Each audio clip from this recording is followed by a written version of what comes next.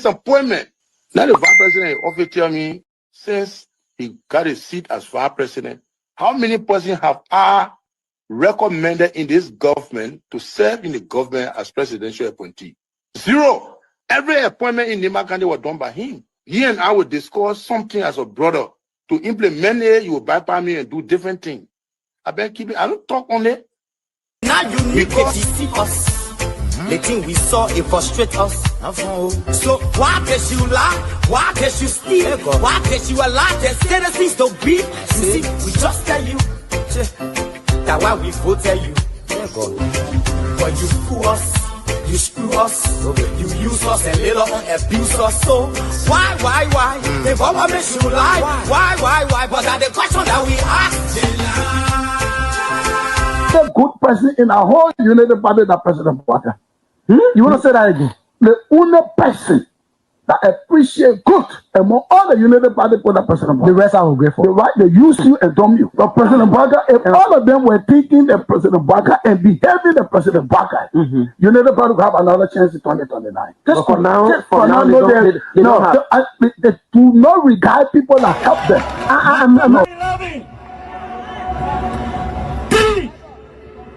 Of our soldiers were executed on this party ground. 2 at the back and 1 right at the headquarters. The man who shot and killed our people today is a darling boy in the Liberian National Police. They brought him back to shoot more guns. Get ready to shoot. Because we challenge the status quo appropriately. Inform that the violence or still any student because of their action, it will be the day the entire Bwaka's administration will cut down. We will massively violate the students in this country and will shut down the Bwaka's administration. They care that happy. We have the capability to do so.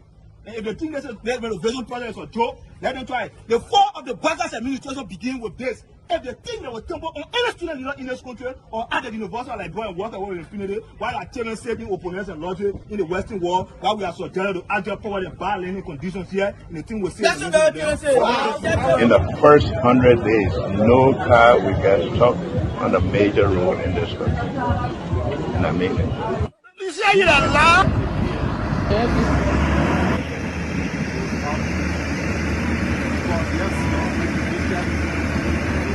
It's going down. First floor. There you have it. That led to decades of war still run deep. But so too does the longing for reconciliation. A reconciliation defined not by political bargaining or by an artificial balance of power by tribe, region, religion, or ethnicity, but by the equality of opportunity and a better future for all Liberians. Bwaka can lie, the government, all the ministers in the government, they can lie. They don't put all hustler, they put a hustler, they lie. Everything they say, they never say the truth. Today, the supporters of His Excellency Joseph Bwaka presents him as a poor man from Lofa, and I said that he will understand the plight of the poor people. Fellow Liberians, do not be fooled. Vice President Bwaka is not poor like you, not even as me. As Vice President, his office received more money from the government budget than any other Vice President has received in Liberia's history. He has enjoyed some of the best and most lucrative government jobs. First of all, there's this, what I call sort of vicious lie about the fact that Mr. Kobe is gay or bring gay lifestyle to Liberia. It's complete bullshit. When people can accuse you of stealing people's money, when they can accuse you of being involved in war, anything, people don't make up stuff. They don't make up shit. Excuse my language, right? So it's complete nonsense. I'm married, 8 Teresa, 2 children, 5 grandchildren. I believe in traditional family values, so it's complete bullshit, complete nonsense. Young man, vice president, young man that vice president, the major stole 500,000. I mean, Jamaica, the major went to, I forget that Jamaica, the major went to Ghana, the fit, and they may bring it all company in the country. I mean, Kun, they can't reach yourself. Kun, man, you know, Kun, but I want to sophisticated, quiet, hardcore rule in Labro. But Labro, when 2029 come and pass, then you finally leave. Mission is completed. Now, what the rules of engagement? When the war ended, the guy said, the captain, the commander said, mission complete. There wounded out first. All men on board. Everywhere there is no school, I'll put school. And everywhere there is school and school in bad condition, I'll renovate it. I told them, towns and villages, everywhere you will have lights in a town for children to play and people to see. I told them every town will have safe drinking water. If Charles Taylor is the problem, he will be out of here in the twinkle of an eye. And I say, let well-meaning Liberians come home.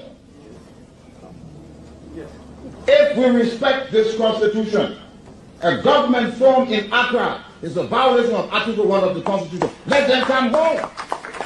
Let that government be formed in Monrovia. The government that capital road, small there, road, B road, all kinds of the place. I think the reason Joseph Baka will not do much because the old man, the papa is suffering. The papa loves the country, but he can't make it. The criminal there around him, they sophisticated than him. They are sophisticated criminals, so they can't make it. Your league Costa, God know how to pay people. It's just simple. Costa that accused everybody here but himself. Everybody, Joe, we join, we accuse Joe, he killed Joseph Baka. Baka still living. Joe, no, you leave better. He made me senator. He almost made Joseph Baka president until he screwed up. We gave God the glory. Yeah. Well, Baka, when he screwed, he said, oh, we don't want to make sure we fought for him to be reconciled with the president. And then the people who fought for him. Look, your league Costa, you will come. And Costa was in a podcast, he said, they don't been calling me. Okay. The time you were calling me for me to kind of Bwaga, did I put it on radio? That immaturity to do what he talking about. And I guarantee you, when we finish, there will not be a winner or the loser. Today we all wear the jersey of Liberia, and the victory belongs to the people, to the peace, and to our democracy. As we begin to build upon the foundation of this new Liberia, I, George Seleke Kromah, the new president, will first give thanks and praises to the Almighty God for the blessing He has bestowed upon our country. And I say, my people, thank you, When you elect on 85 irresponsible men, what happened to our country? We elect on 85 irresponsible men to govern this country, not to be very irresponsible.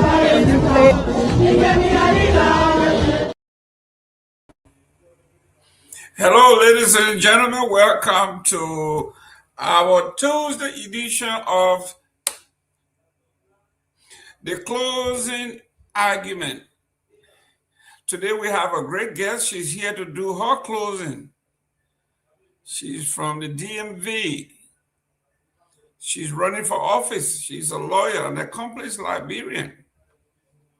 She will be here today to tell us who she is, her accomplishment, her dreams and aspirations, why she wants to be into politics. But first, let's go over some of the weathers in our local area. Obviously, in our Miami area, the weather is cool and nice, 74 degrees. I am your host, Jerome Gayman, from the beautiful state of Florida.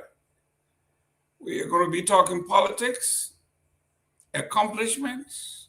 We're going to be talking about personalities. Weather in the DMV, where our guest is hailing, is 51 degrees. The capital city of Liberia today is at 80 degrees. New York, 48 degrees. West Palm Beach, next door to me, 73 degrees. So here we are. We have a lot of issues to talk about, but sometimes we are very, very lucky to have a lot of accomplished women and men come on our show. And the fact that Liberians and descendants of Liberians are running for high offices everywhere. Minnesota, Rhode Island, you name it, they are there. Today will not be an exception when our guest gets here. She's in the back. She will be coming on. And obviously, this is nothing new to her. If she's running for office, before the camera, the tough questions, piece of cake. These people that run for public office are not like you or like I am. They are built different. Like the learned counselor said, they are not like us. Their skins are tough. They got tough skins. You can't get under their skin easily. They can survive in a desert with very little water.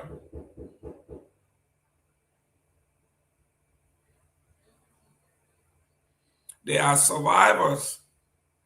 As you know, when you are running for public office, it's not just you, but your family, your children, your grandchildren, your husband, your entire family is under the microscope. Yet, they brave the storm and put their hats in the ring for a cause in which they believe, a cause or causes that are worth fighting for. So they go out and do these things. So we will be talking to someone that may interest you because she's one of us. She brings a lot to the table. You know, I love beautiful women. And the beauty of a woman, a beautiful woman is a woman that is intellectual. She has high intellect, ambitious, accomplished. She can compete. She's a mother. She's a sister. You name it, she carries the world on her shoulders. And today we are going to meet, hopefully I'm pronouncing her name, Wala Bligay, that's her name. She's going to come out here and pronounce her name the right way and tell her if it means anything. You know, we're from Africa, so every name means something. But whoever her parents are needs to be very proud of her.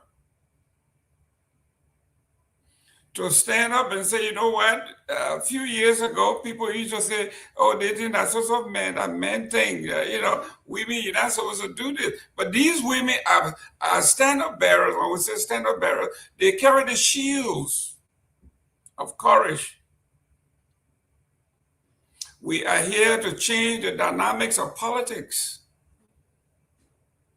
If the world is going to change, in my belief, those that made us, the women that are responsible for making life,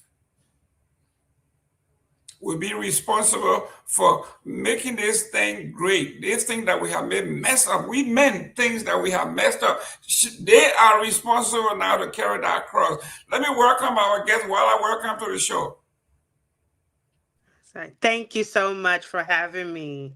Thank you. Thank you. It's very encouraging. We are so proud of you. You are one of ours. You are Yes. a lady. You are beautiful. You are smart. Thank You are you. accomplished. You are everything that our candidates you have. So we are glad that you are representing us.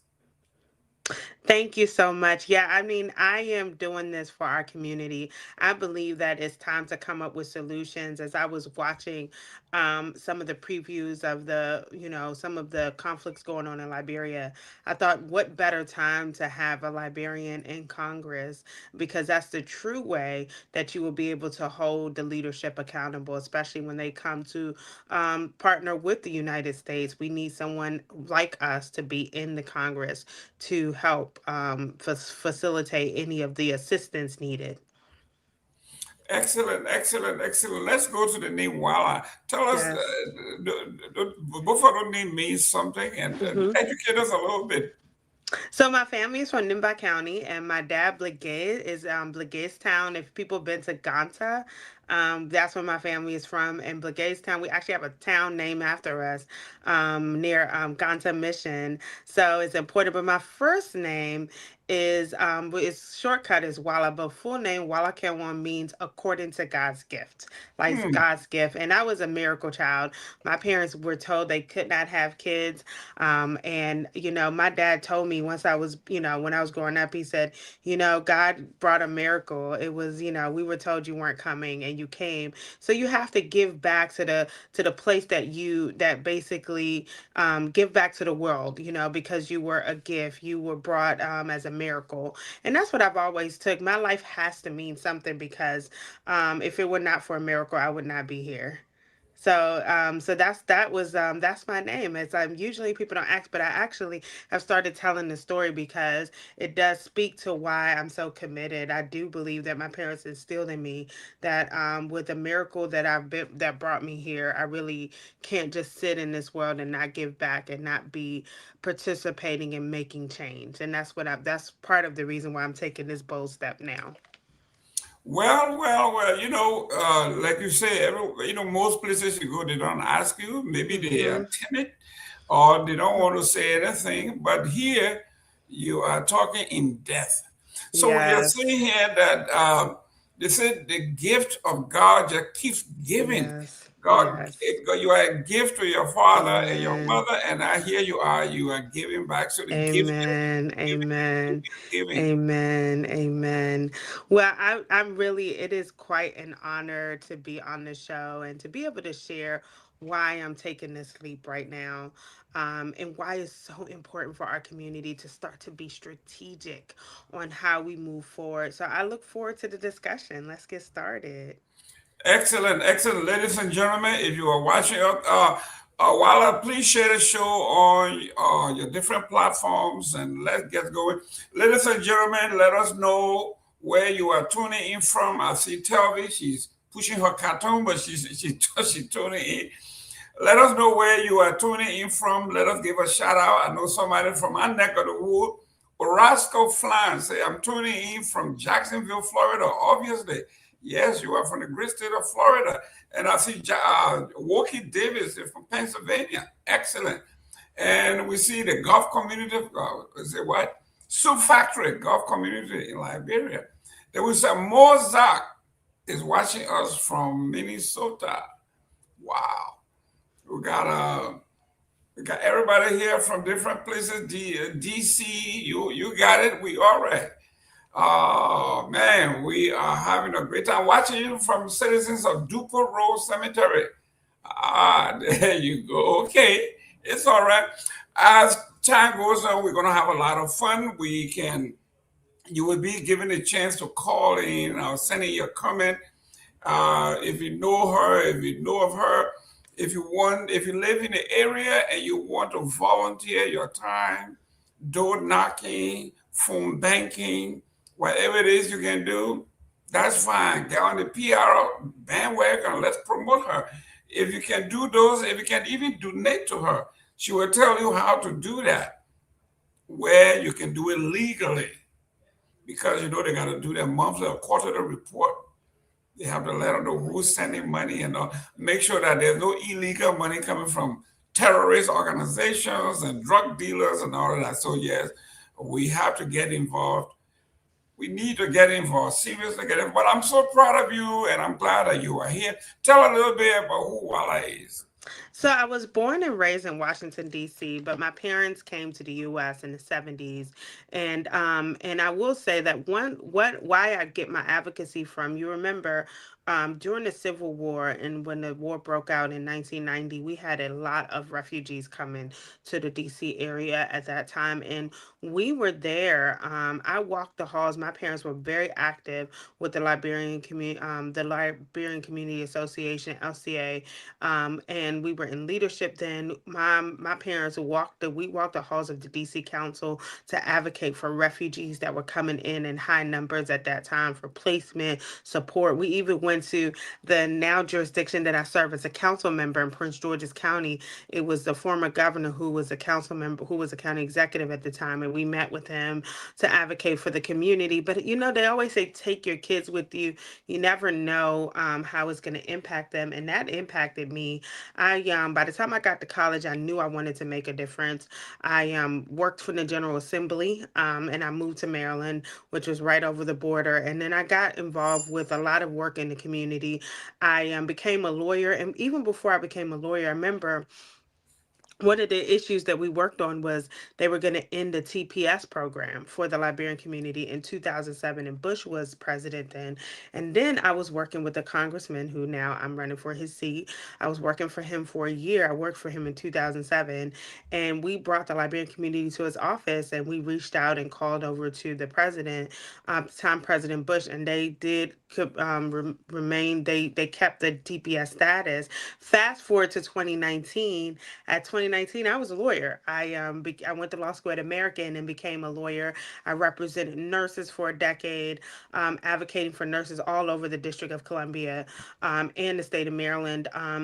Again, Trump is in office his first term, and they were going to remove the status of then now DED Liberians, and we didn't take it small because that was a fight. We had to come up to the Capitol with everyone. Many of you are from Minnesota, other places. Minnesota brought a delegation. New York brought a delegation. Rhode Island had a delegation. We met, and took the lead in Maryland. Met with the Congressman Hoyer, who again I'm running for his seat, and we met with all types of representatives, pushing, so that the Liberian community would not lose. And I told them, I said, we cannot be Liberian leaders and lose our people to deportation under this administration.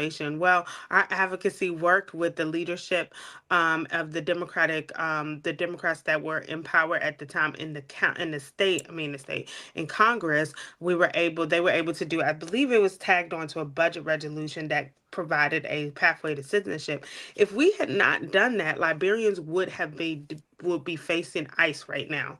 And I told people when we did that, the number one people that I told it around Congress were two nurses and one lady who provided service for those children with autism. It's like, is this what you want to deport back to Liberia when they've been here and they have family members in the United States their whole life? It doesn't make sense. So we pushed, but then we realized these people have no idea who they're impacting. We even saw when they were about to vote on this, we had Republicans on the floor shouting, "Build a wall and take the criminals back home, deport the criminals." And we said, "What criminals? You've got people who spent their lifetime here saving lives. They probably saving the lives of the people that are out there screaming, deport them."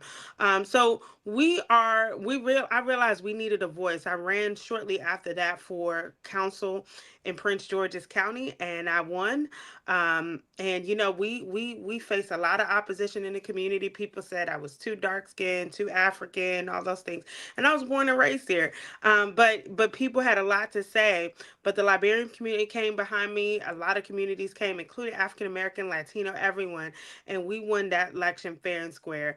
And now we on that council, I've opened the door during my tenure. I will tell you what we've done for Liberia. We are opening up a sister nation relationship between the state of Maryland and Liberia. They're working on the agreement now. I donated fire equipment from Prince George's County. We had Vice President Kuhn come and we did the presentation of the fire equipment that went to the firefighters in Liberia. And then we've worked with the Liberian community even has an office here in Prince George's County, now that we're here, because we realize we have to have a face here. And I've done a lot of other stuff, fighting development that didn't make sense, pushing for primary care for citizens, healthcare, all of those things. So that's me. I've always been an advocate and a fighter. And I do feel at this time, especially for our Liberian community, we really need someone in Congress who will represent the issues of not only the community at large, but the community local. And of course, like when most Liberians are so focused on home or what's happening at home, but you can't do anything by arguing and fighting over who should be the next president next 6 7 years. That's not going to make a difference. This is the way other communities do it. They get someone, they have an influence in the president in Congress here, and they're able, and many of those agreements, many of those proposals of support, financial support, come straight through the congressional members. And this is how we can make a true difference in Liberia, and also to make a true difference here. Remember, one of the reasons I'm running under this administration, my community has been attacked viciously. We've lost nearly 20,000 jobs have been lost by Marylanders. We have a loss of federal contracts in high numbers. We are losing, we have high groceries. So when people look from Liberia, those watching from Liberia watch here, like Americans are struggling right now to make simple bills being paid. And that's in every state. They say the national concern of every of American is affordability. They said nearly 60% of Americans have zero savings. Most are in debt. The bills are high. Utility bills are high as we're looking at an influx of super scale data centers.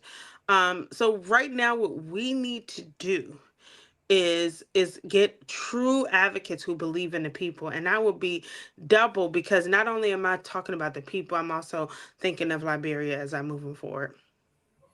Excellent. Ladies and gentlemen, let me reintroduce our guest. Her name is Wiley Blackgate. She is from the great county of Nimba. So if you are from the Nimba County Association, you better be rallying.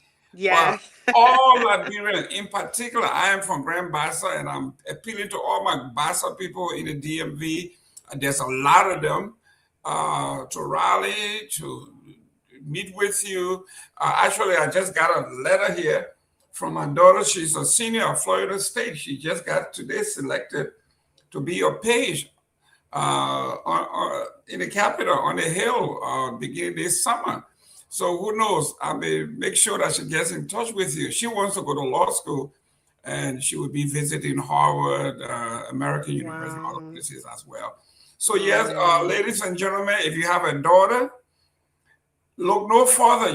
She has a role model, someone that looks like her, talks like her, that advocate like her. I'm quite familiar with your boss, Stanley Hoyer. I met him twice in Florida when he came to run camping with me to help the late R.C. Hastings. Oh, wow. Yes. Okay. I met him several times when he was majority leader of the House. He has been very, very powerful, the 5th Congressional District. So I'm quite familiar with the area, quite familiar with his work. It's not that of a big shoes for you. You're going to make the shoe bigger. Yes, we're going to make it bigger. We are going to make it you bring bigger. everything. So talk to us. What are some of the things? What are three? If someone walk up to you and say, "Voila," what are some of 3 things or 4 things you want to do that are so important to your district? Name me about 3 of those things.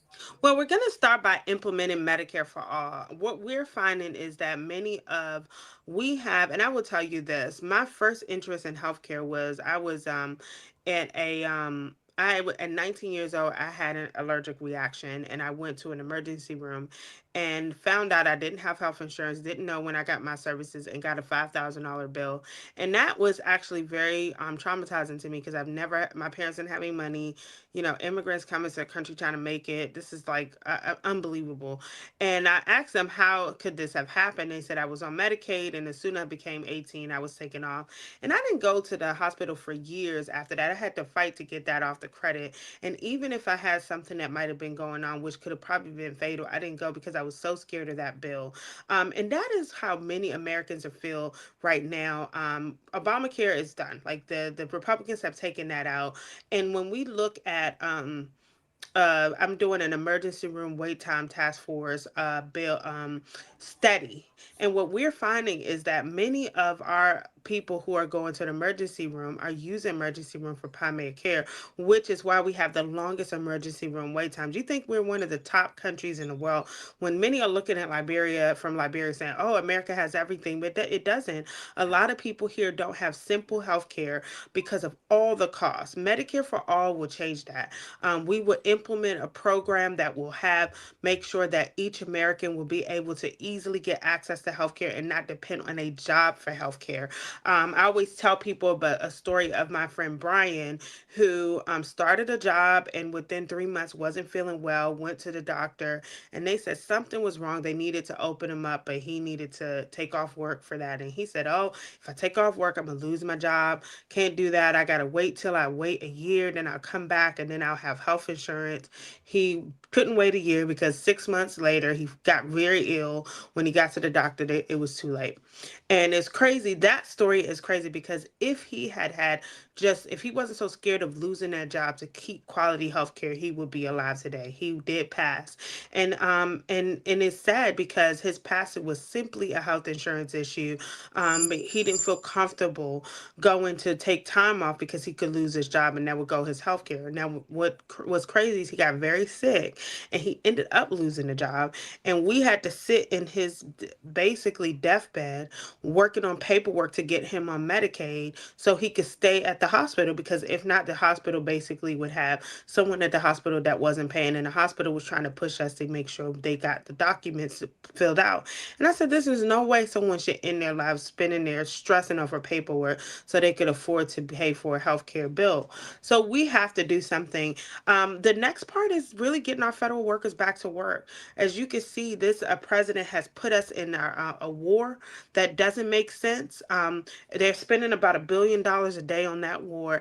And while we're sitting here struggling, this government has laid off all of these workers, an attack on Black communities, an attack on people of color, because Prince George's County, where I serve, and also Charles County, which is part of the county, are supposed to be one of the wealthiest African-American counties in the country. Why? Because of the federal government. The federal government had, in the 60s, after Kennedy, opened up programs so that African-Americans could be able to get jobs that they would not have gotten before. That led to people, bringing new generational wealth, and a lot of African Americans moved to those two counties and and became wealthier, having more money. They weren't wealthy like millionaires, but they were able to become middle class and be able to provide for their communities. And of those groups, a lot of Africans are in this community. A lot of Liberians are here, and so in fact, our leader that is for the LCA, he lives right in Charles County.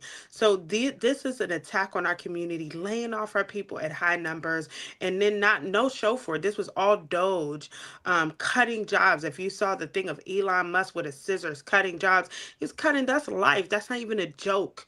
You're literally taking people's bread and butter away for them to feed their kids. So we have to get everybody back to work. And also we're looking at the federal contractors who ate a program that opened the door for many businesses to be able to bid and get federal contracts. Are now those programs don't exist. They're taking them away and slowly letting contractors know they don't have an opportunity anymore, and they're looking to be able to even make payroll. We got to address data centers. So many issues that we have to address here, and those are one of the main ones. But with data centers, we really need to make sure that we are not continuing with the high utility bills. So we're going to be pushing to make sure that data centers bring their own energy, bring their own generation, and that way it can make sure that, you know, people don't realize in Maryland we're on a 13 state grid, and we're on the same grid as the capital city of data centers in Virginia.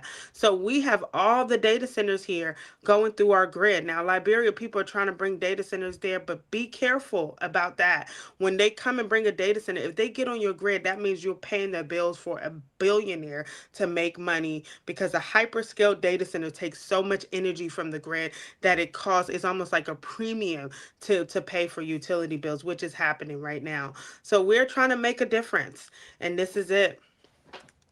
Excellent. Ladies and gentlemen, she's talking about a data center.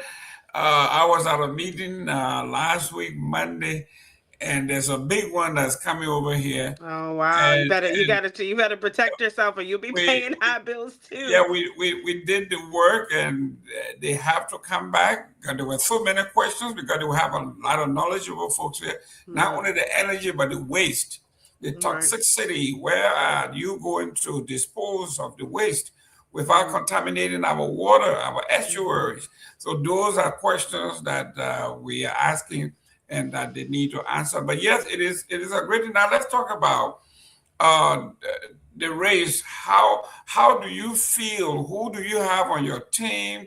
How you have them dispersed? And where do you need help the most? I would tell you this: we have a strong team. I have over about maybe 15 endorsements, including Congressman Ro Khanna, who just recently endorsed me. I'm also endorsed by the county executive, Aisha Brayboy, in the biggest county in the district, Prince George's County. And then I also have the support of at least 5 council members and a state senator. And then also our municipal leaders are there supporting this campaign. So we are very, very happy with our thing. We're having our first volunteer rally this Saturday at 10 o'clock in Oxon Hill. So please reach out. And the biggest thing we have is need is money. And I would tell people this: we are trying to make sure that we are able to raise enough money to get on TV and tell the word, because one thing is that our messaging is resonating. People are joining this campaign because they see that we're speaking to the issues that impact them, and they feel very strongly that we are the one that is really going to answer and be a fighter. Now, one thing I did was take the People's Pledge, and the People's Pledge is to make it clear that I would not be taking corporate PAC money and AI money and APAC money and all of those things, so that people would know that I am committed to them, not people who have that APAC money is meaning that you're going to continue to send our money to the Iran war. And look, Liberia, we've had many conflicts, and we're not getting $1 billion to fight anything in Liberia, but we're sending our money to Iran. This is an example of why we need our own in office. So I would say that we need money. So we are asking people to go to the website, donate. Many Liberians, the Liberian community got together last week and did a fundraiser because we needed to show strength as a campaign. And when we had a fundraiser, the Liberian community raised around $5,000. We need more. We need to get to 1 million. And I will be saying that we are actually very strong. We raised almost $400,000 for this race. So we're asking people to give. Go to wallabligay.com or go to my Instagram, Facebook, all of those. We will send the link. No, we do not. He said, make sure that we do everything legal. We cannot take any money from Liberia, no foreign contributions. And then we do ask, I know people want to do Zelle and Cash App, but we actually do Act Blue because it is the best way that we can, if we do Act Blue, it is the best way that we can capture all the information for our quarterly reports with the FEC. Do you have a flyer that we can put up on our screen as we go along? And I will send you, I can send you a flyer that we've put together. I do apologize for that. And I'll give a flyer of our event that's coming up. And how do I sell it? I'll send it to the person that gave us before. I'll send it over to them. Yes. And please do. We want to know more. Your contact numbers, telephone numbers. email and we'll address. send How you. do we get in contact with you 24/7? Yes, and wallerformaryland@gmail.com. We will send all of those things out, and it make sure that everybody gets the information on it. But I'm gonna send the flyer of the upcoming rally that we have, that we're asking people to come out, I've sent that flyer out. But we ask people, we'll send you something that has all of the information on the campaign, um the all of the social media, Walla Blagay, Walla Blagay on Instagram, wallablagay.com, all of those things. And then we ask you to sign up for our rally, and we want to make sure you show up. If you live in the state of Maryland, come out. But if you don't, we ask that you just contribute and give to the campaign. Now, ladies and gentlemen, if you live in the local area, where can we get some signs, billboard, whatever it is, yard sign, door hangers? We ask you to come, and we ask people to come on Saturday. Come on Saturday to the rally. And I will, and I'm trying to, sorry about that. We are trying to get everything over to you all. Come to the rally, and the rally, we have all of the information there. We will have all of the signs. We already have big signs out already. We are in the process of ordering the yard signs. So when we get those, we will start giving those out next week. Tell us, when is the election? When is early voting? Mail-in voting? Give us all the information. The whole night, guys. Early voting starts June 11th, and it will be for a week, and then the last day for voting is June 23rd. June 23rd. Is this a special election? No, this is the primary. And what we ask people to do is please pay attention to the primary, because the primary is really where the vote is. We don't really have a very strong Republican Party in this district. So the actual vote, the main vote will be on election day, will be the primary, which is on June 23rd. Ladies and gentlemen, June 23rd, don't expect to see somebody if you don't show up. You cannot wait for election day. The primary is very important, because the primary that will decide who represents a political party. So if you're waiting only, well, I'm going to vote for election day, no, you have to make sure that she gets to election day. Right. So get involved with the primary, go get your sign, go do phone banking. On your days off, go out there and volunteer your time, walk the neighborhood, wave signs. I'm saying this because this is what I do here for a living, so I know a lot of it. We're already setting our waves and all of those things. So we're putting all of that together. So we do ask people to come out and join us. And we're working on a flyer right now. And I did send it to your team that you can share it. But what we're asking people, if you live here, show up on Saturday. Come on Saturday, see us in action, as we are going to be rallying for the support of for this campaign, and want people to see how strong we are. And then we're gonna see victory on the 23rd. And we do ask, I will send the link if you all can send it out but you can go to the website www.wallablagay.com, or they're going to send you a link that's going to have the information, and you all can donate to the campaign. Even we want to have a lot of donations. So even if you can only give $10, $5, that's totally fine. The limits is $3,500 per person, but we will take $5 donations and $10 donations. Yes, we want to say thank you to Telvis, who made sure that we learn about you, that we know about you. Because usually we say women don't support other women, but that's not totally true. So you see all the girls coming together for one of their own. And I know the flyer that's being done, I think that's an old flyer from another event that's on March 30th. So we asked if I sent the rally, if you can send that, because that one is old. I'm not sure. Yeah, this one is for March 30th. Yeah, that was an old one. Okay. So Well, yeah, that's great. If the information is still the same, is WWW.wallerbrigade.com. Yep. www.wallerbrigade.com. This is where you need to go, guys. Before we get to the new flyer, just remember the website www.wallerbrigade.com. It's very simple. Her name, first last name.com. You can't miss that. I see a patient Seema say. Yes. She's in your area and she's ordered. So you got all the women on your side. Listen, girls power, let's do this. Yes, Let's thank you, support this patience. woman, Yes. not because she's a woman, but because she's an accomplished woman and someone who is fighting for a just cause. You see, in this country, we say health is wealth. If you are not healthy, it doesn't matter how much you got in your bank account. It means absolutely nothing. Okay, let's take down the flyer so we can see our guests.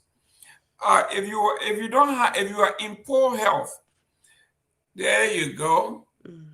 Is this the one you want us to look at? Yes, Okay. that's the one that's and we're endorsed by some top leaders there, and we look forward to the support. So people can come out on Saturday at 10 o'clock. We are going to be rallying and making sure that people will see how strong we are. And reach out to the office, wallerformaryland.com, at gmail.com or wallerbrigade.com, and we will be working with you. wallerformaryland@gmail.com. Listen, this is powerful. We are looking for volunteers. We're looking for everything. Listen, when you see these folks in Congress, yes, and we just even wanted we just got this endorsement of the ATU union. So we wanted to show that we announced that today. That is a union that has almost 8,000 workers that work in the metro area, and we have been endorsed by them. So we are very happy about that endorsement and wanted to release it on this show. Local union 689. That's the transit union. Huge. Yes, huge. So huge. We have one of the most endorsements in this race. So we are, and then we are actually polling at top 2. So in top 3, So so we are excellent. We want to be top 1. We need to get to 1, and that's why we're asking for your support. If you can donate to this campaign so that we can get to 1. Thank you very much. Let me work on Victor Nagbe. He's one of the old hands in this election thing. So, Victor, welcome to the show. Thank you, Mr. Gayman. Good to be with you, and Ms. Blake. Thanks for joining us. Congratulations on your run. Thank you. Yeah, absolutely. So I was listening to you in the back, and I was listening. You got some endorsements and all that, and I think I heard you say you enjoy pretty good support from the Liberian community in the LCA area. Yes, the LCA has been very supportive. Members there did a fundraiser for us. And it was important, and I just couldn't, and I think that what we're trying to do and get the word people to understand is that this is not a time where people are asking for accountability in international world. And look at the focus that we have in Israel and Gaza and all of those things. A lot of that has to do with the people here that made it clear that this was a priority to them, even though it has nothing to do with the United States. We could do the same for Africa. We're going to be the leaders. They said that it's Africa's century with almost all of the workforce that we have. Think of all the young people we have in Liberia that need training to be able to get jobs. We need to be able to hold accountability from here, and we're not going to do it by getting frustrated in fights in our houses and our parties and baby showers. It's going to be in the halls of Congress. That's good. Let's Africanize you a little bit more. I was reading up on you. I think you have both Liberian and Nigerian backgrounds. Yes. So tell us a little bit about your parents, your Liberian parents, your Nigerian parents. Hopefully Nigerians and Liberians listening in will get a little bit more hooked. Yeah, I started off telling people my family's from Nagbe County. We're from Ganta. And that is in Garguah too. But Ganta is where my dad and grew up. And I even told him my first name is Mano, is Willakenwan, which means according to God's gift. And then on the side, actually, my mom. So I'm actually 75% possibly like more leaning to Liberian. My mom actually is the mixed one too. But my grandfather is a Massaquoi, and he's from the Massaquoi family. He was actually stationed in Nigeria during, during the colonizing and before the independence, and he met his wife there. So my mom was born and raised in Nigeria in Imo State, which is in the east. And don't worry. Nice. Yeah. So we, all of it comes together, and we're all united. And that's what we did when we were even getting together. As I've been working with the Nigerian community and working with Liberian community, I've been working with Cameroonians and That's Ghanaians and good. different groups here. A lot of the African community has been very supportive, and the African American community. That's probably my biggest support network.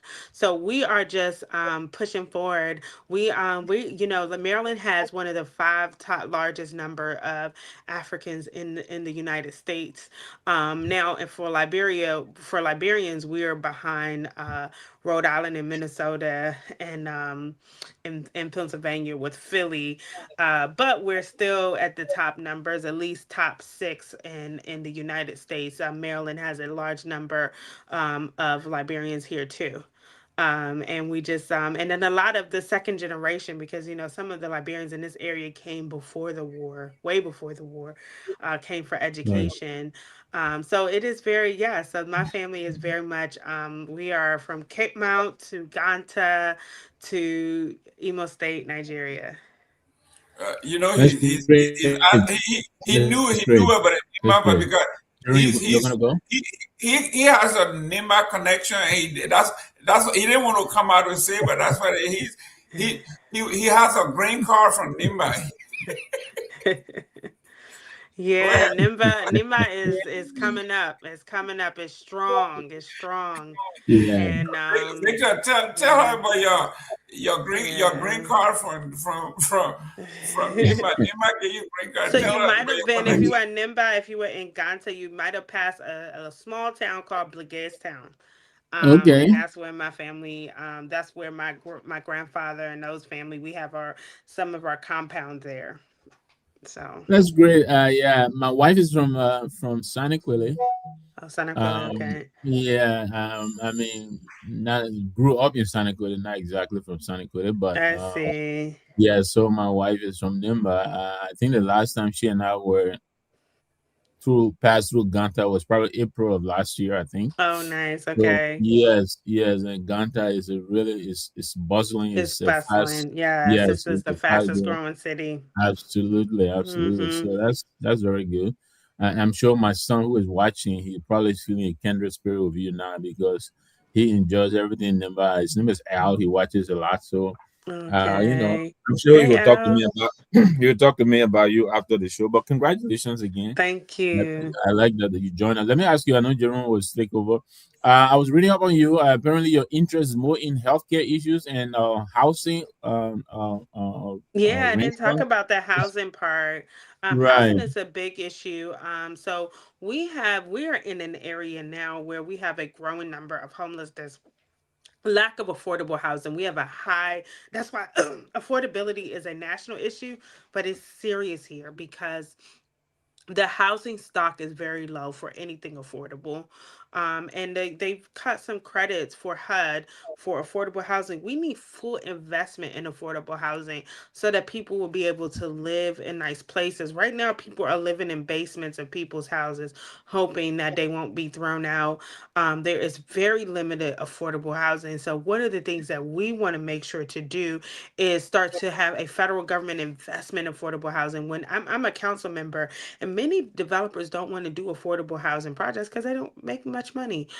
So you have to, use a lot of either provide check credits or incentives for them to even do it. And I would say a lot of that is collaboration with nonprofits so that they can make some money. So what we need is a full investment at the federal level, because local money isn't really there, especially what the federal government has been cutting.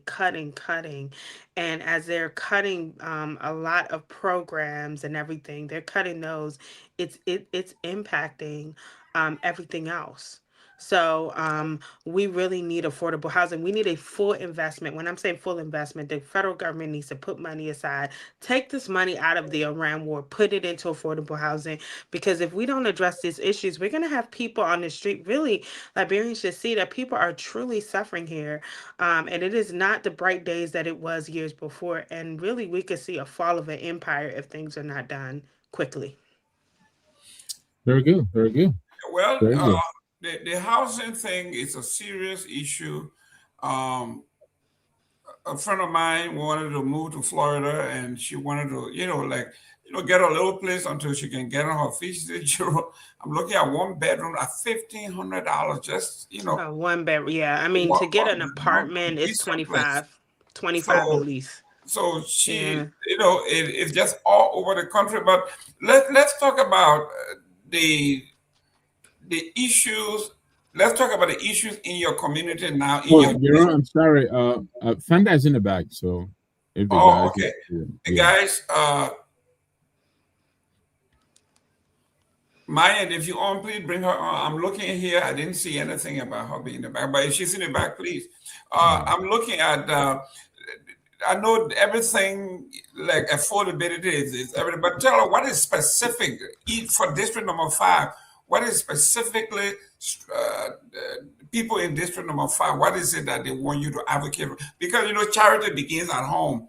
While you can talk about everything else, District Number 5 wants you to advocate. What are things that are specific to District Number 5? Well, I will start by saying the federal government. You understand these layoffs has hit us hard. That is our industry. The layoffs, the stop of the there's been even a lot of people who haven't even received their retirement benefits that have forced retirement. A lot of those cuts, that's one of the number one issues. People feel personally attacked because right now we have a lot of people who spent years in the federal government and now they are basically having to find new careers or try to transition. We even at the county government, I passed a bill that would assist the federal workers coming to the county. But a lot of them looked at pay that was half of what they were making at the federal level. So that is really, you really don't understand how much that has impacted us. If you come to my community, it's a very beautiful community. A lot of them have big houses that are beautiful. A lot of those people started being either SES, high level government officials, and then they oftentimes became federal contractors, making quite a bit of money from federal contracts. Now a lot of them are losing the contracts and looking for ways to be able to replace what they've lost or having to lose everything. So there is we've been hit hard. It is ground zero. In addition, remember we lost our FBI. The Prince George's County lauded last year, not last year, but 2 years ago, we were told that we were going to get the FBI. The FBI will be headquarters in Prince George's County, and we lost that under this administration. So there's a lot of things that's personal because for the federal government in St. Mary's, you said District 1, number 5 in Prince George's County. Not only are we working in DC, but we have the IRS has an office here. The Census Bureau has an office here. We have Andrews. If you go to Calvert and St. Mary's, you're talking about Indian Head. In Charles, the Southern Maryland Indian Head, there's a base there. There's a naval, there is a naval station over there, and then there is the Patuxent River. That's the high. So when we're talking about Congressional 5, we are federal government workers and contractors. So that's the biggest industry. Number 2 is really infrastructure. Southern Maryland, Sidney Poitier was in this position for 44 years. And in 44 years, when he first ran, this county was a white rural district. And it changed to become a majority black district. Why? Because of thousands of black people moved in. my people of color moved in. That changed the whole district. So we have an area where we have a large number of people and the road infrastructure is not fitting for the numbers of people that moved in. So a lot of people, there's a lot of traffic here and a lot of people would like full investment on infrastructure, especially our Southern Maryland region, which is a good mostly half of the district, Southern Prince George's and Anne Arundel and St. Mary's and Charles County. And then affordability is just healthcare. They say healthcare and affordability is one of the number one issues. Those are national issues, but it hits local because a lot of us are dealing with the rural tier, which is in the district. There's limited options for healthcare. In Prince George's County, we're putting a report out. We have 5 hospitals and 1 million people, where compared to Baltimore has 500,000 people and only 14 hospitals. 14 not only has 14 hospitals. So we're even dealing with a third of what they have here in Prince George's County. So access to healthcare is really important. Many people have to travel quite a bit. And with the cost of living going up, people are putting health aside because the survival of groceries and utility bills, all those things, everything what they said has gone up, but the actual income of our residents has not risen. Victor, your turn.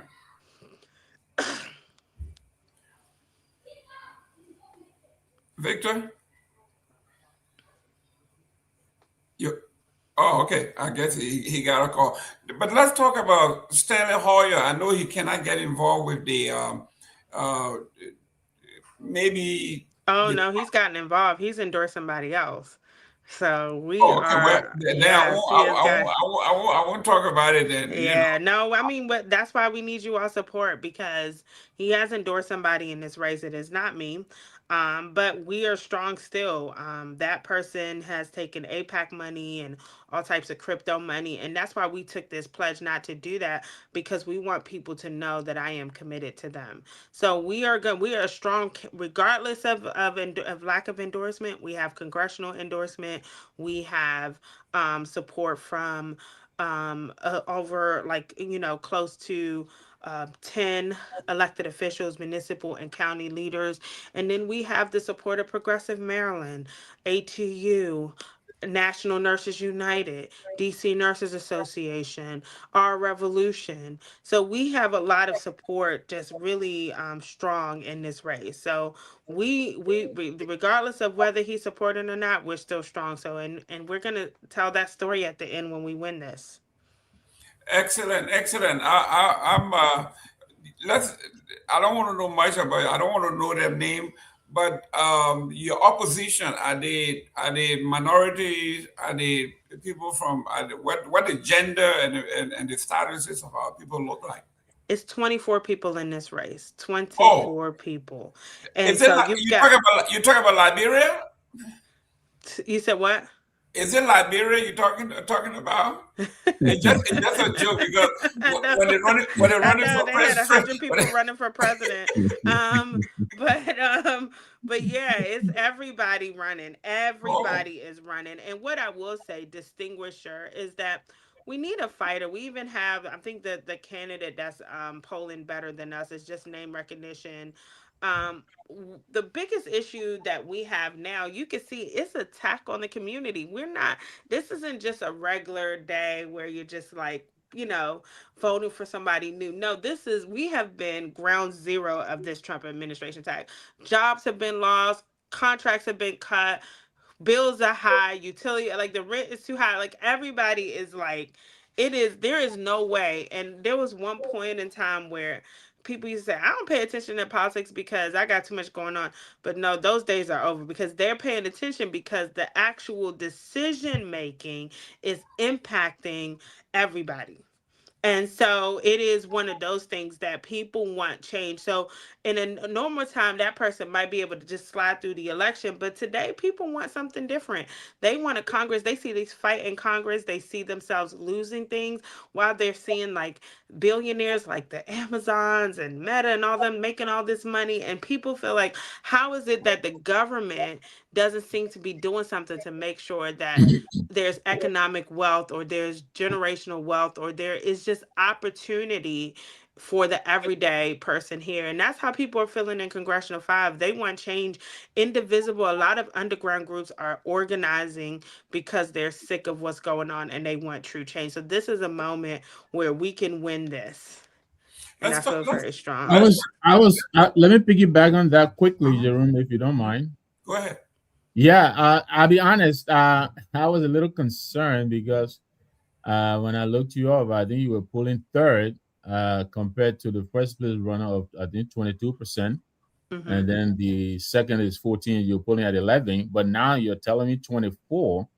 So I think if you're pulling third, that is pretty good. Although we want you at number one. We're getting closer to number, and that's somebody else's poll. We're about to put out our own poll to tell our story, because there is a name recognition that's going on. The top person there was a county executive for 2 terms, and then ran for governor twice, and then ran for county executive again. So their name has just been out there for a long time just because of that. So we do believe when we talk to people here, because I live in the community, a lot of people are saying I'm not voting for him, but there is a polling. There's about 60% undecided. So that's why that's why I said the biggest issue we need is money, and that is that's all we need, because once we get our message to the people, we win. That's very good. And people, you're listening, she needs money. Come on, give her your $5, your $20, your $100. It all adds up. It all adds up. Jerome had asked earlier, so if there's any way you can have our guys put up the link here, Cash App, Zelle, whatever it is you're using, Blue App, what do you call that?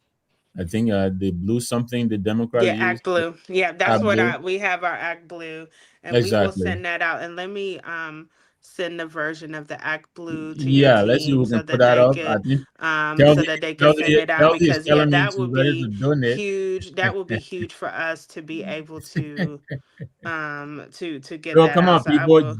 Jim McBorough, Jala, Joman Jala, you always give. So even though I've left with me, I'll return all of your gift, because I think you're abusing your gift. You overusing. Yeah, but this time we will take it. So Joman, you better come on, hit the pockets, give us something, guys. She has to win. But I did see we just got a donation from Ray Mensa, so it's already, people are already looking out.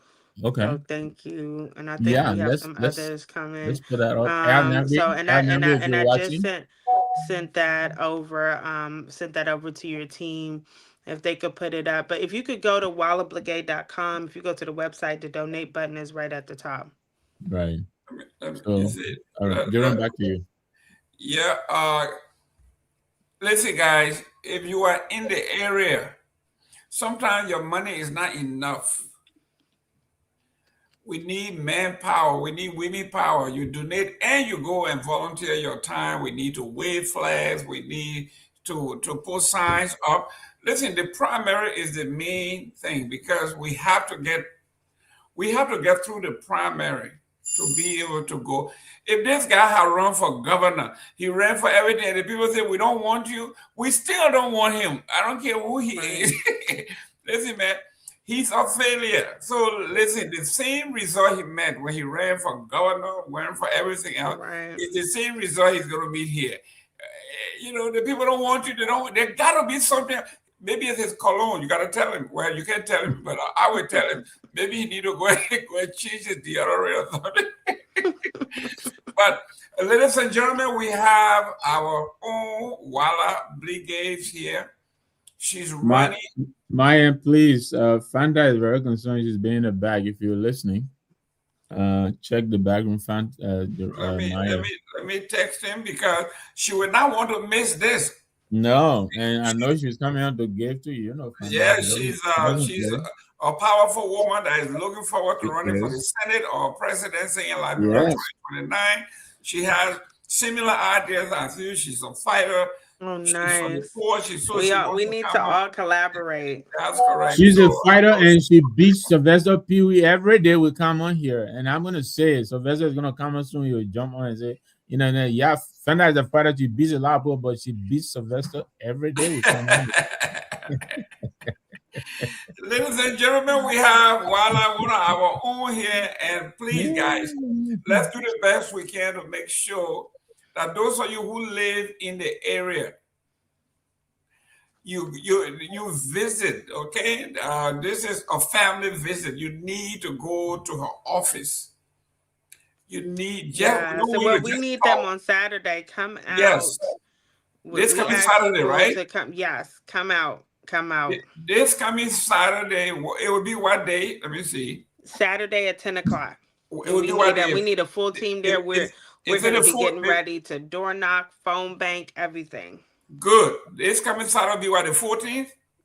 No, the 11th. The 11th. This coming Saturday will be the 11th. Guys, the 11th. This coming Saturday. Telvin, the link you're posting here is not clickable. I'm having difficulties. Listen, guys, the 11th. Let's make this like, you remember when we go to birthday parties and weddings and sororities and fraternity meetings? Let's make it this way. Let us just all meet over here, okay, at the party office, hug, introduce ourselves, network, walk the streets, wave flags, knock on doors, take some sign home and put it. This is all about visibility and commitment, okay? And you have to know when it's early voting. Are they voting by mail? We're voting by, they can vote by mail. Vote by mail seems to be the largest one. They can vote by mail. They can go early voting, which is the locations from starting June 11th, and then they can do the 23rd will be the last day to vote, which is the voting day. Okay, if I'm in your district, but I'm in Pennsylvania or I'm in Liberia, when can I begin to ask for my early voting registration? How do I do that? We will get that information if you want to request the absentee ballot, because remember, the ballots are sent out to everyone, so everyone can now vote for absentee going forward. So we have mail-in ballots from the beginning.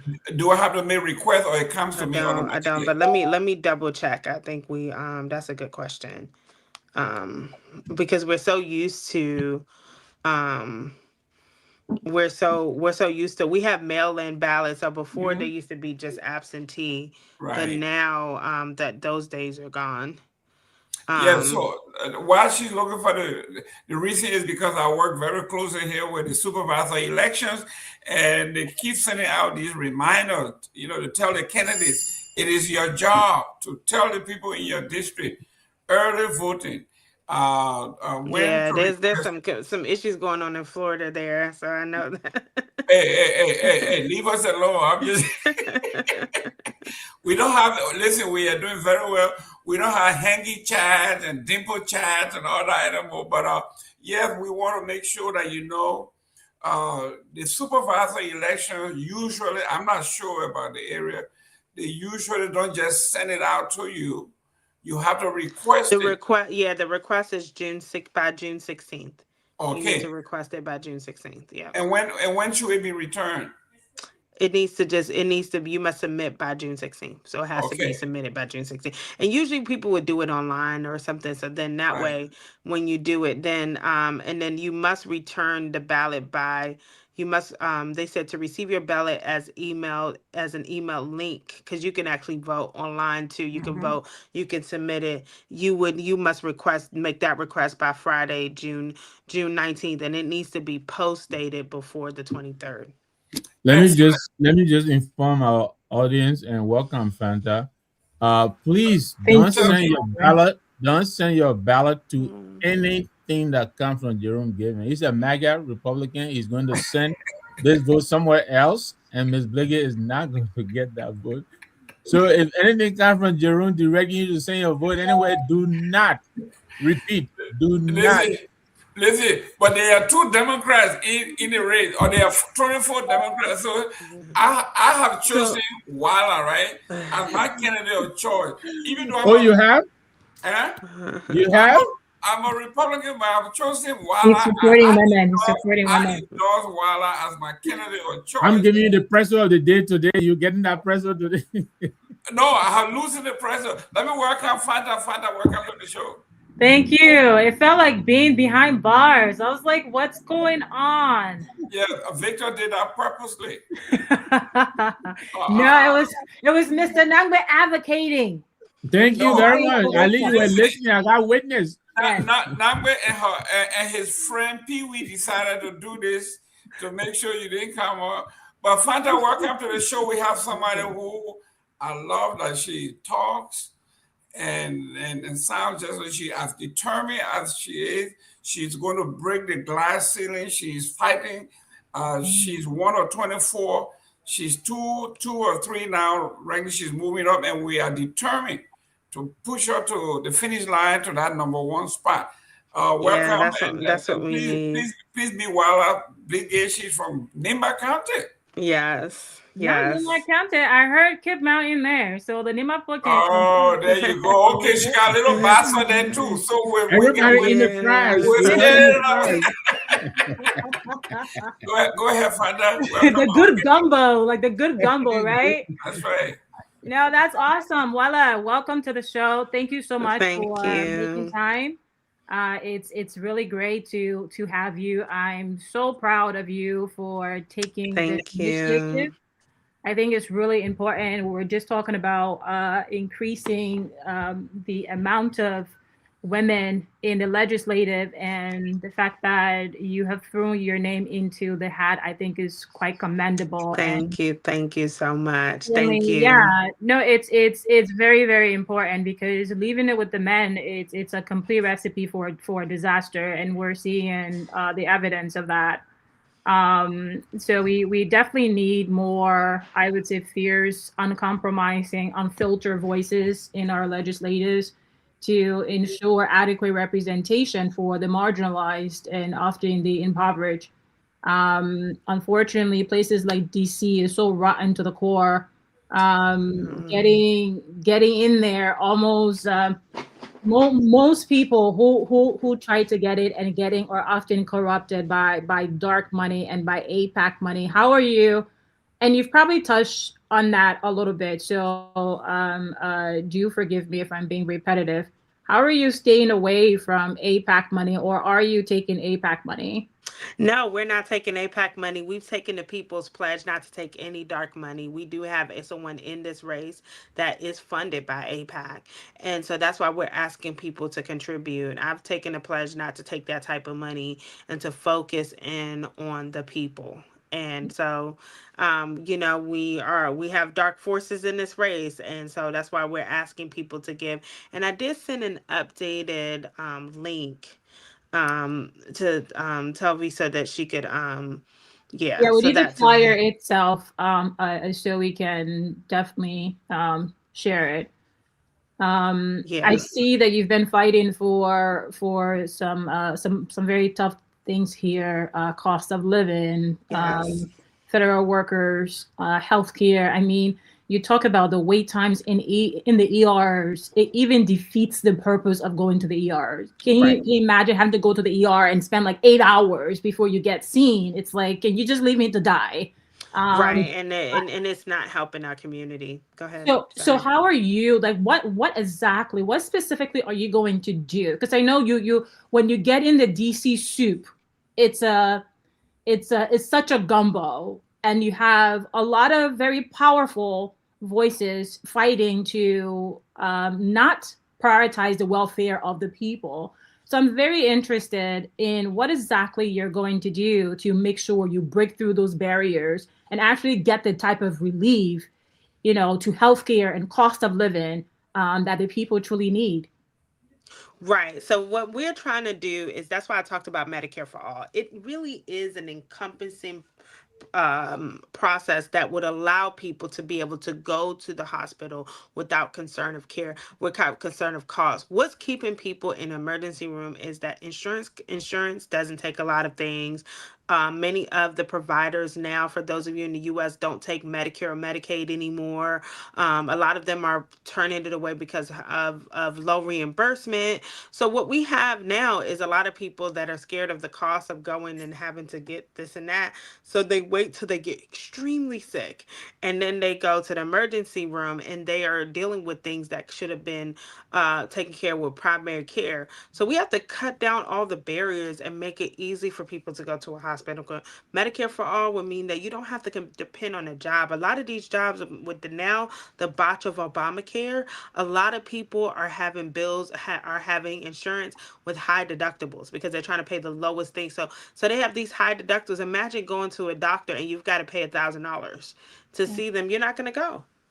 And so we have to implement Medicare for all, which would allow, not only does it cut down all these costs and barriers because of healthcare, but what it will do is also allow us to focus on building community centers and more community-centered healthcare that will help with preventative care and help people easily walk in. And it's not burdening the hospitals that feel like they're taking all this uncompensated care. And don't tell us we can't pay for it, because we can pay for an Iran war. Yeah. So Yeah. how can we pay for a war, but we can't pay for this? Yeah, that's the wildest thing, right? We can all of a sudden find billions and billions of dollars to go and murder people for greed, but we can't find adequate funding to prioritize the welfare of our people. And that brings me to my next question, because it's very interesting and it racks my brain. We see the Democratic Party often are very energized when it comes to speaking against the Republicans. I mean, they both do it, frankly. Yet they too have not done very well when it comes to prioritizing the people. So what is going to be different this time around, or for those who are disenfranchised, right, and who have almost given up on the Democratic Party because they feel that they are the same, that they're in the same pockets, they're supported by AIPAC, they're supported by the same dark money, and they both have not prioritized the people. With your association, what type of conversations are you having with them to ensure that you guys change course here? Well, that's why we took the People's Pledge. That's why we pledged not to take dark money or corporate PAC money. And the reason why is because we wanted to actually make a statement here. I am committed to you, so I don't have to. And I told people, it's definitely, I'm an elected official. It's hard to turn to somebody who's giving you all this money and say no. It's hard. But if you don't take the money, you don't have to apologize. And that was the good thing. When I got in this position here, I didn't take that type of money. I made sure to make people understand that I was for them. And then when I had to turn against a lot of these, the big developers that came in and wanted to do things that didn't make sense for the community, I could say no, and I didn't owe them anything. And that's the same thing we're saying here. I understand the frustration people have. People are tired of the political play where everyone's like, oh, we're going to fight against Trump and his cronies and all this stuff. And then you are taking AIPAC money and secretly supporting the Iran war, because that's what that money wants you to do, right? To get all involved and pay for military weapons for that. So what we're making it clear that I'm not doing that. We're not taking that money. We're staying straight to the people. And then also we need to make sure that the Democratic Party understands it's time to put policies in place to take care of people. Universal child care, Medicare for all, addressing some of the racism that's going on, putting these federal workers back to work. That will be the first thing that we need to do, to send to people that federal workers need to come back to work, and don't make any excuses of cost, because no money was saved. And frankly, if we could pay for a war, we can pay to make sure that our people get back to work and the contracts are restored. So we need to show boldness. What we want is that if the Democrats are touting that we're going to get back to the majority, we can't get back to the majority and do things as usual. Then it's like, then people have no reason to say, many times in that 2016 election, a lot of people said there was no difference between the Democrat and Republicans. And that's sad. And that's because that's how people feel, is that they have more talking points about working families. I mean, one of the things we have to control is AI's coming in, taking jobs here. We're going to get to a point, if things don't change, I will tell you, we have never been at a time like this, if you think about it, in our lifetimes, where people usually usually there was, and I even said this before, a lot of people used to say, oh, I don't care what's going on. Politics is crazy. I'm going to just live my life. You can't do that anymore. You can't just live your life anymore, because it is one of those things where there's so much going on and people are suffering so gravely that they are paying attention now. And I'm telling them, I'm for you. I'm going to push for whatever you need. And I made this pledge to make you know that I am 100% by your side. Yeah, it's definitely political theater, right? That we've seen both sides do, and they're really great at it. They're really great at using the buzzwords. They're really great at exploiting the traumas to get to the hearts of people. Then when they do, they absolutely leave them in the dust, completely ditch them. We have seen this time and time again, and like even like the previous terms, healthcare was still very terrible, right? Like the cost of living under the Democratic administration was still increasing. You're talking about $2,500 for like one bedroom. That's not something that appeared under the Republican. That's something that has been on the upward take under Democrat rule. And people are waking up. Let's just put it that way. There is an awakening happening where they are truly just moving away from party business identity, party identity, and instead looking at the substance of the candidates. And I think that's going to be the differentiating factor, because as we saw, right, with Mamdani, no one thought it was possible. No one thought, even the very Democrats denounced him. And he was able to push through because the people saw that he was authentic. So I think that's really important. I'm hearing that you've made this pledge. What else are you doing to connect with the people that is unconventional or in an unconventional way? Well, I'm a sitting council member. So I'm already talking to people. Tomorrow we're doing public safety town hall. We are working Medicare for all. We're making sure we inform the community. On April 22nd, we're having Medicare for all, healthcare as a human right town hall, where we're bringing people in, clergy, the community in, to talk about how we make sure that healthcare becomes an issue that's focused. Next month, we're doing housing as a human right, and we are collaborating with the real estate community and the faith community to let people know that we are trying to address the concerns. We had Women Under Fire Town Hall last month where we talked about what's going on, especially a lot of our Black women got on and talked about the frustration that they're feeling with their voices not being heard and they're being laid off and attacked, and that it's gotten into a personal thing where people feel like they're hopeless. And we had a lot of speakers, including Win with Black Women, one of the leaders, and Dr. Julian Malvo came on and talked about the issue. So we've been having gatherings and town halls and community meet and greets throughout the community to talk about the issues. And that's why I said we just need funding, because what we are going to do is spread the word to the community about what's happening and how we have real resolutions. We're not just talking anti-Trump rhetoric. That's not this campaign at all. We're not just going to say we want to get rid of Trump. We do want to get rid of Trump, but we also want to make sure that people know that we have universal health care. We are going to invest. We need a government that invests more in HUD. We need universal child care. We need to be able to give workers' rights a back opportunity. We need to take our money away from sending it overseas to wars and efforts that have nothing to do with the American people. So we need to actually start doing that, and now is the time. One more question I have for you. The topic often comes up about a lot of, I call it crazy things, the Democratic Party have signed up to. I mean, in California, you have laws being passed where the parents are no longer required or mandated to be contacted. And if their kids in school feels they want to transition from one gender to the next, the school can initiate that process without the parents knowing. So this discussion around biological men participating in women's sport, or biological men using the same facilities as biological women. A lot of women are very concerned about this, because I certainly don't want to walk into a bathroom and have a male using that very bathroom. How are you? I know this is something that the Democratic Party is pushing, and a lot of families and women are very concerned about this. How are you? What is your approach to that, or what are your thoughts about that?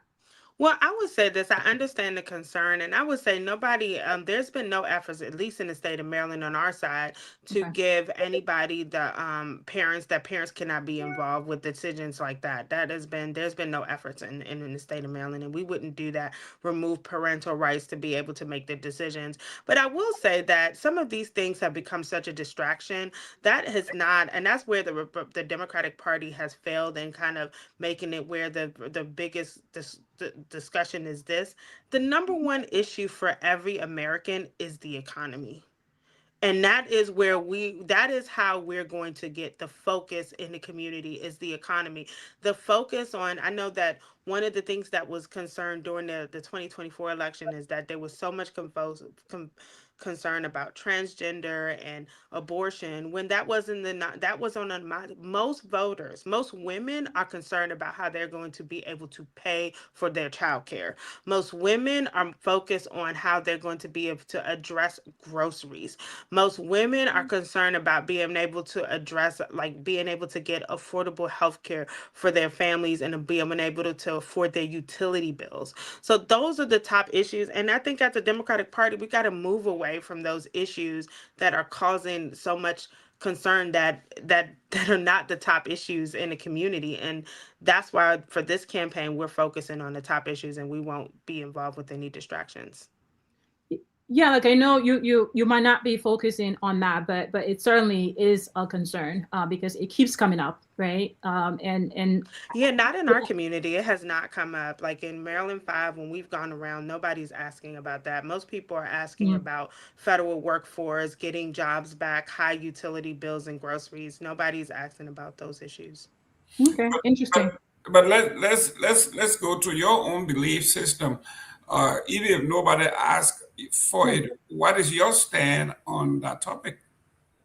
Well, I'm not, I wouldn't be, my concern is not about, I know people are talking about bathroom issues. That is not the number one concern in general of thing. And I think there's confusion. Now, should someone be able to, when it talks about LGBT rights and things like that, I do support LGBT rights and someone be able to practice their personal love, whoever that they love. But I mean, I will say this, we could talk about that, but this whole bathroom issue is not something that I have had to encounter in my talks with anyone, even as a council member and talking to people on the state level. It has not come up. Okay, let me go to Mr. Nagbe. Mr. Nagbe?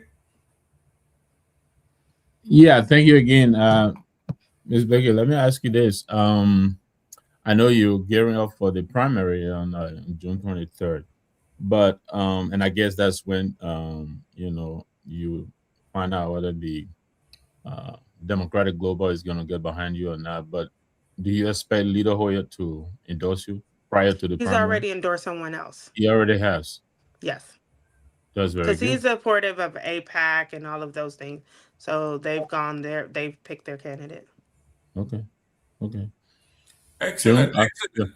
Ladies and gentlemen, we have one of our own running for office. If you are in the DC area, if you are in the DMV, this is your chance this coming Saturday to meet and greet, network, get signs, knock on door, do phone banking. It's all about numbers. Don't wait until election day to go and vote for her, because you first have to clear the hurdle of the primary. She has to win the primary. So don't forget about the November election. Let's talk about the election. Let's talk about the primary. We want to make sure that we clear the primary. We know November you guys are going to come out. But let's do first thing first. Let's clear this primary. She has to win this primary. So we need your money. We need your time. We need your effort. We need your resilience. You think you are mad about healthcare? You're mad about everything else? You can't sit home and make it happen. You can't send your money and make it happen.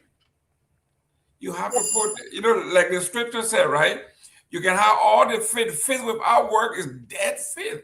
And that is religion universal. Whether you're Muslim or you're Buddhist, you can pray all you want. If you don't get up and go to school or learn a trade or go to work, God is not going to come and put food on your table. So faith without work is dead. Same thing. You can support her all you want. If you don't show up to knock on doors, to show people that she has people behind her, it is meaningless. You can complain all you want. So this coming Saturday, take the children with you. Take everybody. It's a family affair. Take everybody with you. Go out there, knock on door, talk to other folks, meet other folks in your community, network. That's what it's going to take. So, guys, let's do it. Obviously, we need your money. Ms. Wala, let's put that number up again for contribution. Okay, and we will keep saying it over and over until we can get sick and tired with it. What is the number again to call and to make some? Oh, okay. Well, we asked if you want to call. Just go to www.wallabligade.com. You can give a number. You can call us at 202-441-7650. We are getting busy. This campaign is getting busy. We ask also that you go to the campaign. You can contribute there. If you are in the area, if you could put the flyer up, we are meeting at 10 a.m. in Oxon Hill at our office, where we will be doing a volunteer rally to get people ready to get out there and vote. And we're going to be phone banking, door knocking, all of those things to get ready to let people know what's coming up. Okay, let me ask you this. I know we got to be honest here. You as a female and an African-American female, so you are a double minority. Tell me some of the challenges you have, because there gotta be challenges even within our own family, the Democratic family. Yeah, I mean, we are the top women in this race, and of the three top people, just so you guys know, the person of the three top people, neither one of the three top people are supported by the congressman. But what we are facing is that some people don't think that it's time for women or women are to lead. And I would say some people feel that having an African name is an issue, and that nobody will vote for somebody who's African or who has a name that people can't pronounce. I mean, we've put some videos out there about our pledge to people, and we've gotten people asking if I'm an illegal immigrant and if I should be deported and things like that. So we're not even paying attention to that. It's all noise. What we know is that 64% of this district is now African American. It's a 2-to-1 ratio, women to men. It's time for women to be. A Black woman has never been in this position, so this will be a historic election. And it was a woman before Congressman Hoyer was in this position, but now I can be the first Black woman in this position, and that would make us very, very much of a competitive, and that's what's made us very competitive. So I am very excited. But yeah, it is, you can see in some communities, people really don't trust or put women first. But what I will say is that I'm also the fighter in this race, and I'm saying that somebody who's going to fight to put our people first. And I will say with that, some people say when you're a Black woman and a fighter, you're angry. And so we're trying to tell people we're not angry. We're focused on making sure that we have a community that has all the resources they need in one of the most powerful countries in the world. Excellent. Guys, listen, you are talking to one brilliant woman here. Understands the issue. Not only does she understand it, but she's also an elected officer. She's a councilwoman. She's a lawyer, an advocate. So if you were looking for someone that checks all the boxes, this is it. You got a total package here. And if you are African in the area, whether you are from Nigeria, Cameroon, Liberia, this is where we need to go. And listen, opposition, I know, I'm a Republican. We play dirty. When it comes to opposition, we know how to do it. All those negative things you're talking about is coming from the same Democrat in the race with you. They're the one trying to scare other people away from you. But like you say, if your name can be Bluvrakovich, and you can become governor or senator or whatever, you can be anything. In fact, your name is so easy to pronounce. Wale is so comfortable. Bluvrakovich. So I'm not saying anything about my Polish brothers and sisters out there, but when it comes to name calling, don't even go there. Don't even go there. And that's what we tell people. We had a president like Barack Obama. We can have anybody here to represent. And so we don't even want to hear people saying that we're not going to win because we have a foreign name or that thing. So we're not even listening to any of those discussions.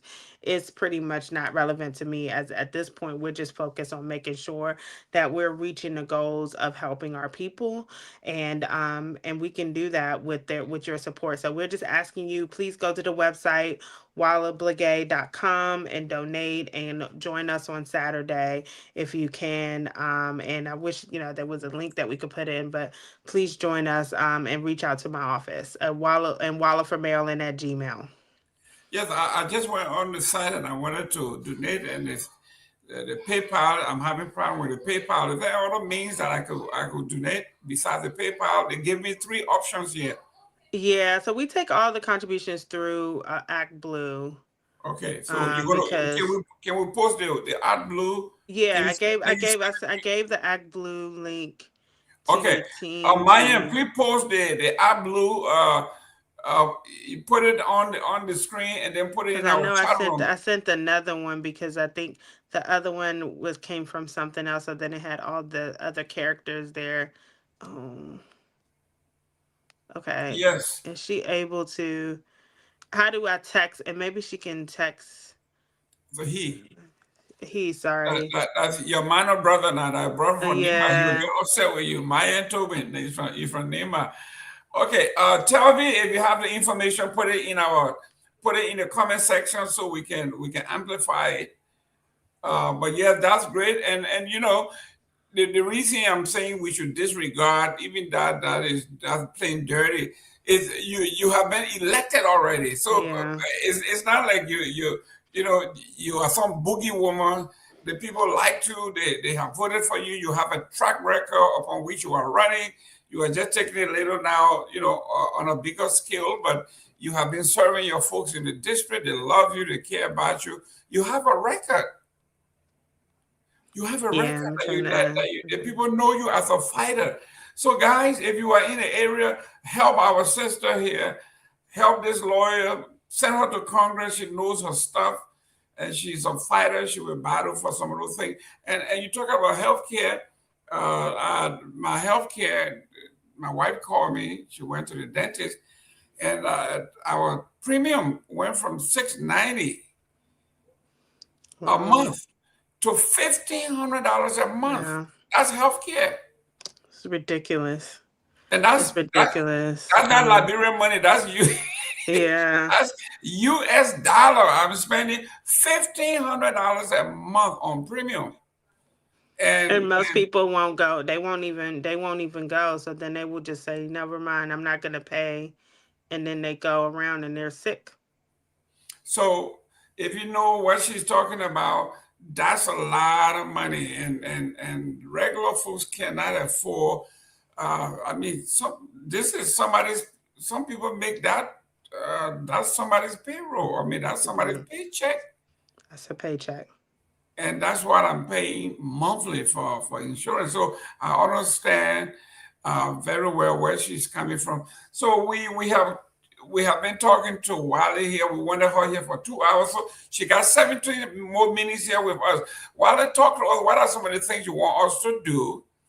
I know you do your spreadsheet. You know where you need the most help. Where do you need the most help? Besides money, we know money. You can't have enough. Well, we have a phone banking operation that we're going to put together. So we ask people to go back to the website and volunteer. We have about 20-something thousand people that we need to reach in the next 3 months, maybe 25 to 30,000. And we need to touch them 2 to 3 to 4 times. So we need, we know that if you don't live in the area, you can actually just help us out by joining in on our phone banking.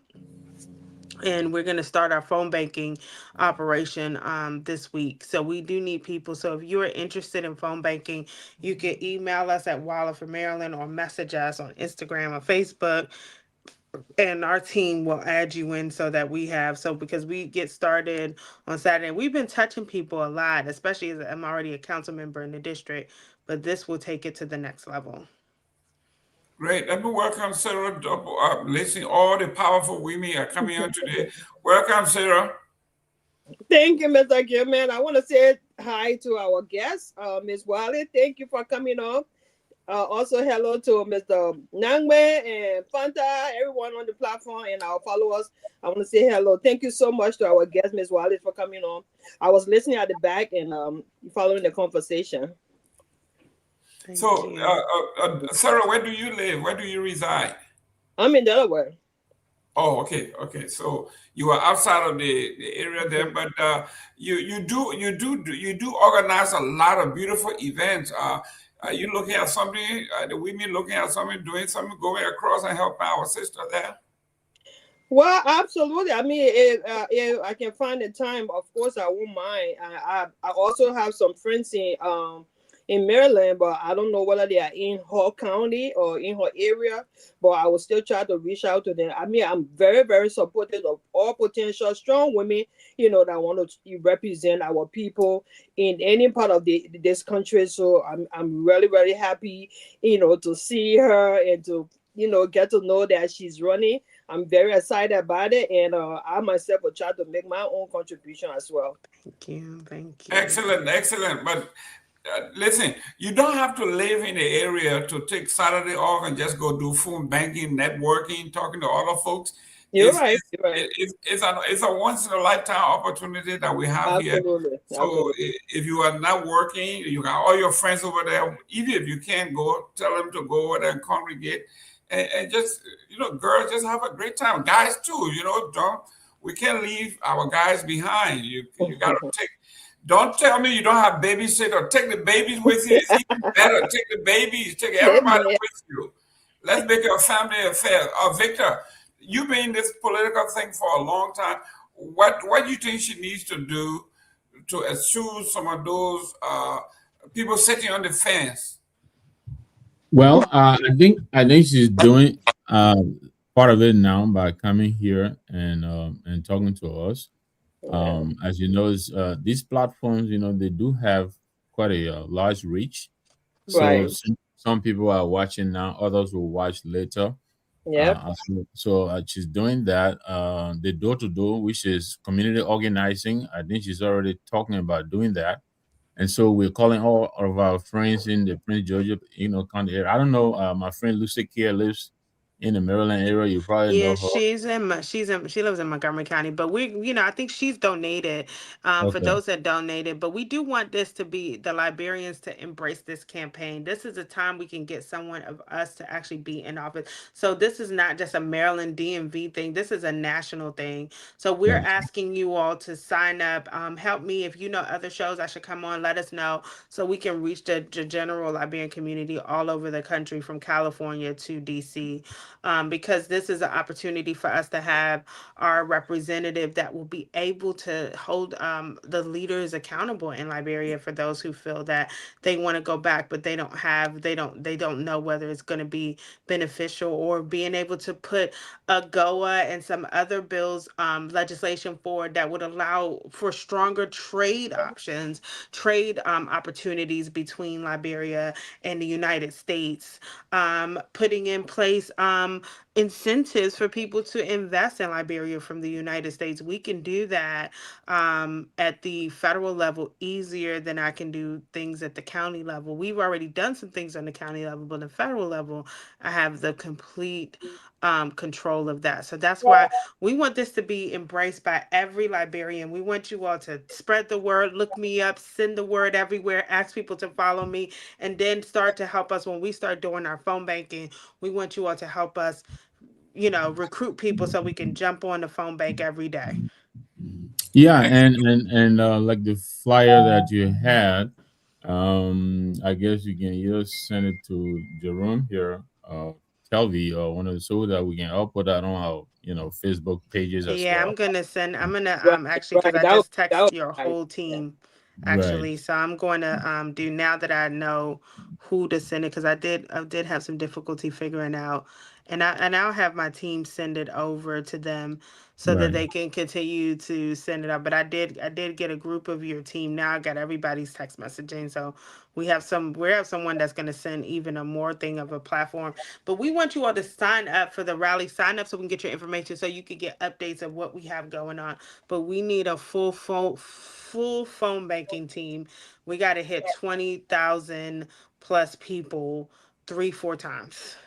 And they say people need to see your name 8 times to remember your name. That's correct. Yeah. I know, right? Let me welcome Chief Tomalin George. Tomalin, welcome to the show. Thank you, thank you, Mr. Gayman. Welcome, Ms. Blige. Mm-hmm. I think I saw you at when the president came to the U.S. You had a town hall Yes, meeting, right? we hosted him. Yeah, that's what I think I met you there.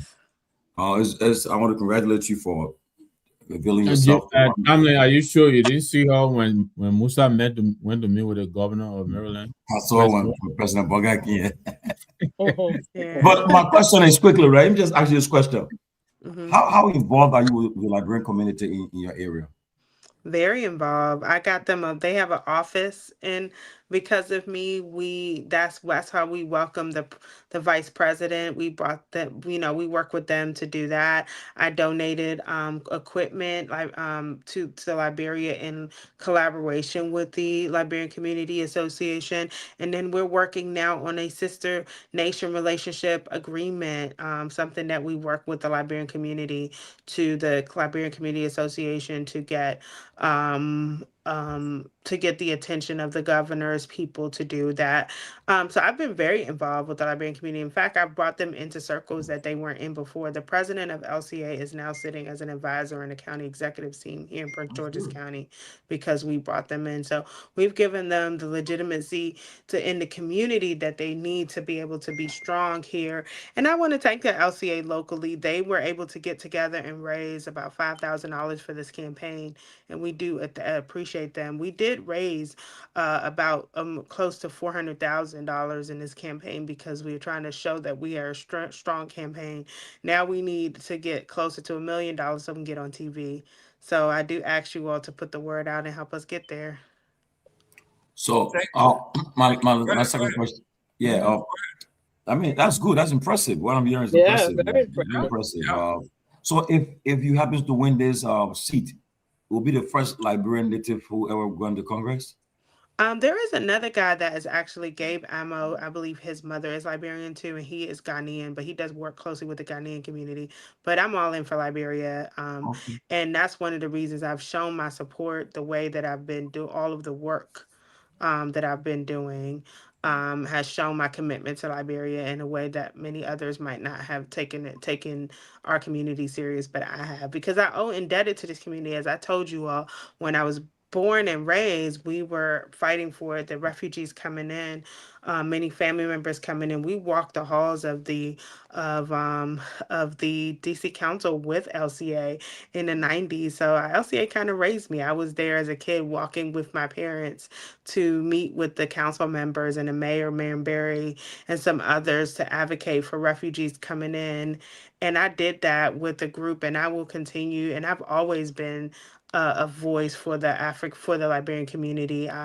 As I mentioned, when TPS happened, when they were going to end TPS in 2007, I was working for Congressman Hoyer then, and we got together and then a push then, and that was done. And then 2019, we had a fight, and I organized the Maryland community along with Lucy Wilson-Keir, who was the president at the time. In fact, she was the one that called me because my dad had passed and I was kind of grieving, and she called me and she said, "We need lawyers, we need your help because the DED is happening and people need to get their paperwork together." So that's how it started, with Lucy calling me, and I got back involved with the Liberian community and organized an entire press conference to put awareness to the issue. And a lot of people, I remember when we were working the halls of Congress, they actually said,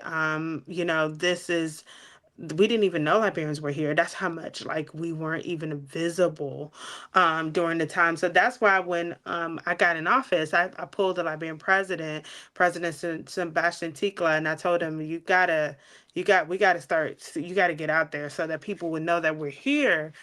Because when they think of African communities, they don't often think of Liberians because Liberians in this area are kind of quiet.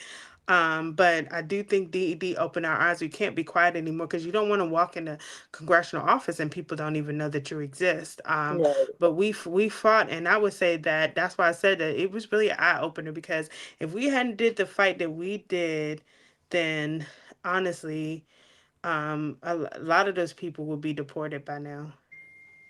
Great. That's good. I got real quick. I got a call. Let me get her off the line. Your name and where you calling from? Tomalin, can you hear me? Yes. Tomalin, calling from Texas.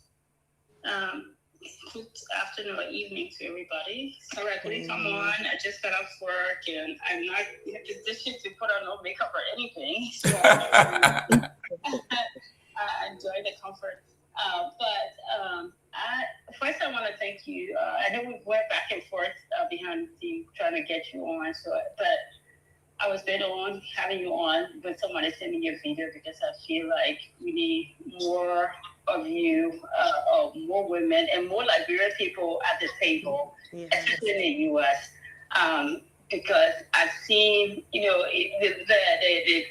Ghanaian community or the Liberian, the Nigerian community or the Kenyan community, they stand behind each other. And one of the people going, they will go all out. They will go all out.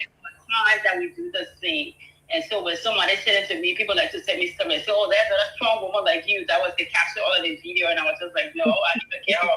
Since I'm friendly with almost everybody on all these platforms, I'm going to make sure I can get her through. I did talk to 2 people, but the other platform, they said that someone had reached out to them. So I guess they will connect with you. So happy to come up. But I think you addressed some of the priority questions I wanted to ask about the healthcare. But one thing that's always been concerning to me, because I lived in Howard County for a very long time, and I still go there like once every 2 months because I have family there, and that's very dear to my heart. But there's a gap in when we look at the PG County school system and the public safety and stuff. For one, I know my kids, when they were growing up, I had a lot of fights with them about PG County because most of their friends were there and stuff like that. But so I'm concerned. My question there is, what are you doing, or what actions are you going to take to improve, the educational system as well as the public safety issue in that area? Yes, I'm glad you brought that up. In fact, the actions of this federal government in removing DOE is really detrimental to our community. The issue we have is that there's not enough investment in education. Believe it or not, in Prince George's County, we're putting about 60% of our budget, $2.9 billion, into a school system, and it still is like a lot of need. But for those in Liberia that are watching, you have a lot of people who are suffering with mental health, all types of issues, and they come to the school, and the school has to handle everything. So where does federal funding come in? Federal funding comes in Title I to help students with disability.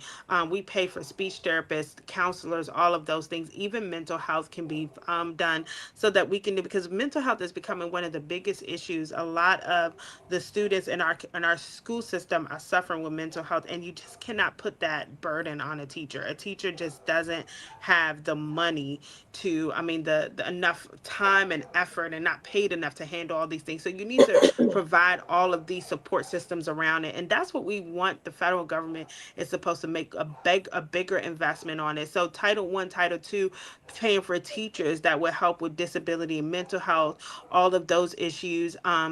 It's a money issue, and federal government has to be a better partner, and this government has not been a better partner. In fact, what people don't know, free and reduced lunches, a lot of our students come to school to eat because they don't have any food at home, so they come to school to eat, and that free and reduced lunches is solely paid by the federal government. Now our counties, all the counties have to take over that. So the biggest issue Prince George's County has is like Southern Maryland doesn't have transit. So when we talk to other parts of Prince George's, other parts of the district, Charles, Calvert, St. Mary's. You're not talking about places without transportation, so they don't have a huge number of population of poverty like Prince George's has the biggest number because we do have the metro here, and so we do have to spend more money trying to take care of all of the issues that those families are addressing, and now that's becoming an issue. That's why I talked about the cost of living, is because the cost of living is changing the situation of a lot of people who might have been middle class but are now going into poverty because the cost of living is so high that they can't afford their bills. And so what we need to do is full investment on a federal level in Title One and Title Two, and assisting by supporting the system, the school systems with more support systems. So it takes including supporting more support for teachers, everything. So it takes the burden off of a teacher to do everything, because when a teacher has to do everything, the student fails. Wow. Tomalin, you were in flight with your second question. No, I'm done. I asked two questions already. Oh, okay. Okay. What first name basis, please? I know. Honorable Wallet. Let's say Wallet. Let's look. From Actual Factor, he says he's a product of Prince George's County. He said, my only question is, why are property taxes so high in Prince George's County? One of my boys paid $12,000 in property. Where all that money going? Yeah, so that there is a reason why. So our income, the revenues of the county, 70% of it comes from residential from residents, residential taxes. Only 29% comes from commercial. So that's the biggest issue that we have in Prince George's County, is that we need more commercial development. Sadly, we become the wealthiest African American community in the country, but many of the commercial development does not want to come here because of very much they don't believe that our money is the same as other people's money, if you get my meaning. And so we have to fight often to get quality retail, whereas Montgomery County has a majority white population with a very much, and it's becoming minority majority, but they're still in transition. They have a lot of retail there because people, and you've got some of the wealthiest wealthiest Americans in the country living there, and that so retailers come. So we have a difficulty with realties because of that. We have a lot of bills like the school system to pay, and so the property taxes are higher because we do need those to pay our bills for right now until we get this commercial development. I am meeting with, for those of you in the area, Six Flags is closed. We are meeting with the new owners tomorrow to kind of talk about what's going to happen with that. But we will be trying to look for ways to bring more commercial development to the community so that we can lift off some of these residential taxes, because we put $2.9 billion. We have a total a budget of $6 billion for Prince George's County. But then if you go to DC has a $20 billion budget for less than 700,000 people. In Prince George's, we have 1 million people and we only have $6 billion. And nearly 3 billion of that is going into the school system. So we really don't have $1 billion goes into public safety. In fact, I'm having a public safety meeting tomorrow so we could talk about where we are. But the reality is that we have to increase our commercial tax base to lift the burden off of our residents. Let's talk about unemployment in the community, and what's the unemployment rate and what does it look like in your area? Well, it's creeping up above 5% there. The issue that we have, and some things are not being recorded. So there was a large unemployment with the federal government. But the reality is that we don't know how a lot of those people have taken sort of side jobs to make it. So we're really not sure where they are and how they're being employed. But our highest unemployment rate is really our 18 to 25. We have it's creeping up, and one of the reasons why is because of AI. A lot of the AI has taken over. We have a lot of people who did coding and were in STEM, and now the AI has taken over their jobs, and many people are not hiring them like they are anymore. So a lot of people that are young are looking for jobs in high numbers. So we really do need to kind of control what's happening, especially with AI, because we don't want to wipe people's job. I know that there is a whole movement of UBI, which is universal it's like a universal basically payment every month for every American because we won't be working. And that's not that is not what we want. Especially nobody came to this country so you could be sitting down, not working, just getting a little bit of money. So nobody, none of the people here that immigrated here wanted that. So we do need to have a control of how we're going to address the increase in not only the layoffs of federal workers, but how we will address the future of automation that is taking a lot of jobs. I mean, I just met with the Teamsters Union, and their concern is that UPS and all of these places are exploring driverless cars that are going to deliver your mail. And so once they put that in place, there goes UPS driver, there goes our mail carriers, goes all those jobs are gone. And that's a lot for us to take. And I think once we see that, this whole country will crumble. Sarah, she got maybe 5 more minutes here. Any question? Yeah, I mean, I was reading the comment section and somebody was talking about her being in the Liberian community a lot and doing a lot for the Liberian community, which is very commendable. And I think because of a lot of the things that you are doing in the Liberian community, we're going to encourage a lot of our Liberians in Maryland and around, the counties to try to, support your candidacy, because we want our own face to be at that White House. We need somebody there who can be a voice for us, who can be a face for us. So, I mean, nothing but commendation for you, good commendation, and we are here to support and do the best we can. Yeah.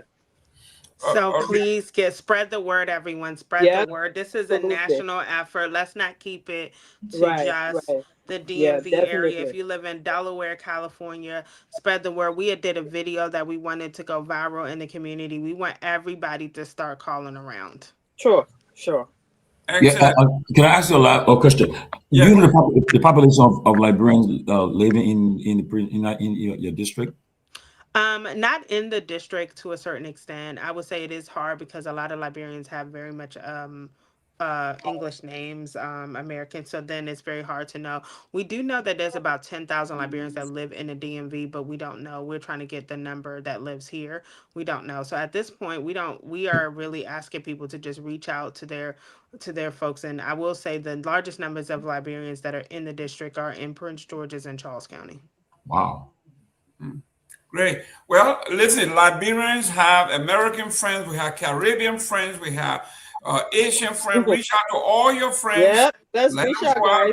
Let's reach out. Listen, it's all about make this work. Whether you like it or not, it's all about connections and who knows you. Some of us are here because somebody called someone and say, you know what, listen, I got a guy who is coming over. That's how it is. And that person may not have even been a Liberian or an American, just somebody who knows and trusts you. So what we are saying here, it is not just a Liberian. You are a Liberian. You have Cameroonian friends. You got Ghanaian friends. You got Nigerian friends that live in the area. Kenya. Reach out to them. Let them know who she is, and let us all get involved. We call you here for an hour. You've been here for 2 hours, 7 minutes. Your parting comments.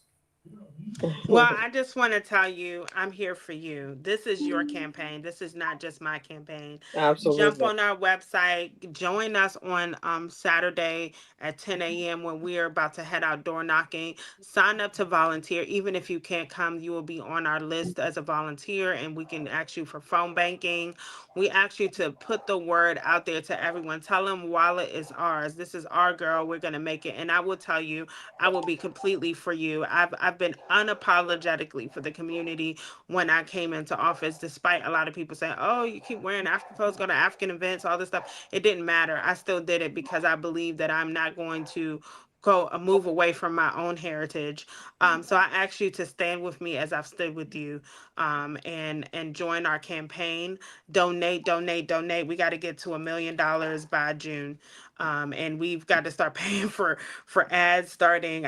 We've got a bill that just came today, and we got to start paying it because we got to start getting the word out.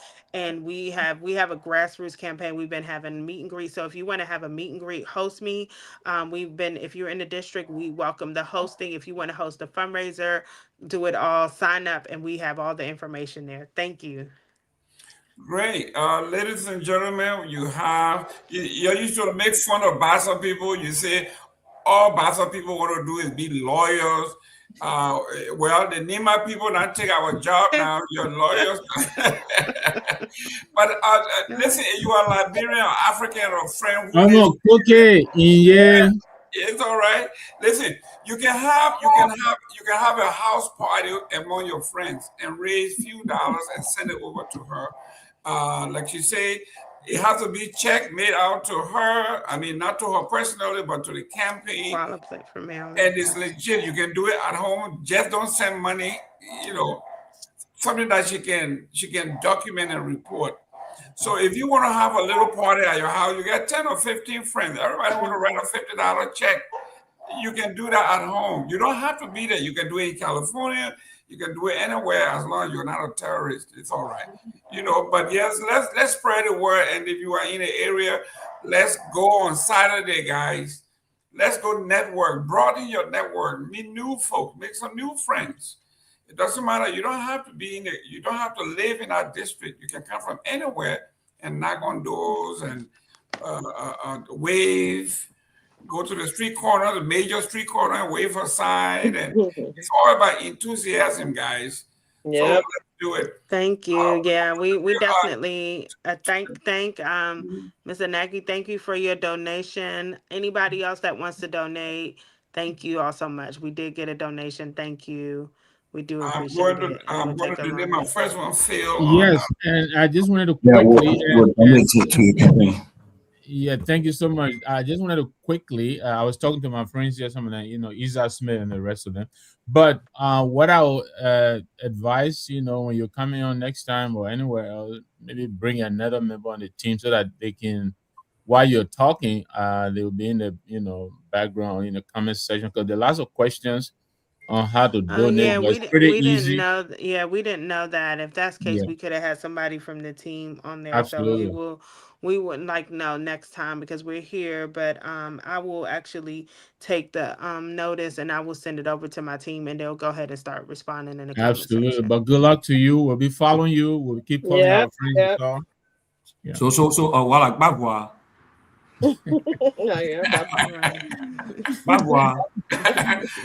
Listen, you have an accent. You got an accent. Your accent is bad. Wala, thank you very much for coming on. And please come back. Please come back. Good luck. All right. Come back. Congratulations. Thank you. Thank you very much. All right. Thank you so much. Thank you. Okay, guys. It is good to see Liberians. I mean, I'm looking around Minnesota, Pennsylvania, now the DMV. I think there was another Liberian girl running for governor. I mean, great things. Rhode Island, we have some Liberians there running, and they are in office, state representatives. So I mean, this is great for us, Tomalin. This is great. Oh yeah, it does. I mean, honestly, I mean, she just said something that this guy, the guy who with Ghanaian background, he connected to Liberia too. I'm surprised. I think he's in Congress. This person, and that would be historic for us to see a Liberian going there. But I mean, most of the Liberians so far they are at the state level. We won't see them like the Sarah said. We won't see them at the congressional level now, where they can be at the White House there too, in Washington there, and making a case too, and pushing not only for Liberians but for African as a whole, you got issues, and with the population of Africans and Liberians in this country, I mean, I just can't comprehend how come we have not reached that level. So I think it's a good effort she's making. It's a tough race, no. We're standing Hoyer, endorsing our opponent. He's a lifelong Democrat. Been there for many years. Powerhouse. But there's nothing impossible. I think she can make it. And I wish her the best. We can all put our hands around her. And I'm happy that she's involved with the Liberian community. I know my friend Russell, one of the initially when he ran first, or the problem they had at the time, he said he wasn't involved with the Liberian community at the time. And over the years, he had tried to build a relationship. That was one of the problems he faced when he ran the first time. But for her, she's in, and honestly, I saw her at the town hall meeting with President Boyka. Liberian community that was there. They all coordinated together, and I think for the fact that she's involved with them, it helps her to prepare her message and get her support. Pray and Lucy Wilson, I know Lucy Wilson care very well. We both came from Isaac, Liberia, way back in the days. Know her very well. So, and with Isaac, all the group there, I think she got a strong relationship with the Liberian community. I'm sure they can help get her to vote and get more people registered to vote for her. We wish her the best, and we can be a part of that historic victory for her.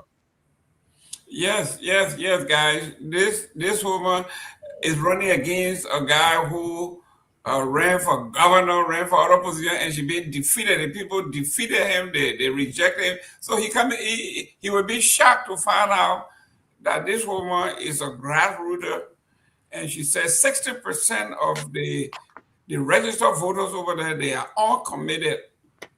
That's a huge number. So if we help her out, she can actually tap into that. It's all about enthusiasm. It shouldn't be only when the Republican is on the ticket, then you are enthused to go vote. But you got your own sister that they are 24 Democrats. 24 Democrats. It sounded like Liberia all over, but that means she can actually make waves there. She can actually make waves and make sure that she's her. And the good thing that she had going for her, that she's in office already. She's an elected official already. She's a councilwoman. So she been there. She have run campaigns. She have won. She asking for a promotion. Fanta, your evaluation. Yeah, no, I think it's commendable. I think more and more women do need to throw their names in the hat to run for office, especially if they have the capacity, if they have the capabilities, to have the credentials, certainly. And so because she is Liberian or have Liberian association, I do believe the community should support her to the fullest. I know she's a super politician and of course a lawyer, so certain questions get dodged or not going to be addressed for whatever reason. Perhaps she fears being isolated by a particular group. That is completely fine. But I think the big picture and the policies that she's running on are pretty strong. So for that reason, she should be supported. Sarah. Very, very impressive. Excuse me, not Sarah, the Liberian with Sarah. Sarah, go ahead. They're not gonna wait. What call it, my dear? I'm working on my series, man. Sarah. Sarah. I'm very happy for her, and she for the fact that she's already into our Liberian community. She's doing a lot for Liberians, and even when the town hall meeting with the president, she was there. She's already engaged in our people. So, it's just a good thing for all of us, Liberians, Africans, to, come together and support her. A man like you, a trumper like you, sitting here and cheering her, and interviewing and stuff, and calling people, it's a good sign. We want more women to be out there, to be at the White House. Your man over there, he needs a lot of strong women to stay in his face. So, we're going to continue to support. He only has 2 more years. That one I agree. Victor. I was really impressed, and I think she, she has, she's learning from the best, one of the best. Steny Hoyer, he was there winning so many elections. So I think, and I'm also very impressed with her position in the race. Out of 24, she's third, and I think there is a very great potential for her to move beyond that. So I'm really impressed. I like her. I hope she wins. I hope our friends in the Maryland, DC area, they rally to our support. Some of them are just exchanging texts with them. But I'm very impressed. Like you said, she knows the issues very well. She's not an outsider. No. in the sense that she's been working in Senator Hoyer's office, and she's a councilwoman as well. So I think she knows the issues well. I think the area they live in, that cost of living is a serious problem. And I think I think you remember Donna Charles, who was running for deputy mayor. She had to do a listening tour and all of that, and I think the listening tour, based on that, she decided to end the race. So I think she may have gone beyond that. I think she already has a feel of the issues. So I think she's in the right place. So I have nothing but the best of love, for her. I think I'm waiting to see why we're encouraging our friends to see what happens after June 23rd, and I think she will get a nomination. Yep. Excellent. Listen, look, she has, if she navigates her system very well, she has a Nigerian background. Yeah. One of her parents is a Nigerian. She's a Vi woman. She's got a Nima connection. She got Cameroonian friends. I mean, she's the ECOWAS, the real ECOWAS. She got the actual West Africa there. So she said something. She said with the Liberian, it is very hard to pull for Liberians, because when we come, we blend in, right? Because of our names, we blend in, and nobody knows whether a Johnson or Talbot, right.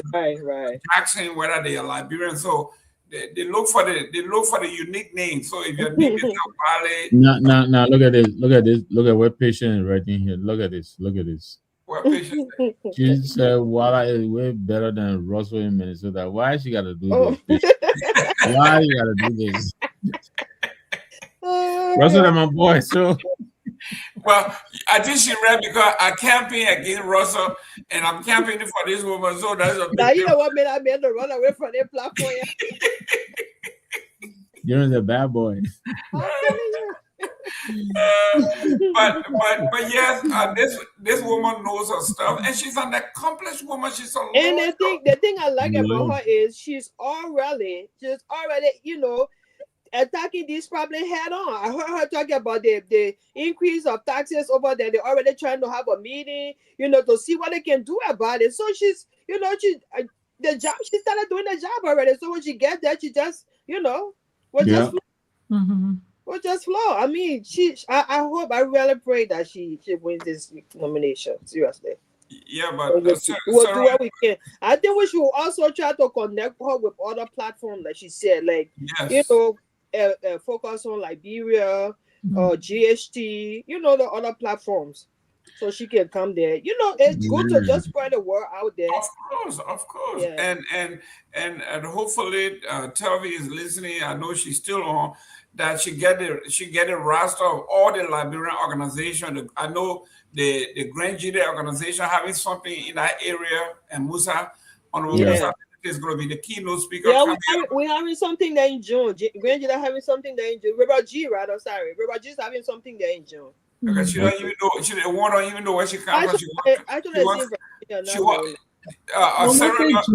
Sarah don't even know where she came from. Means like you used to be Grand Jide, but you're not no more. Let me tell you. She don't talk. Not Grand Jide, yeah, we're having something around here. But Victor, Grand Jide invited Musa to be the keynote speaker at one of the events in the DMV area. When is that? The weekend on May 8th. Oh. So talking about that, you reminded me. I've always forgotten to promote our program, but we have a program coming up here in Philadelphia, to which Sarah is invited. I'm not just laughing. And I have the invitation for TCA. They're going to send it to me, but we're inaugurating a chapter in Philadelphia on the weekend of May 2nd. That's Saturday. Right after that, then we'll go to Maryland the following weekend to attend the Grand Jide program. So Musa is going to be here for both of those events. Oh, great. Philadelphia, here we come. But yes, we have our sister I was trying to donate to her, but I was having problem through my PayPal. You know, let me tell you how I did it. It was very easy. I actually just went to Google and typed in how to donate to the Walla Blake. You know, the name is Jalen Nagbe is very unique. So I went in there and the blue pop up, and it took me less than 2 minutes. Okay. So you went to Google? So, I went to Google. I know Telvi has been typing the link in here too, but I was having problems clicking on it. So I just went straight to Google and typed in how to donate to the Walla Blake campaign, and the app do something pop up. I just clicked on it. They have the ranges of 10, 20. I'll go there and do my own donation. Yeah, I think she I'm will. on 2 cents there too. Yeah. So, where I got Johnny, where Joe Manjala? And Joma and Jean, I've been looking at Johnny is in the back. Maybe finally coming to tell us when Dr. Monima is coming. Thank you, Johnny, for joining us. It's good to see you. Yep. They make it land. They make it send us more. You ready to? How about you can start talking before they even introduce you? I mean, you started like yes, I just figured everybody would do the same. Johnny, don't pay attention to the people in Wahala. I'll try to see if I can talk to Mr. Gayman to see if she can come on GHT too. Yes. Yeah, I'm Mr. Gayman. Hey, somebody got there. That Johnny, who else? Mr. Gayman, so what's on the agenda for today? I'm coming. Yeah, let's get to it quick. And then we already talking about the president's new construction. Yeah, we got the new construction thing here that Sarah Ura Pepe. We're going to talk about. Okay, guys. Let's start with whatever Sarah wants to start with. No. You're gonna put it on me. Let me go say everybody. I was following Sarah today. There are 2 things that Sarah really want to talk about. There's something called the Africa Metallic Resource endorses government of Liberia decision to fast track the Putumani project. They can sell the Putumani now. They come and sell, and Sarah was so upset. She said they come eat the other money again. So that was 1. 2.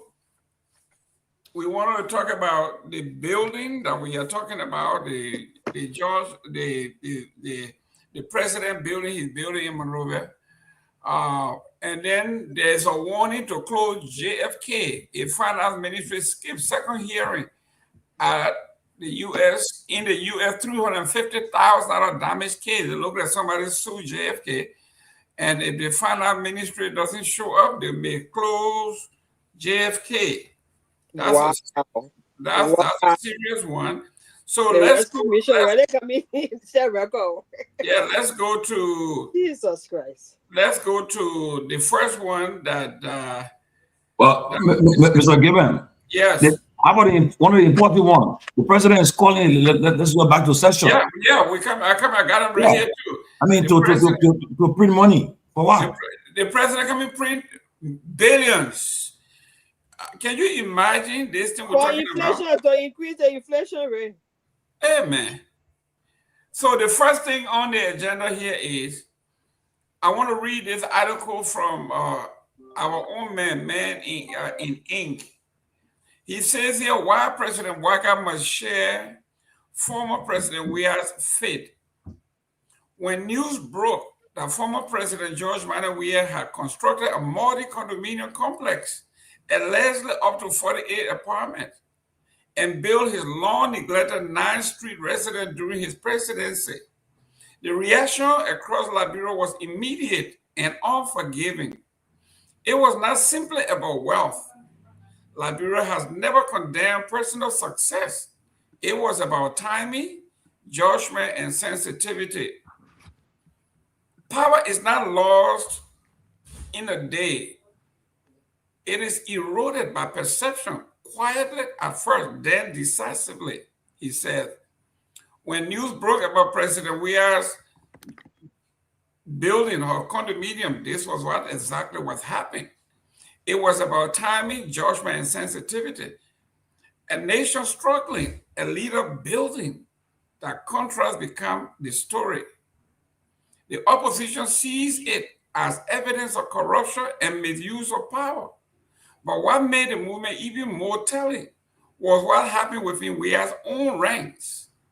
While many CDC supporters defended him publicly, project loyalty and political discipline in private, there was disappointment. There was even shame.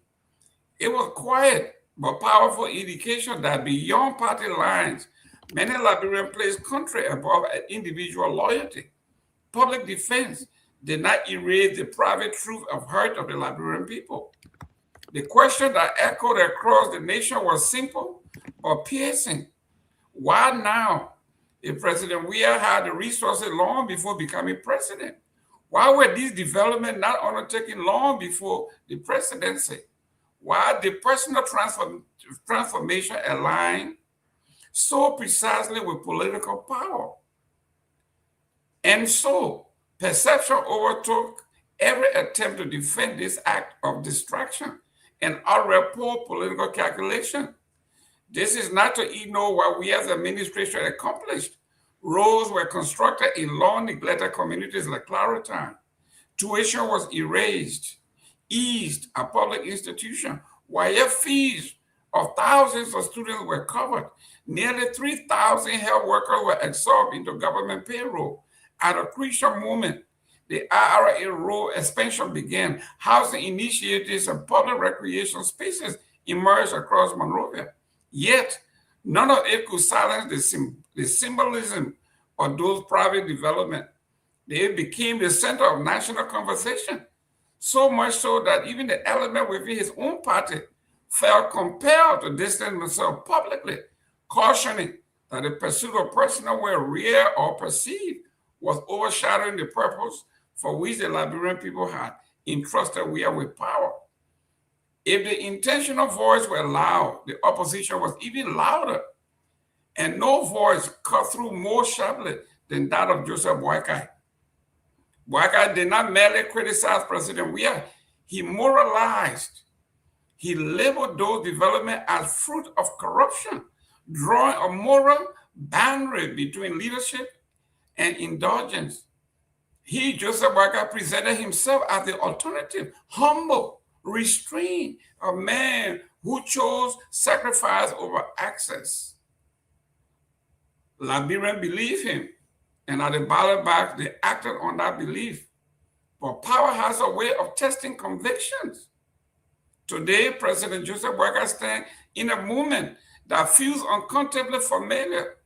Reports of expanding property, personal properties, the normalization of cost private travel, once condemning the Weah government, and the growing perception of disconnect from the daily struggles of ordinary Liberians are beginning to shape a narrative he once weaponized against another president.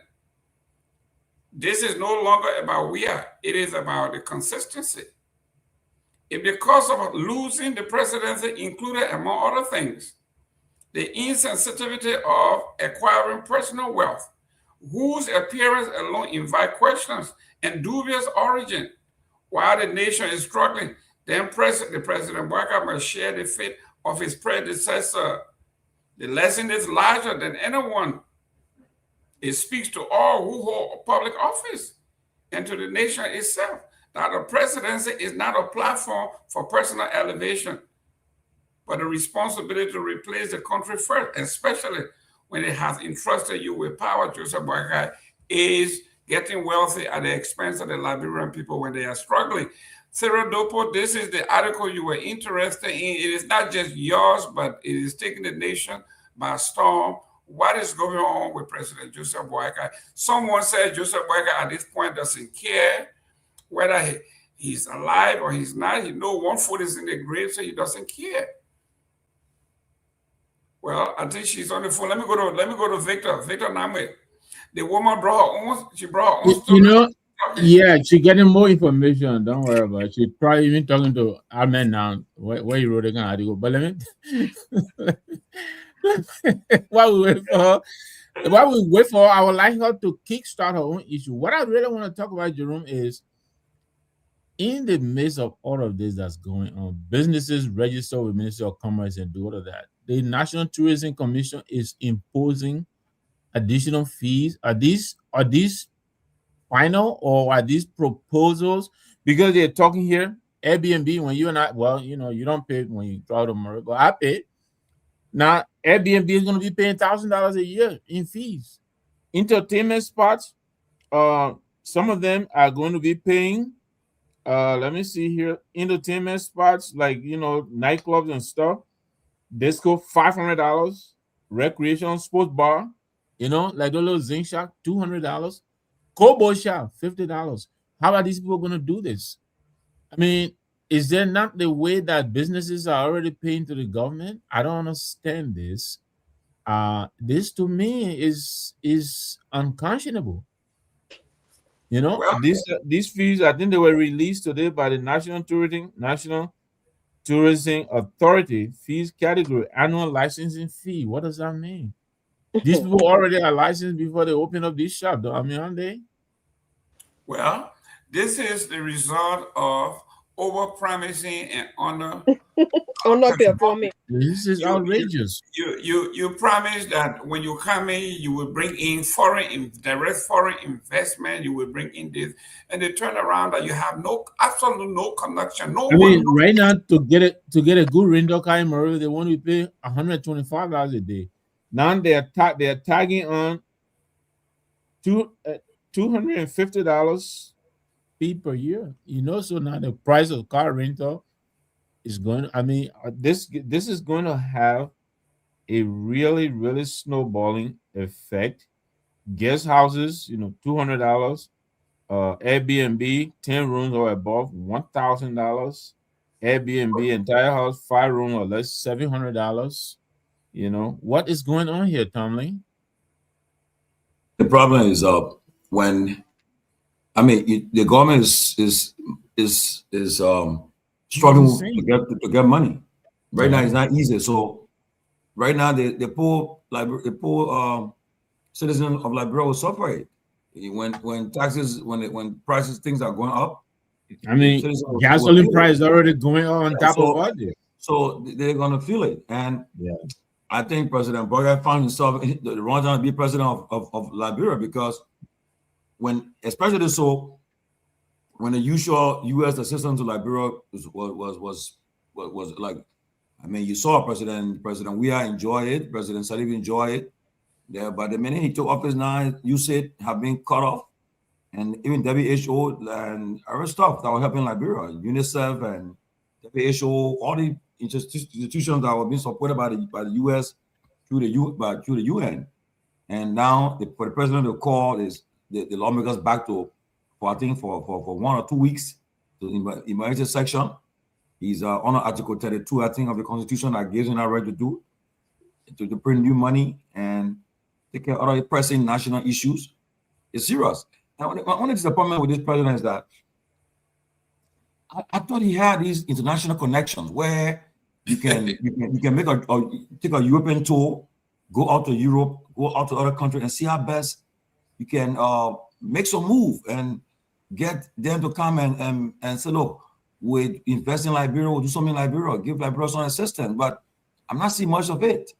And but for the time he's spending government, and then the 12-year-old man Salif, you would think that he would have made a lot of connection, because look, the whole thing about governance and the work is that more like is networking.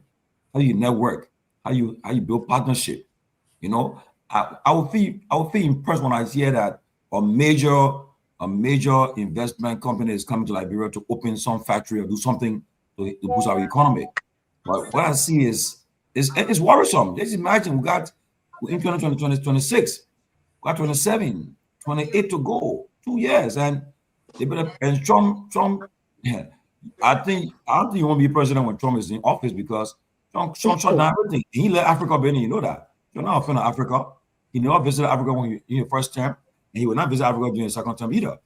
So all these things, and he will not send a high-power delegation to Africa either. I mean, when it comes to the middle, the fastest around will be Egypt. Egypt is a major partner in the Middle East. But to go to Nigeria, Ghana, Cote d'Ivoire, all these top countries, I mean, so in a tight situation, and honestly, I'm not happy for that, because it's affecting all of us. because That's right. you got people you support in Liberia, and you know right now people are crying for school fees, for medical support, and different things for rent and everything, for food. So that's something for us to rejoice over, be happy for. I only pray that the president, can get some help to come to Liberia, because Liberia is in a tough situation. Maybe people don't understand, and in a tough situation, and I've not seen no high-powered delegation go to Liberia from Europe or America or somewhere, of the president make these trips. The trips he made over the last couple of years, I thought we will use some results by now. But and then to end, Mr. Gayman, his officials are not helping either. They show that arrogance and entitlement. They feel that it's all they already reached king. You know, when they behave in already reached king, they do some things that it'll say they are in the best position in the world. No, my brother's struggling. He's struggling, and to meet up with all the budget. Imagine the 5 officials in the country, top officials, the president, the vice president, the speaker, deputy speaker, and the pro tem. The budget is $13+ million. And how to maintain that budget to keep it up? And not to mention the Yellow Machine Commission, that was not in the budget. Okay, so a lot of things happening. So the government, we shouldn't look at though, and we shouldn't rejoice, because it affects all of us here. It's how you get everything in Liberia, but it affecting all of us. The thing here is, Tomalin, it affects all of us, which is true. Okay, but these people came to power on the measure of rescue. With all of these financial situations that the government is going through, this old man building, they are working on the Monday 24/7 around the clock. So if you are a president and you see your country is in a financial situation like that, and you're undertaking that kind of massive project, what does that tell your people? It's a slap in the face of your supporters as well. Some of them just sitting over there, they cry in silence. When we're talking that they're causing, but they know it's affecting everybody, including them. But they're so shameless, they come under our post to insult us. You criticize the former president about building this for the, in fact, you get a man for the you're saying that for the apartments he built. Jota Baga own the apartment and you get out here, and so we can go or count the amount of rooms that he building, because I think a 3-story building too. Okay, this is a disappointment. That's why I call him a lack of 42 years experience, because nobody who has 42 years of experience in government will continue to do the kind of thing this president is doing to the Liberian people. Nobody. You can never have that level of experience, and you pity the condition of the Liberian people and come to power and do worse. Where's the experience? Where is the experience? Y'all show me here, y'all UP people. Where's Joma Dala? Please can show me. Where's the experience? There's no experience. The owner was rescued. Period. Meanwhile, on the news, at least we're happy that Tomalin, it just read breaking news. Have you heard the term taco? I'm happy that at least our men are saying you get 2 weeks because you get 2 weeks to who? Like for what? He's losing. He's a loser. He's losing big time, and that's what he's doing. I'm not putting my money. He is losing. He is a loser. They have no strategy. They have no we have a strategy. You guys were trying to cover raping children. We have a strategy. Hold on 1 second. Hold on. Let me tell you about yourself. Y'all have raped 2 years old and 3 years old with Epstein, so you were trying to cover up your crime. That's why y'all went and started bombing Iran. Can we focus on our It's evident. So, because y'all got caught with your hands in the cookie jar and y'all had nowhere to turn, y'all trying to create all types of distractions. It didn't happen. Okay?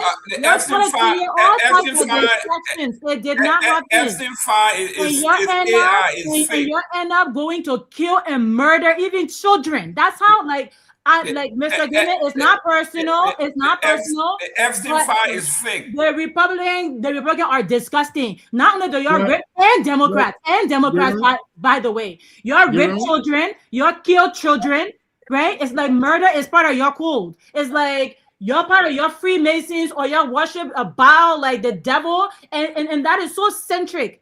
That is so centric to your as a party, as a movement, and the people that surround you are just as demonic. Let me come to this. Comment that Tomalin was making. I was trying so hard to let you finish. I was trying. Can I finish? I was trying. Okay, Sarah, go ahead. So, like I was saying, right? These people are just a disappointment. They come on our post to come insult us for whatever reason, and they know that insult can do anything to some of us. Our skin too thick for insult, because you insult me, I insult you, we move. So what the point? Okay, you come to rescue yourself, then you lie to the Liberian people and say you came to rescue them. The people on up there for me. They're calling people to come print money. What the cost of the printing money for? Print money for what? So they can scatter your money and leave the Liberian people here. Anywhere they hear about fast money, they put to Martin now, they're shaking now. They want that deal to go on so fast. So everybody can get a cut. It's sad, my people. That's what I can say. Fanta, let me go to Johnny. I'm coming back to you, but this is very, very serious. Wait. Like I have been chilled. I have been chilled. I have not. Yeah. I mean, this is so serious that you want to tell me our sisters and aunties that are selling the beta bar and the Kehleboe. The last time we interviewed one of the women, she says, I sell Kehleboe. She says, sometimes when I cook, I expect to sell maybe 100 Kehleboe a day. She said, now only 10, and I have to carry the food home, and the food spoil. You can't sell it the next day. How do you expect someone like that to making the rescue himself quick to pay you another $100 a year in taxes? Why? How is that possible? Yeah, like look, Ellen made sure that Joseph Barker was her lapdog for 12 years, and whoever else he ruled under for the rest of those terms made sure that they kept him under their thumb, and he was an errand boy. That's why he has nothing to show for it. He was an errand boy. They said go do the one, he go do it. Go push the one, he go push it. That's why he didn't establish himself as nothing, but his best role was being an errand boy.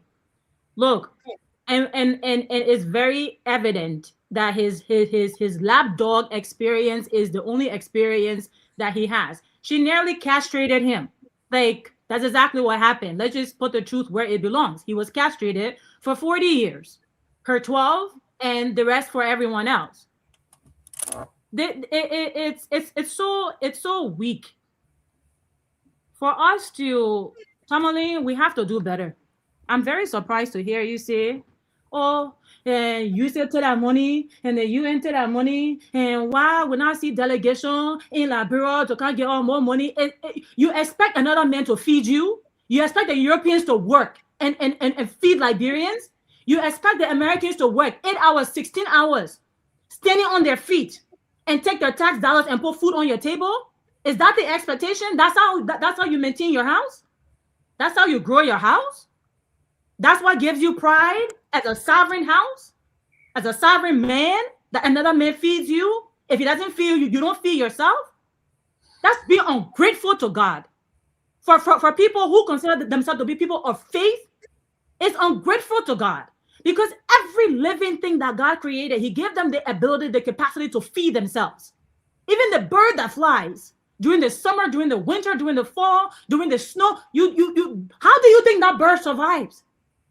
Everything that God created, every single thing, even the ants, he gave them the ability to feed themselves. The resources under the Liberian soil, the resources in the Liberian sea, the resources in the Liberian air, the mental capacity, the faculties given to Liberians, because we have used and abused it and misused it, is why we're in the condition we are today.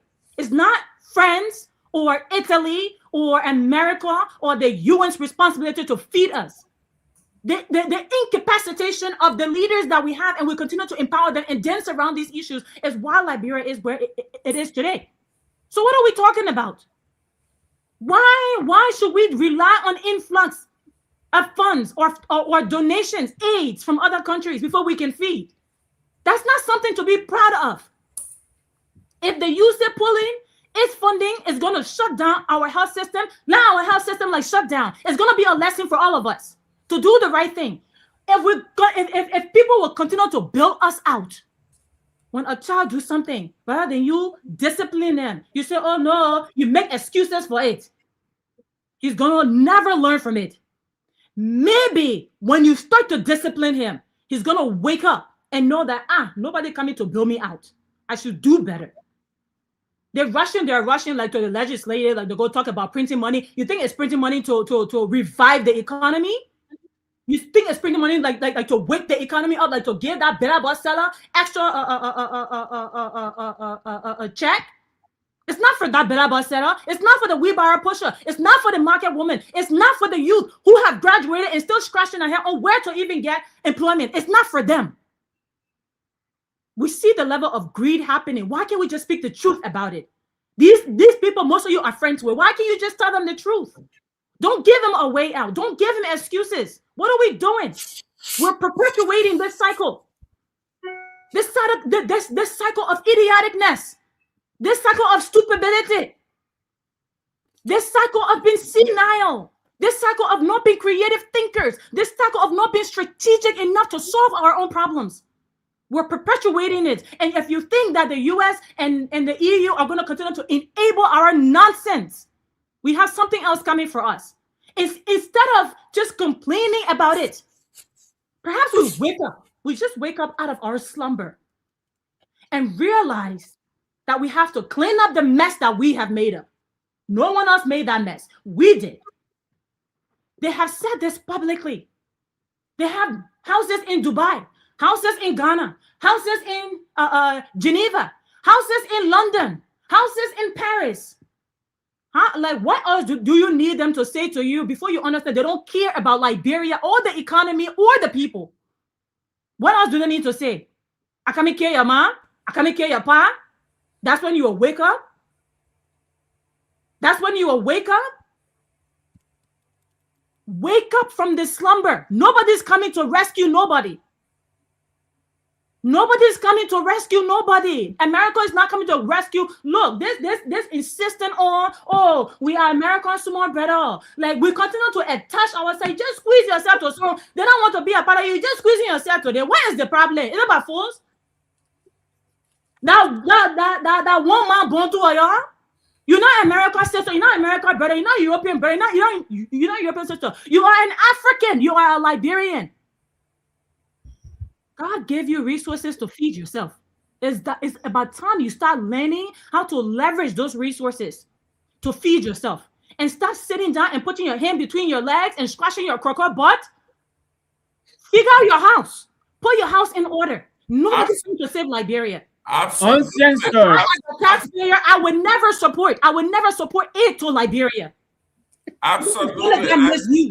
I agree with you on that one. Let me welcome Johnny. Johnny, welcome to the show. You know we nothing like bro. It's okay. So I will disrupt the scene. It's okay. Correct. I don't have to win. I just have to get under their skin. I have to get under their skin, and that's exactly what I'm going to do. I don't have to win. I'm not desperate. I agree with you. But I will destroy that system. I would dedicate my life to destroying that system. I don't have to win. That CNC position. I don't speak for CNC. I speak for Kamara. Okay. You gotta always watch this man doesn't get tired. I agree with you all the time. This is why you went to school. This is why you have a career. This is why you are marketable. If the people don't want to tell the truth, then so be it. Let me welcome Johnny. Johnny, welcome to the show. But I what you said. It's okay. Because I want to maintain the status quo. I don't care for status quo. I don't care about being politically. I don't care for any of that because nothing changes with the status quo. You're going to have the same gatekeepers. We need to get rid of those gatekeepers. They have not served us at all. I agree 100%. Johnny, welcome to the show. Yeah, thank you, man. I'm joining you guys from Lofa. I've been here over the last 3 days to do our donation from the sons and daughters of Lofa, specifically those from the Bandi region. We were, by the blessing of God, able to raise some money and purchased a state-of-the-art ambulance directly from Toyota garage in Japan. That's big. We That's did big. on Friday. Only two people. Only Hey, two just people. get a man chance. Let him I talk. want to ask Gee. only two people. Just two. You want to So take Bunny go we officially donated these things to the government on Friday, and we took it up to Lofa and presented it on Monday, and the people were so excited. Now the Kolaun District Health Center has additional ambulance, and fortunately for us, Senator Mamon Saros also donated a new one. In fact, tomorrow he will be presenting that tomorrow to Kolaun. So we're going to have two brand new ambulances assigned at the Kolaun Hospital in Lofa County.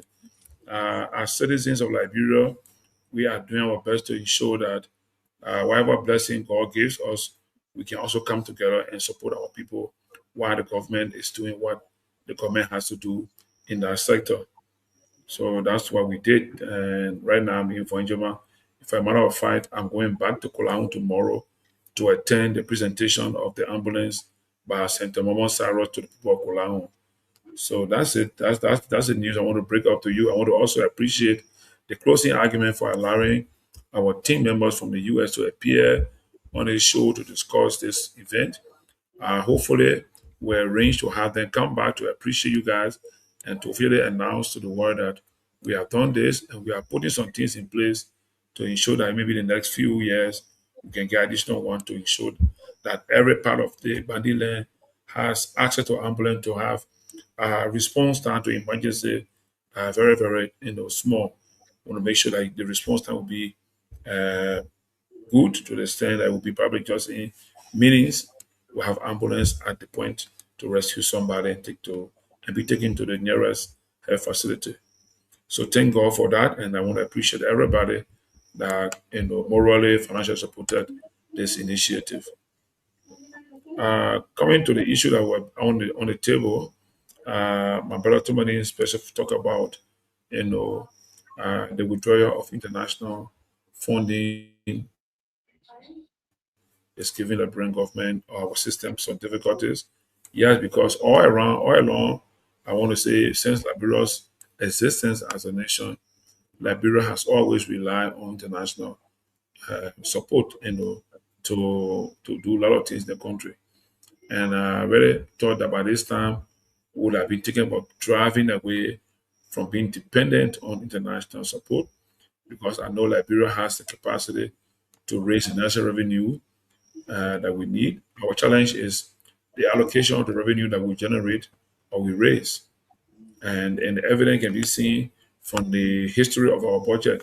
For the last five, maybe the last 2-3 governments in Liberia, even going before the war, our budgets have always attended to the those are in power, and then forgetting about the people, So I want to ask my government to ensure that we can try to begin to support our citizens to be self-sufficient in food production and other aspect of the economy that will help to expand the revenue base of the country and bring in more. We will be able to raise more funds, and the government will be able to look at the budget allocation in terms of direct funding that will go to the services that will improve Liberian people's life, and such as education, health, road, energy, water, and the rest of it. And I really think that a lot of things are going on, but I don't know why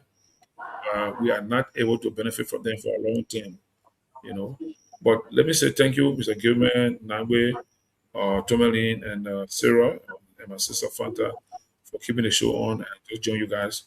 I want to also comment a little. I was following, when I was coming to Fonjama driving, I was following her that she has an interest in computing or taking part in the election in the US. I think.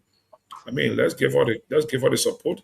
Let's see what she does. If she wins, she could be the one that will try to also lift the good image of Africa or Liberia at that stage.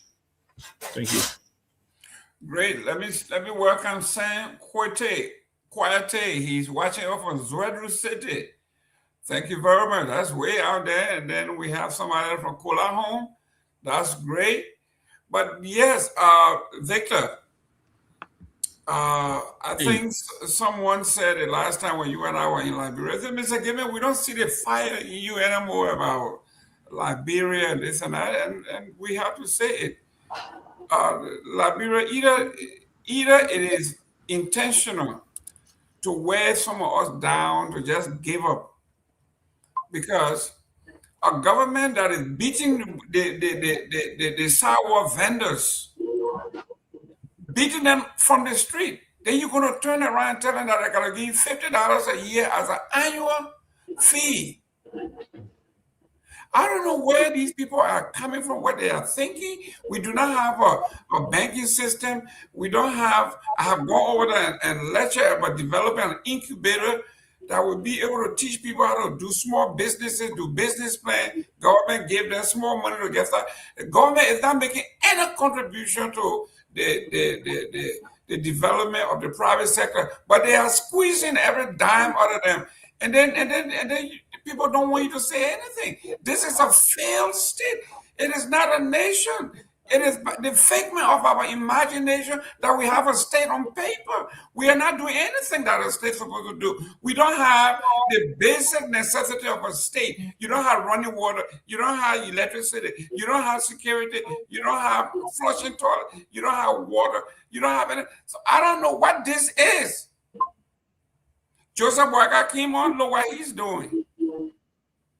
You and I were in Mono, we drove around that place called Foya Avenue, where the house is. We saw the house, zing round. Somebody told me what it was, and they walked me through. I saw his house. I saw what they were building. I saw Joseph Boyka Jr. boutique. I think his daughter boutique. I saw the bar. I saw the nightclub. I saw the whole setup. 1 o'clock in the morning, they were driving me through to show me all what they were doing there. So I knew all this before it even happened. So then because you want to run for office, you shouldn't say anything. Like I was telling the folks in Bassa, why would I want to even run for office in Bassa when I'm not going to make a difference? You shouldn't say anything. Just keep your mouth shut. Don't say anything. Just say yes, sir. If you get 30 senators in there and you are one senator and you are advocating for your people and you got 29 people who don't give a damn, then why are you there for? You just there to collect paycheck like everybody else. If that is the case, I'd rather push my cartoon here. Man, go ahead, Victor. No, first of all, let me acknowledge Sam here. Sam Kwate, that's my little nephew. It's good for you to good for him to turn in and watch us. And Johnny, welcome, man. It's good to see you back. Thank you for the what you guys are doing in Lofa area. I don't know. Listen, don't. This man not supposed to be giving the government. You are not supposed to be giving the government. No, wait now. It's not supposed to happen. So Johnny, your message, I'm gonna give you your kudos, but at least you got 2 ambulances. That's good. But seriously, Jerome, and all jokes aside, I am really kind of at first, I was kind of amazed, and just kind of amused by all this, but I'm starting to get upset because this is really beyond the pale. You just increased gas prices 3 times, and now you imposing fees on everything. Kobosha, Lapabido. I mean, seriously, where are those people going to find 50? It's got to be a dream, a joke. This got to be a joke.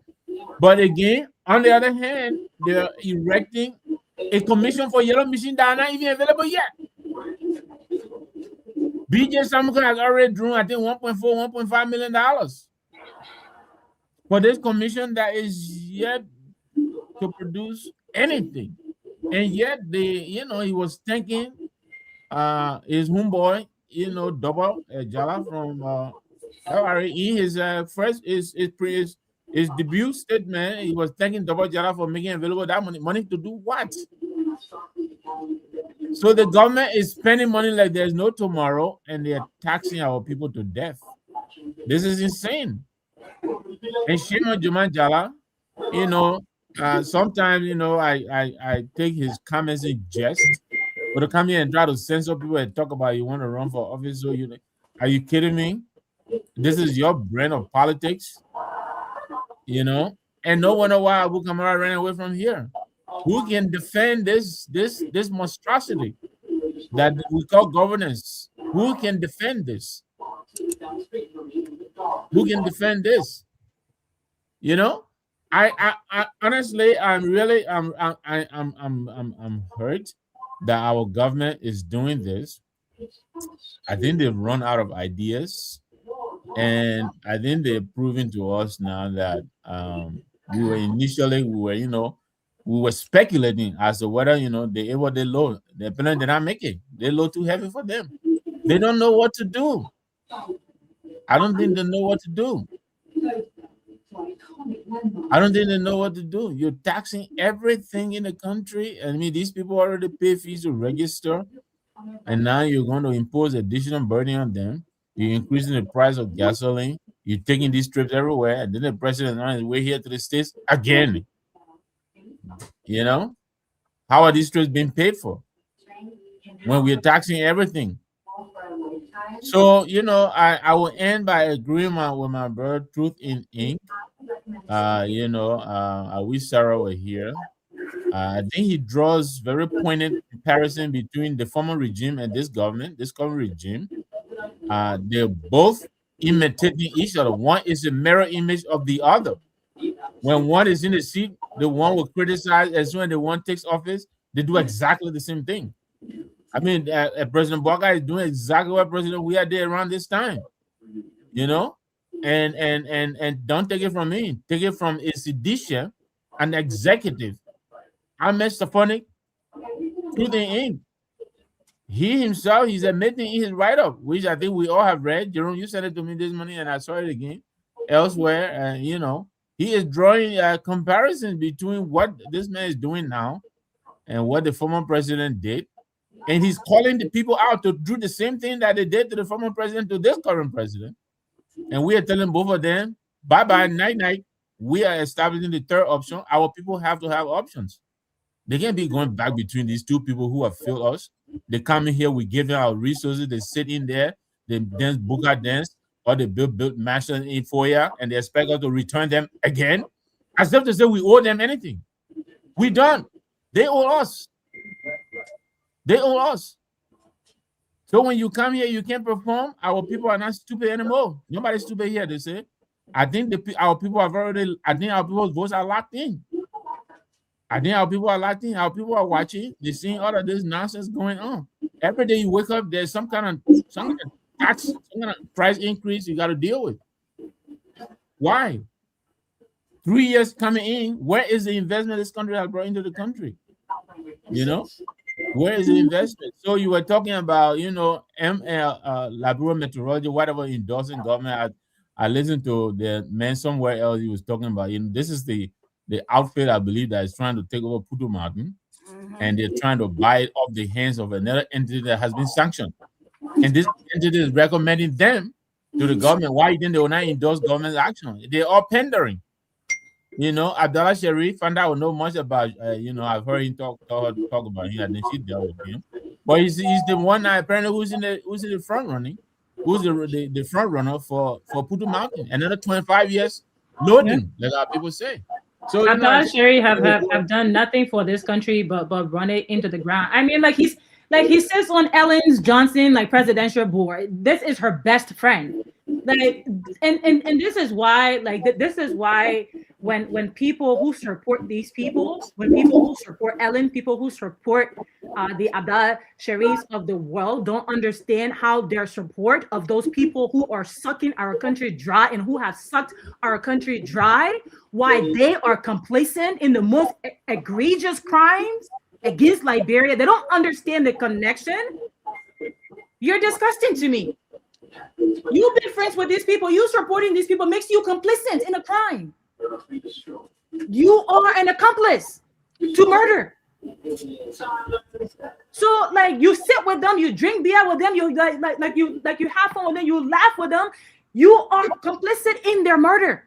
They leave that table with you. They're going to strangle a Liberian and deny them from having the future of our nation. They would rather them have their child right in front of JFK on the street than taking their entertainment money and investing it in adequate maternity centers for women to birth the next generation of our nation. You're friends with these people. You laugh and you joke with them and you say, oh, but it's politics, like we should all be friends. No, we should not be friends. I'm not friends with you. I don't F with you. If you are actively engaged in the exploitation of this nation, I do not F with you. And I'm going to war with all of you. Because we're sick of it. The people are sick of it. And we're no longer going to stay quiet.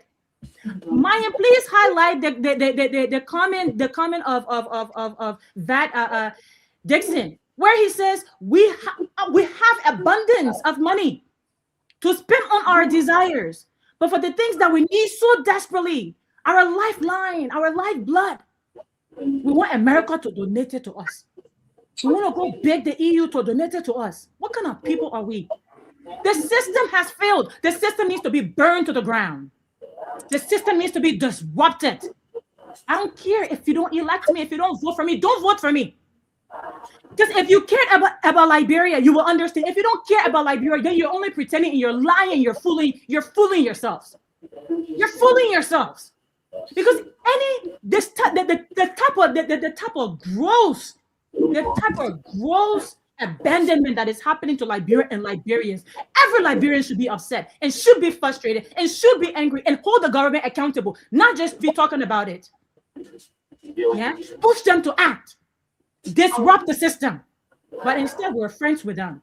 Okay, when it's convenient, we talk about it. Behind closed doors, we're friends with them. I'm not friends with any of you. Don't call me. I don't want to be your friend. If you don't care about Liberia, you don't put Liberia first, you don't care about a better basada. Look, I used to sell onions in Jara Market. I sold red oil. Yeah? In Banave Market. I know those people. When I say I grew up in Looking Town, like where you can't even sleep, like mosquito, like every 2 seconds, like because of the lack of drainages. You sleeping near exposed waters. How quick do we forget? Now y'all have a chip on your shoulder.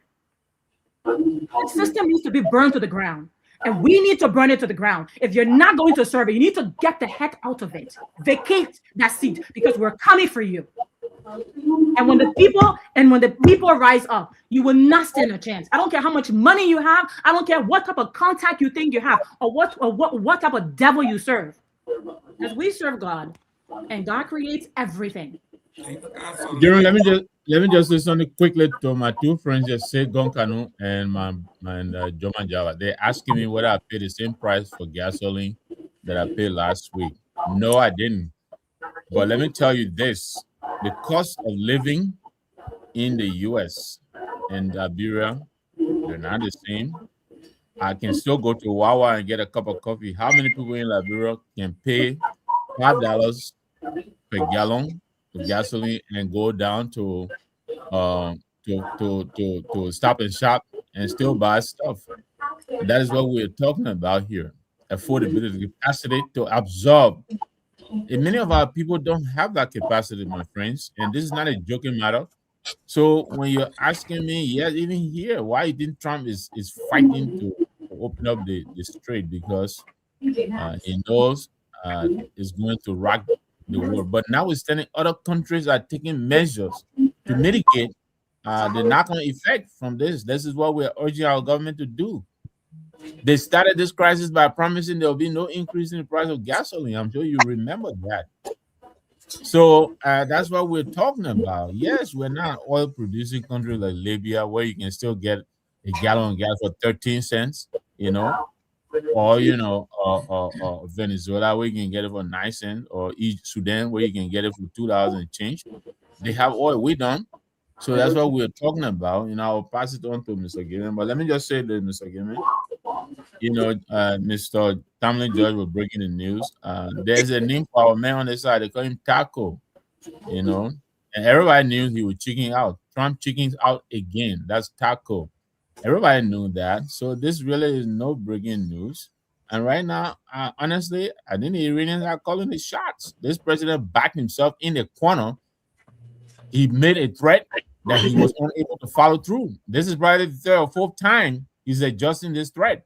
So I know we're talking like different issues. So let's go back to Victor. But listen, let me answer this man here. First of all, there's something in Republican cycle we call the art of the deal. We know how to make deal. So don't bring it here. Don't make me go there with the art of the deal. I got you, Mr. Nagbe. I got your back. I want you to explain to me what is the deal they're making right now. Listen, we're coming to that. No, please explain to us. Then I go to Jimmy. Mr. Gayman, let me say this though. I heard Fanta, I heard all of you guys being renting on what's happening in the country. But I'll tell you this. Knowing Liberian politics, if you have that kind of attitude, trust me, look, understand the psyche of our people.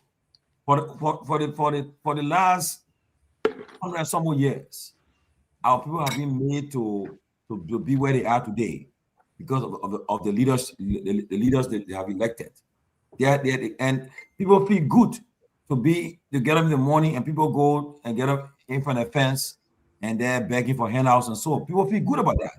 Everybody try to get into power because they want to be the next John Brown, the next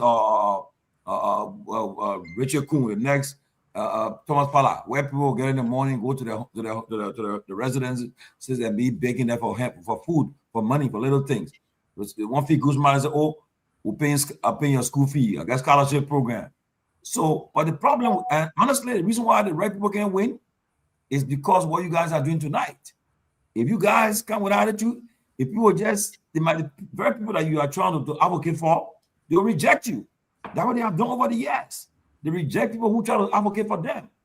As a result, because of that, Liberians continue to live in, majority of Liberians to live in abstain and abject poverty. That's what they live in today. The majority of Liberian people continue to live in abstain and abject poverty because of what? Because first of all, and mind you, what you gotta say in the truth, but guess what? In order to get to that point you want to get to, you just got to be able to navigate, to play the game with the people, meet the people. I don't know how to play game, Tomalin. I suck at playing game. I don't even know how to play ball. I just suck at all of it. Meet the people where they are today. What you gotta do? Look, for example, let me give you an example.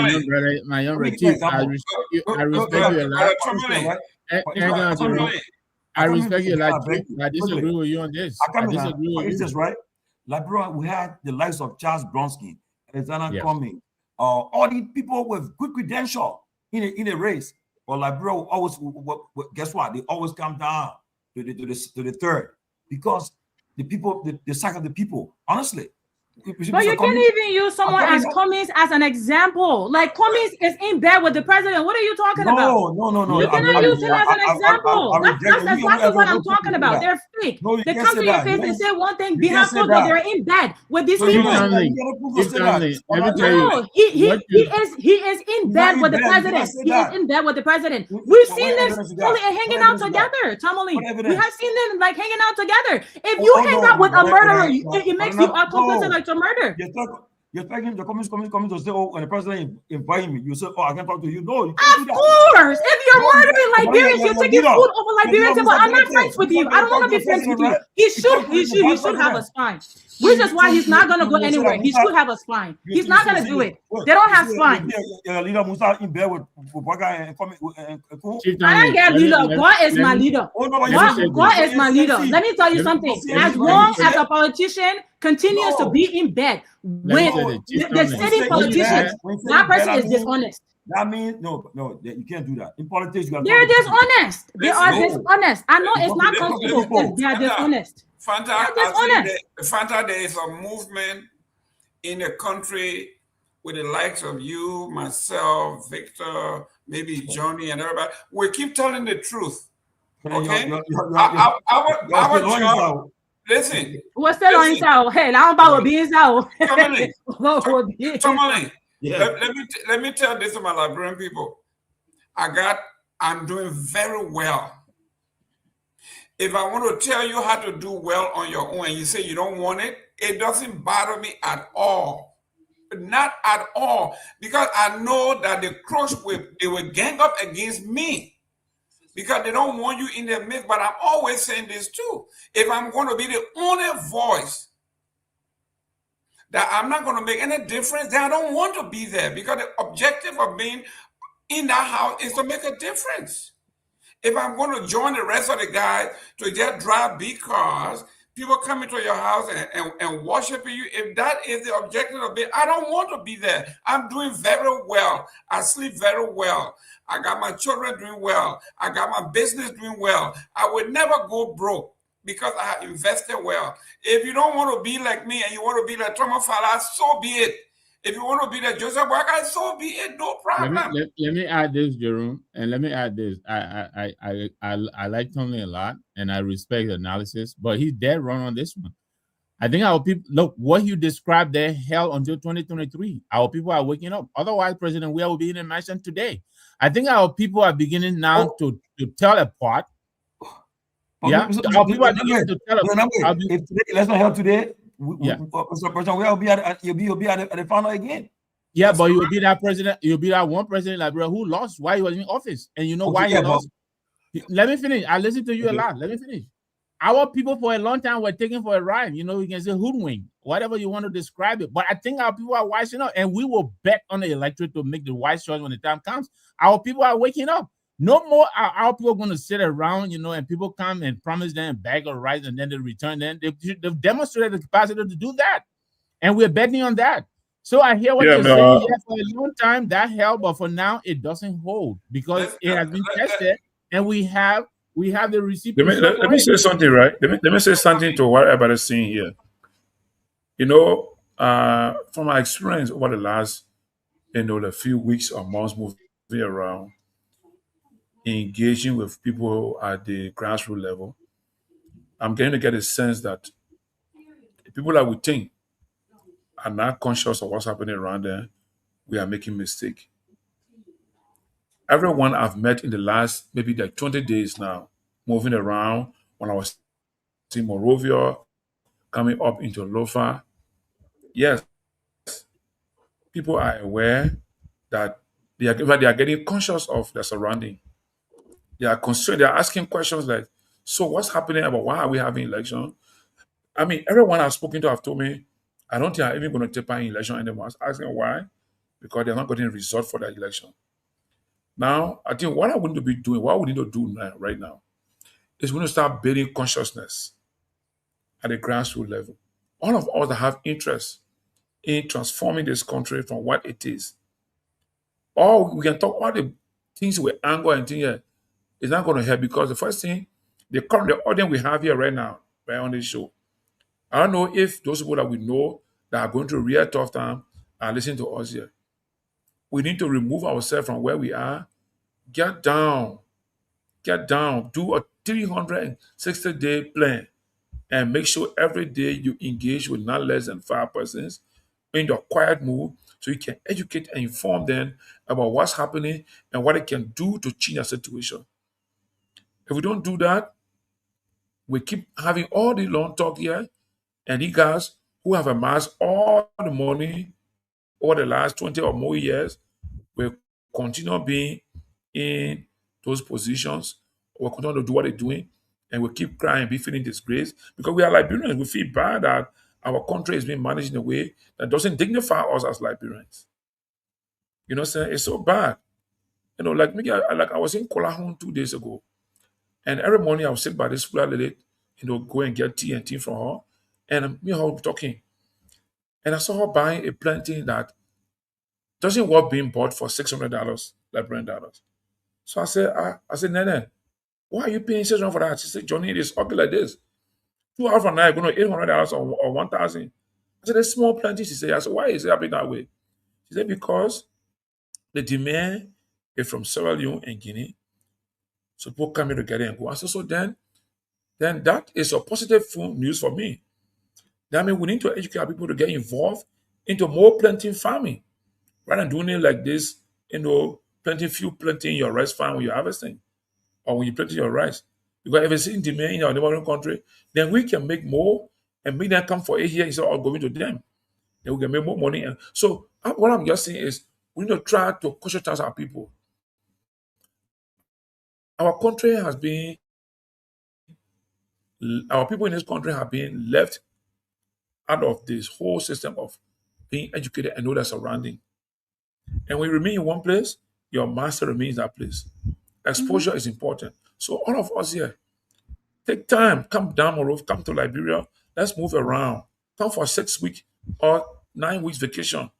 Try to build people's consciousness, build a team on the ground, and we'll go around and provide the education. That why are you doing this? Whatever you're doing is not going to help you and your children. I mean, I don't feel good about what I see happening in my own county, in Lofa, the way things are happening. But again, a lot of people here are saying, "Oh yes, our president is doing very, very well." So in that case, I'm careful how to tell them that what you call very well is not going to be a long-term thing for your people, because when people are 100% happy about what you know is not good for them, you have to take your time to engage them in the way that they will do the 360 turn and follow what you're saying, and you got to show that you are committed and trustworthy. Finally, before I slow down, what has happened in this country?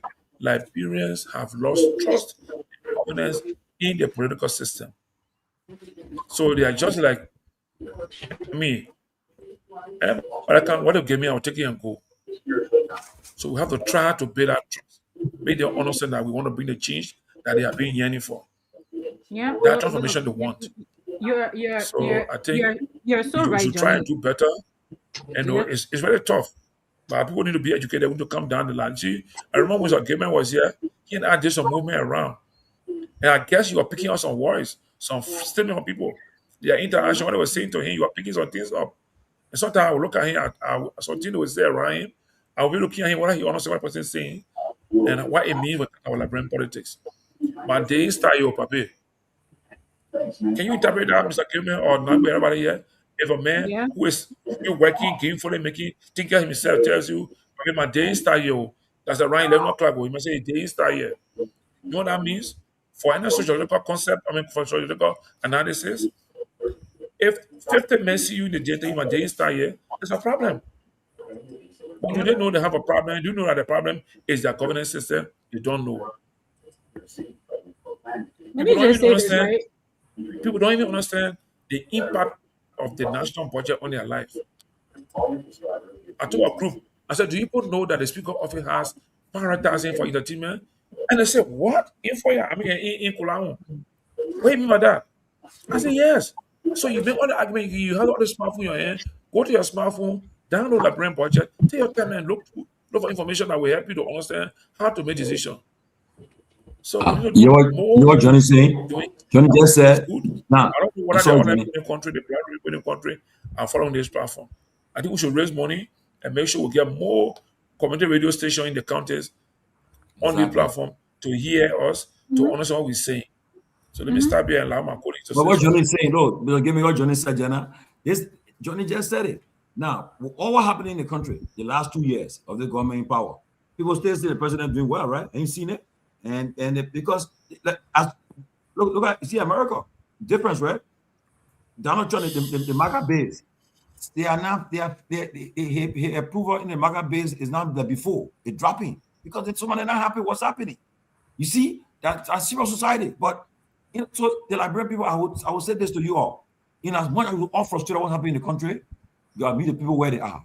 You can't meet them where they are, and you think by talking just being critical and being and firebrand on them, it's not going to work. The people have played the cycle of approach to the extent where even you talking for their rights, they will tell you say they will criticize you for that. Say, come on, man, you very because you in government. Like Mr. Gayman said, it's true. He's doing well in America. He has his own company. He get people that he signed payroll for people. He paid people. He need to be in Liberia to get job to be who he is. No, but yet and still, People, he talked to him off for that hotel. He said, that one guy, he don't government job. He very getting job. That kind of mentality people got.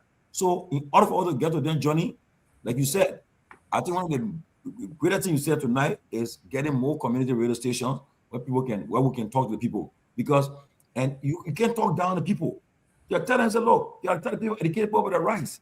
And you start talking, the heavy making noise on the official easily that way. Yeah, but Chief, I think you miss getting this. We're not talking down to the people. We're talking about the government not doing for the people. People believe, Johnny Sargent, the people believe that some of the people are doing well.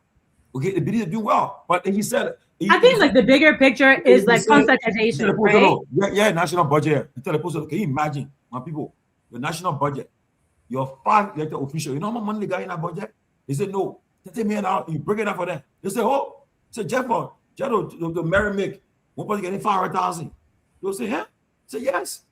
He said, when the president travels tonight, go abroad, he gets on 20%. No more each other person get every day. So when I get about $500 a day for the daily subsistence allowance.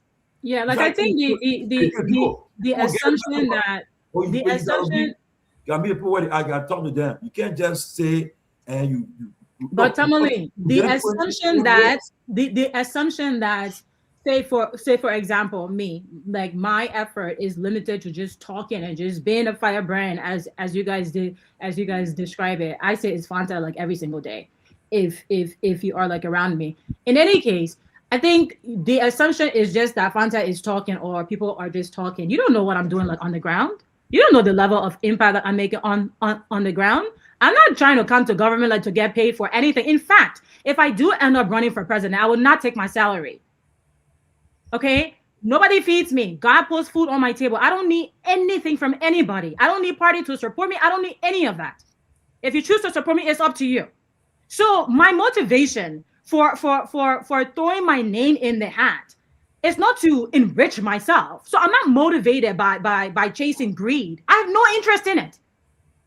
I have entities where if I don't feel like working for the rest of my life, I'm good. At the end of the day, you need people who are exactly in my position, who are in the Mr. Gayman's position, where I'm not getting into government like for chump change, for your pennies. I've seen success. I've tasted success at the highest level. Okay, so I'm not impressed. Most of the people who get into government are broke. They are poor church rats. So the small thing can follow the apple. What will follow my apple? Which country I haven't traveled to? Which plane I haven't rode?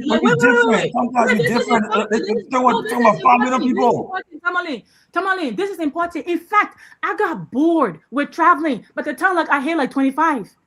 Name the continent, name the flight, name the plane, name the destination, name the excursions, name the car. Fanta. Please. Okay. Fanta. Look, I am not. Fanta. Like, just 1 second, Johnny. Just 1 second. Fanta. Just 1 second, Johnny. Fanta, the very you see. Like Johnny said. Just 1 second, Johnny. Just hold on 1 second, please. No, like you don't know exactly. Look, when I come to Liberia, I don't spend 2 weeks there. I'm not on 2 weeks vacation. When I come, I spend like 4, 5, 6 months, sometimes like 9 months. You think I'm just like sitting there like filing my nails? Why do you think like I'm so passionate when I speak about these things? Because I've seen it, I've lived it. I know these people. I talk to them almost every single day, even when I'm not there. So you can't tell me, look, the one thing you will say about Fofana Kamara, I am not your diaspora American. Oh, no. I am a country bush girl. Very bush. I am the bourgeoisie of the bourgeoisies and sipping, right? In Le Como. And the next day, I'm in Bella Yala, beating palm nuts or beating cassava leaf. I'm not your diaspora Liberian. I'm not. I know how to cook on wood. Fanta. I know how to let fire with wood. Fanta, I know how to draw water from the creek. I know how to draw water from the well. Okay? I know what Mamusu goes to on a daily basis. Because I'm in the crafts of Wheeler. In Fanta. Banga, you can't look. Just interested on We minutes. are Fanta, going. big you. Look, the engagements. This is what you see with me having this conversation. It's just a small, tiny portion of it. And what you're saying makes a lot of sense. Continuing to conscientize the people, of course. Expanding the network so that they're able to understand and dissect what we're saying. And I plan to put radio stations in very rural parts of Liberia. I don't have to come here and tell you guys that. So don't say for now Kamara talking and say, oh, now I'm just frisky. Yeah, I'm for the Dow I was very frisky. So just understand that. But I am busy at work. Understand that as well. Thank you. Johnny, I just want to say something, right? Have you guys read Plato's allegory of the cave or scenario? Plato's allegory of the cave. Now, this is an allegory in literary terms where you guys are all in this darkness, and somebody, one of you guys, managed to find your way out to see a different part of the world, and you come back and say, "What?" And we're in that place, and they look like this. Now you find yourself in the dilemma: should I go back to getting out to tell them that there's a place that's better you can come to? Will they allow me to come back when I go to them? Will they? So in that situation that we find ourselves right now, you have a population that is okay. They say that how we can do it. Look, let me give you one example. I went to one village where I grew up, my village I grew up, 2008. I said, Lord, I got some money. I grew up here, I know how we struggle to make farm. I want to change the pattern of making a farm. I will find the money, we find the technicians to come. Our whole well in the village house, we lay out into plots, we can produce rice twice. Then we reduce the hard labor working on the hard in the forest. Because I know very well working in the forest is very tedious. It's real muscular what you do. After I took my time to explain to my people there, my uncles, especially the men, they heard for the men the time, you know the men told me, say, Johnny, the thing we saw our partner, we can't leave it. I said, no, don't do that. Your partner transforms something that you living on now. I said, well, then my other uncle said, let me shake your hand. When he touched my palm is soft. He said, Johnny, you can't hold color again. I said, my color is a computer keyboard, my color is now. My color is a computer keyboard and my pen. You understand? So, and I took time. It is just of the last few years they finally agree that all the things he told are true because she had time. So let's do the swamp and we can produce rice 2 times a year, and then the highland. So it will take time for to grow people's mindset. Because you got a country where 40% plus have low IQ. It means a lot. So Fanda and all of you have had exposure in other places. You see what people are doing, how people are thinking, how they are improving their politics, they are improving their governance system. That's not the case for us in Liberia. Even look around. If you go to Sierra Leone and ask our leaders how they think about their government, people in Cote d'Ivoire, people in Ghana, you tell me you know exactly how Liberian think about the government is different from how Ghanaians think about the government, how Sierra Leoneans, Guineans, Gambians, and other African countries think about their government, how they go put their government to check. Because they are reading what government should be doing for them and how they can make government to be accountable. But first of all, we believe that whatever government does that favor. You understand that? That's favor. If a man comes to the village today, he pound all the pound for the whole town. Yeah, the man did well for us. Nobody want to know what money he's spending, where he got the money from. How can you take pay if your salary is $3,000 US every month? How can you in 5 years build a multi-million-dollar guest house or hotel or something?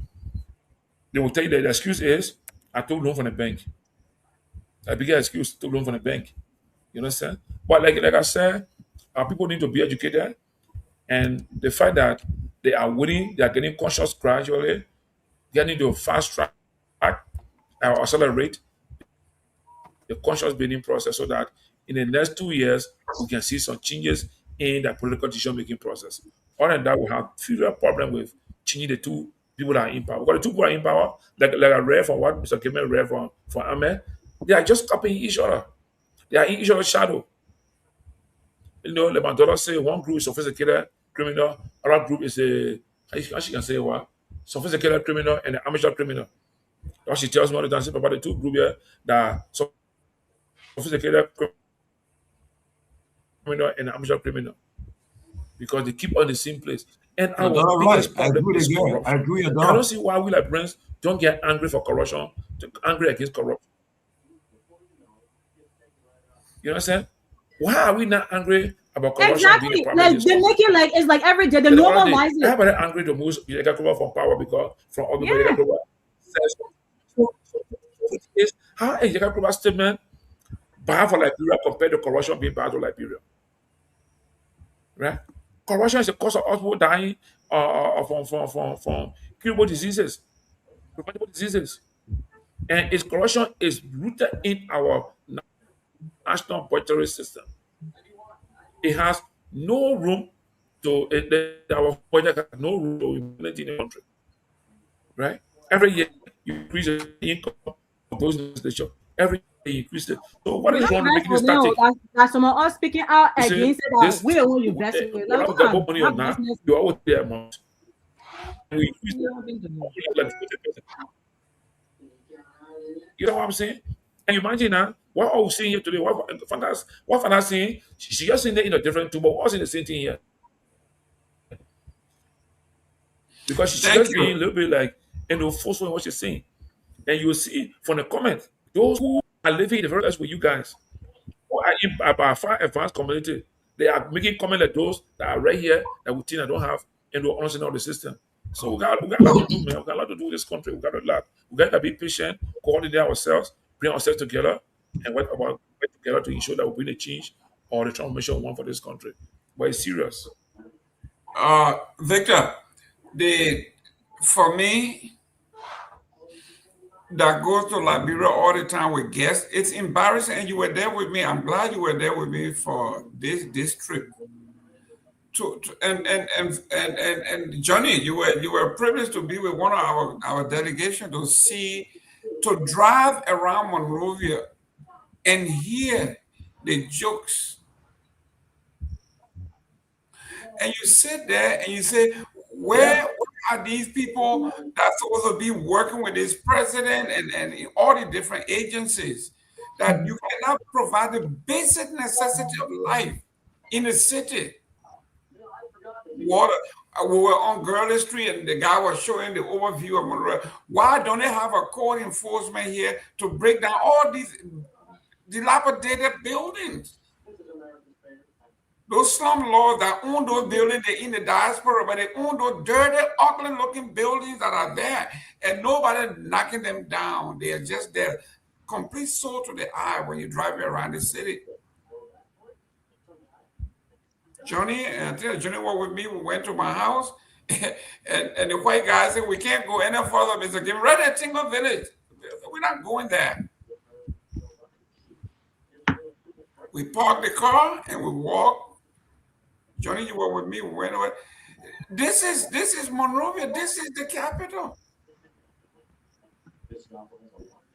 And if you don't have like the Jerilinga Pier, the PR, this man was living in Boston. Where's the other guy? Everybody over there, the Duclay, all these people, they were. I know whatever it is they are doing here with their money, Yeke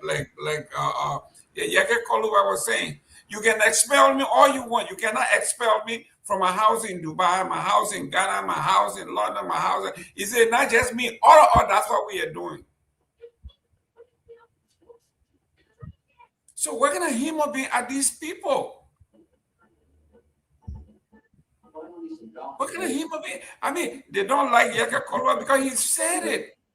He said, I have home. I got home in Ghana. I got home in Dubai. I got home this place, that place. He said, not just me. I know other. That's what we are doing. And then when you go talk about it, they say, we gang up. You will never be now. This place. Go look. There was a lady out of Maryland County. Her name is Madeline Harris. She was running for the Senate in Grand Bassa County. They gang up again. This woman worked for the city of Baltimore. She had worked in almost every area. Top management, everything else. She went home, spent her money, wanted to represent her people. Nyobli Kanga and the other folks gathered and said that she had no place in Grand Bassa. In fact, she said 2 women cannot be in the Senate. And they defeated her. They defeated that woman massively. This is what we are talking about. They're making the place hell for our people, and they use the same stolen money to suppress anybody else who has an idea about making the place better. This is what they do. Yes. They use the stolen money. It's like a cartel. The Thomas Fallas of the world, the Sir Josephs of the world. Don't let anybody fool you. Yes. If they don't like you, whether you are from CDC or from ANC or from CMC, those guys will get together and say, we don't want him here. We don't want her here because we know what she's coming to do, what she's capable of. Or the Johnny, we don't want Johnny here. His own people from his own party will vote against him because they don't want him there. That's the society you have there. And we cannot stop talking. Let them get upset. I'm willing to be like the hour port. If all I own in the country and my only friend is my toothbrush and my toothpaste in my pocket walking around, so be it. But let the truth be told. Now, our people don't have to live like this. I'm from Grand Bassa County, the second capital. For the past almost 30 years, we have not had electricity, not one light bulb. My brother and friend, Besson Gafili, was president pro tem. Nyobli Kanga now is president pro tem. Grand Bassa County has all the top positions. What are the people benefiting? We got LAC, we got Palm Bay, we got Metal Steel. We got Bassa is in a better position than most counties. Yeah, because Bassa receive $1 million every year from ArcelorMittal. We got Volian, the oil people, how they call them? What's the name of that company? Golden Viridium. Yeah, Golden Viridium. We got them there. They've been there for years. LAC is only the second largest. We got all the big companies. They pay. Then yesterday, let me pull this up. I was so upset. The Bassa people have gathered and they were cheering LAC for rehabilitating a road. LAC that been in Grand Bassa since 1957. The people were cheering LAC for rehabilitating the road that LAC helped to destroy every day. This is the kind of country you got. And they want the people to line up and go cheer LAC on for rehabilitating the road.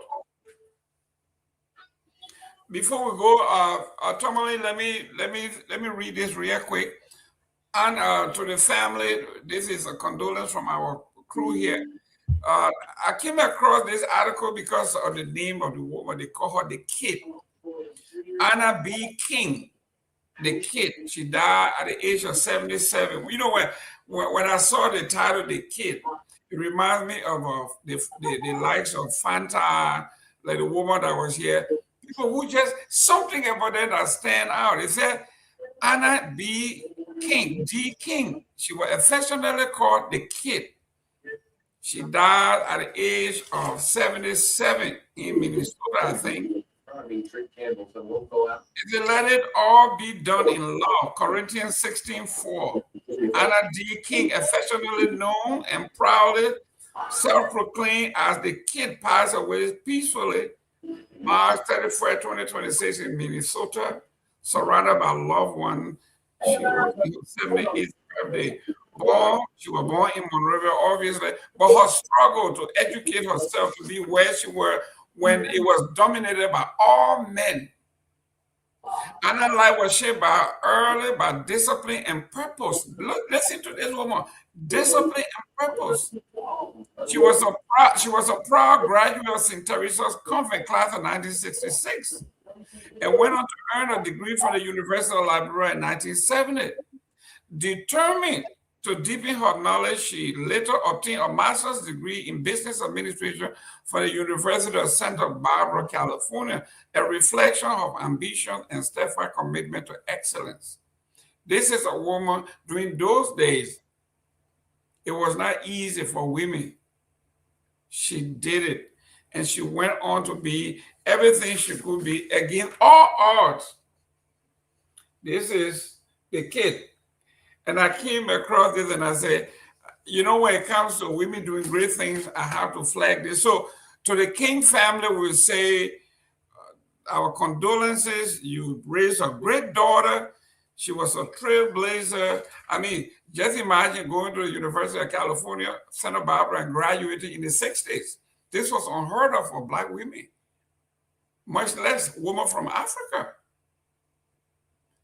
Just imagine what she went through in the patriarchal world in Liberia where women were nothing in the 60s. So we salute you, the kid. Anna D. King, never heard of her, don't know who she is. But on behalf of our family here, we say our condolences to the King family. I don't know.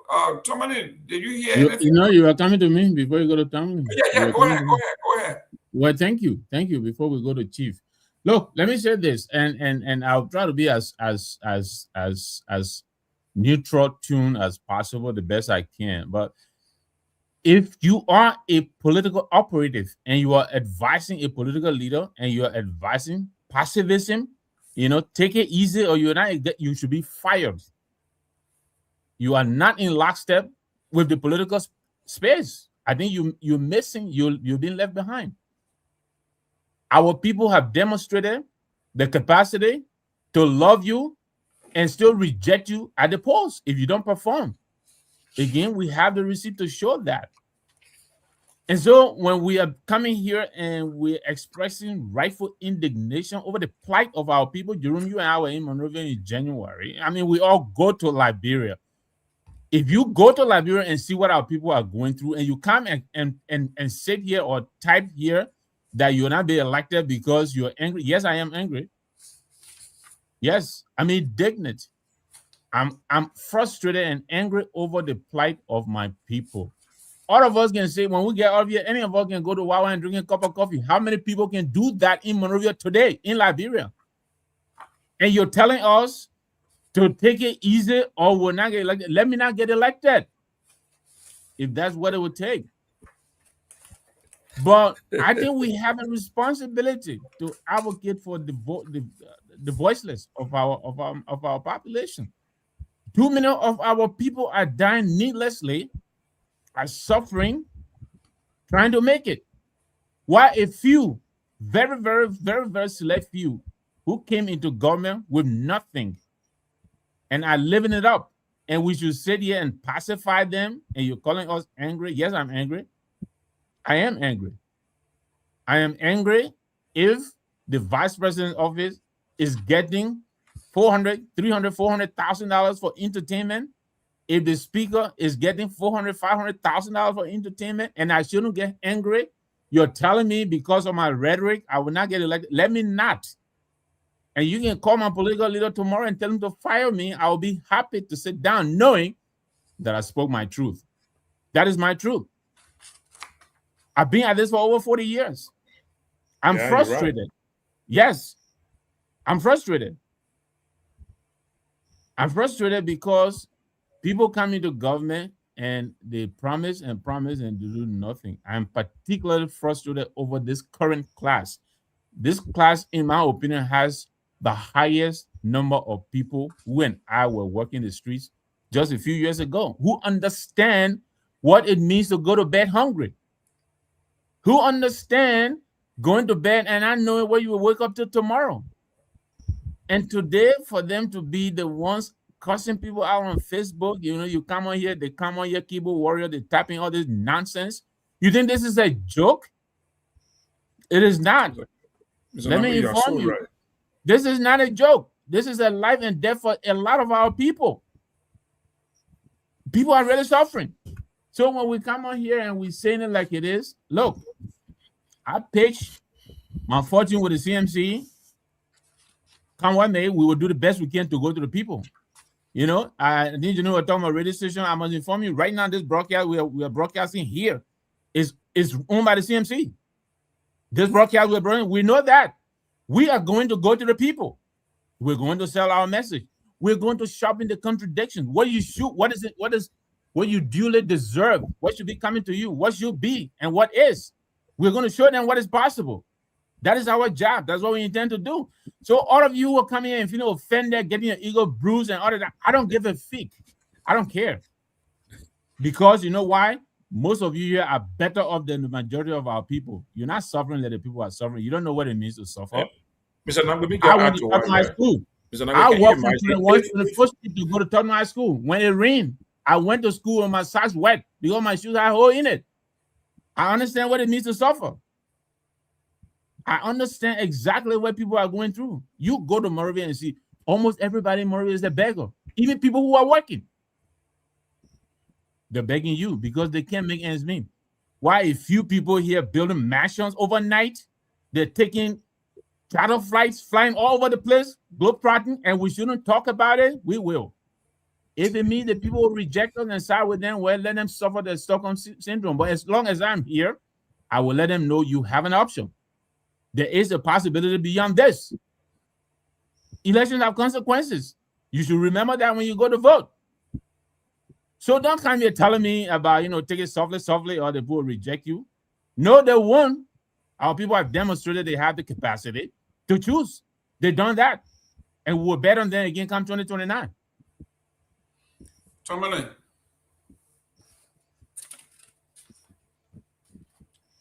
Chief Tomalin, are you there? He's crying for Trump. He's crying for Trump. Or they, yeah, but let me say something. Johnny, wait. Yeah, go ahead, Tomalin. But let me clarify something first. This show is not a CMC show. Let's clarify it. Not a CMC show, right? This show is a closing argument. Yeah, the station will broadcast is owned by a CMC leader, but it's not a CMC show. No, that's what he meant. That's what he meant. Yeah, because already asking me, so I want to clarify it. There's not a CMC show. All right, Chief, go ahead, please. Yeah, this show is not owned by. No, it's not. We can criticize anybody, and even the same we criticize them. They left for them. They want to take us off, no problem. But we criticize anybody. That what makes TCA different. We will be trying to be independent as possible, to be fair as possible. But we're not compromise our principles, on a serious note. But besides, I say this to you guys. Because now I understand your frustration for being on the journey for 40 years. I understand you got the scars to show. But I'll tell you the truth. The question you ask yourself is, but then why? For all the years we are putting into this, why we are not taking power yet? We're not taking power in our country. Okay? You guys are come close to power, but you did not take power. And I will say this, I'll repeat. In order for us to reach to that point in our politics today, we got to meet the people where they are. I'm telling you that because I've witnessed the election cycle for 97, 2005, 11, 17, 23. I've been part of all these cycles, okay? And what I've seen, it would take a movement, take a lot to, like, I'm happy. Ronald C has agreed to appear on our show as special guest. We originally did. And he's in Liberia and he's been there for quite a while. And maybe he'll give us, we can engage with him in perspective about what's happening in the country, like what he said recently. It will just happen overnight, okay? And for right now, I mean, it's not something I want to say. I'm not happy to say it. Elections held today or tomorrow. CDC and UP will go to the runoff again. But how do you take them from that spot? How do you take them from that spot? But now we've just coming and just talking like that. No, Johnny said it right. You got to visit the ground, do an assessment, and talk to the people, engage the people, explain to the people, take them. Like he said, I'm happy joining the ground. The best thing to do, have enough local stations on the ground so that the message can be heard. Because if the people don't get the message, the people will be behind the same people that you talking against. Trust me. Just not. And then the politician you talk about, they appear so much just now. The people will jump behind and they'll carry the goodies there for them. But if you who trying to talk for them, you appear there. You got, for instance, you got Councillor Gongloe. He making a good case. But they say, oh, what they do to the man? The man with the broom. They make fun of the man. Mr. Cummings making a good case. They say, look at him. He will not, that man can't be president. I mean, and these are people who know their records have proven that they have honest. They got integrity. And if they want to get an opportunity, they will deliver. You got money back, your money back. They say, oh, the man, any government, why he, I even say he was the president. But the board records show that he negotiated for funds to come from Liberia to get most of the projects done. But when you call these people forward, they condemn them, they push them aside. So, because they are fake, Tomalin, they are fake. Let's put it to their head. All they are fake. They're not fake. They're not fake. They're not fake. And Tomalin, let me ask you. No, Tomalin, let me ask you one question. Yeah. If Gongloe was that much of a steward, right? He said he put all his eggs in one basket. He said Joseph Boakai was the way to go. Exactly. Like, do we forget that we have amnesia? He did his homework, and he said Joseph Boakai was the best for Liberia, and he did. No. Now he is saying he is now having a bias removed. So the Liberian people are saying, no, listen. No, but listen, let me end. Let me end. Let me correct you right there, because we correct right there. The LPP, they went to the meeting and said, we understand. You know that they said we're going to endorse the UP, but yes. Mr. Gongloe, I ain't feel it. But because majority, he just said, well, I would not be active involved. Didn't he give Baga a gift? Didn't he back gift for Baga? Tomalin, that tells you that Gongloe is not a leader, because a leader is a person that will rally his people around his vision. If his vision did not align with Joseph Boakai, there's no way anybody would say we will go and do it. No way. No, there's no way. So that tells me. This one, in any organization, the majority, you can have a decision. But that's the point. If you cannot convince majority of your people to see your vision your way, then you're not a leader. Oh, Mr. Gayman, no, don't say that, man. I hear you say that. Listen, that's how it is now. Let's go to who else? Cummings, right? If Cummings was a leader, true leader, he accepted some gift and recognition from Ellen as they gave him the highest honor of whatever gentleman or whatever award in Liberia. He agreed. He took it. He aligned with Ellen. He dined and wined with Ellen. So other people were saying, "Oh well, if you bring this man, the Ellen." So the Musa building supported today. He not along with Ellen too. He did. He did. He did. Jerome, let me just say this. First of all, Councillor Gongloe endorsed. Musa Bello was not a political leader at the time. Councillor Gongloe endorsed Joseph Boakai on October 25th. Go and check it out. He did. No, he did. He did. He and sister split. No, I know what I'm telling you. I hope. Election. Yeah. But then you missed. I think you missed that. I think you missed that. But he did endorse. But let me tell you my angle. I'm not angry because UPP is not in power. That's not my angle. I'm okay. I have no regrets. But I'm angry because too many of our guys who have come to help our people, like this current team that is assuming the moniker of rescue, they've come in and they promise and lie to our people. That's the source of my anger. I just wanted to make that very clear. Yes, I am very angry, but I'm not angry because my UPP has never taken power. No, I'm okay with that. I'm perfectly okay with it. But I'm angry with the misrule of us Liberians, of our people. Far too often we come to government with nothing, and overnight, we become the richest people around. How is that possible? So I just wanted to make that clarification. But yes, Councillor Gongloe did endorse this. Otherwise, you remember his vice president is in his government anyway. Who?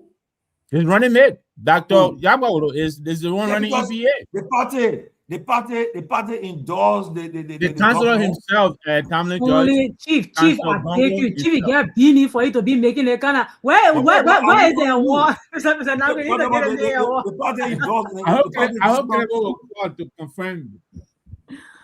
Look, like Tomalin, I'm very surprised that you let's start pretending we have amnesia. These people are faking gay. Is what this you say anybody talk to anybody. The person who suffered that was the ANC. I think Cummins decided. I think ANC. I think it was the CPP. There was a split. The I CPP remember said that. the CPP support the CDC and we are. And Cummins said, well, I won't be part of it. I will just be neutral. Exactly. So, that happened. The party majority took the decision. The CPP took the decision. Cummins was there to the county meet with Bwaka and he was taking pictures with him, laughing with him. So that mean look, Tomalin, let me make something very clear. Okay, can I tell you why that's wrong? Fana, are you getting the contract with Zoom Line contract? Are you getting that contract there? We should say you are fake in bed with the government and give you a contract? Okay, can I clarify something? Because I think there is a misconception around the Zoom Line contract. And just please give me a chance to. Yeah, but wait. Yeah, sure. Okay. First of all, this recent waste management contract, I never applied for it. I only lend my voice to propagate the Liberianization policy. That contract should have gone to a Liberian. For someone who had experience in the industry, it should not go to a foreigner. It should go to a Liberian. Kamara never applied for it. The contract that we had before with the waste management, early in the 2000s or 2009, like 2010, 2011, where we fought and went to Elling, where she was like, "Oh, you should be my campaign manager." I said, "Oh my, I beg you, like you must be smoking something. I can't build industries like you're talking about be a campaign manager." In any case, I want to clarify, I was never bidding for this recent waste management contract. I know that there's a misconception out there. Oh, she will not get a contract. Oh, we will not get a contract. I don't want your contract. I didn't apply for it. I was speaking out for the Liberian companies who it was supposed to go to. Let me clarify that. Number two, the fact that we will sit here and try to justify corruption. Hey, Myean, please put that VAT Dixon comment up again. Yeah. We platform, we profile things that we shouldn't, that we should degrade, that we should denounce. We refuse to do that because we're afraid of not getting accepted. I'm not going to be considered cool. I've never given a crap about the cool kids because you know what? I walk on the cool lane all by myself. I've navigated on the coolest lanes ever. I don't need any clubs. I don't need your subscriptions. We should not need anybody's subscription. We should not. This is not a likability contest. Like, what is this insisting with being liked? I don't care to be liked. Don't like me. Look, I'm so lovable that I cannot stand when people like me, because if you like me, it will be very hard for you not to like me. And then it will be responsibility for me to continue to meet with that obligation. And so the less people I have liking me is better for me. Don't like me. I'm not here for you to like me. I'm here to speak the truth. And I'm glad it makes a lot of people uncomfortable. Because that means something in there is like twisting. It should twist in you. If you cannot go to bed at night and be able to have a decent rest. Look, we cannot continue to fool ourselves and think that something is going to change in Liberia. It's not. It's not, and we cannot always consider ourselves to be so high and mighty. When just yesterday there were poor church rat living in Zingrans. Yeah, as soon as they get into power, you see that fences like start to go up. What the buckers have access to millions of dollars to start building millions of dollars mansion when he couldn't even afford gasoline for himself. When he couldn't even afford gasoline to put in a generator. I have family member buying gasoline for Pabela Sumontier.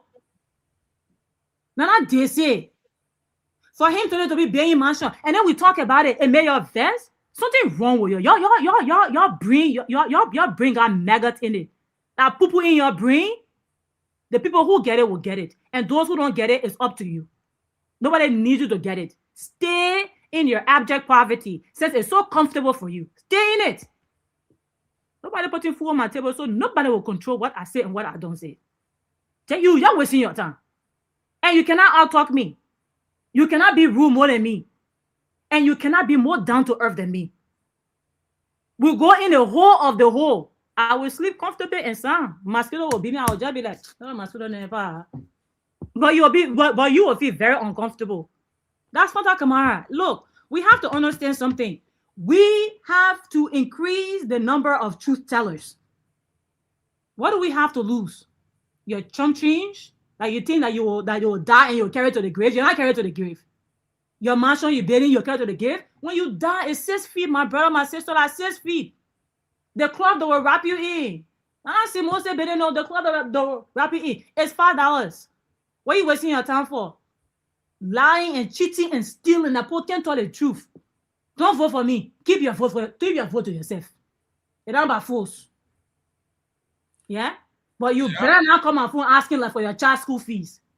Because I will tell you, the person that you vote for, go and ask them for child school fees. What kind of nonsense is this? Why can't we just talk the truth? Our country is drowning. Liberia is drowning. Are we blind that we cannot see this? When we talk to people, like you can see the frustration on their face. They have been brought down to even less than human beings. And we take that and we inherit it. And so when we come here, this is what we are expressing.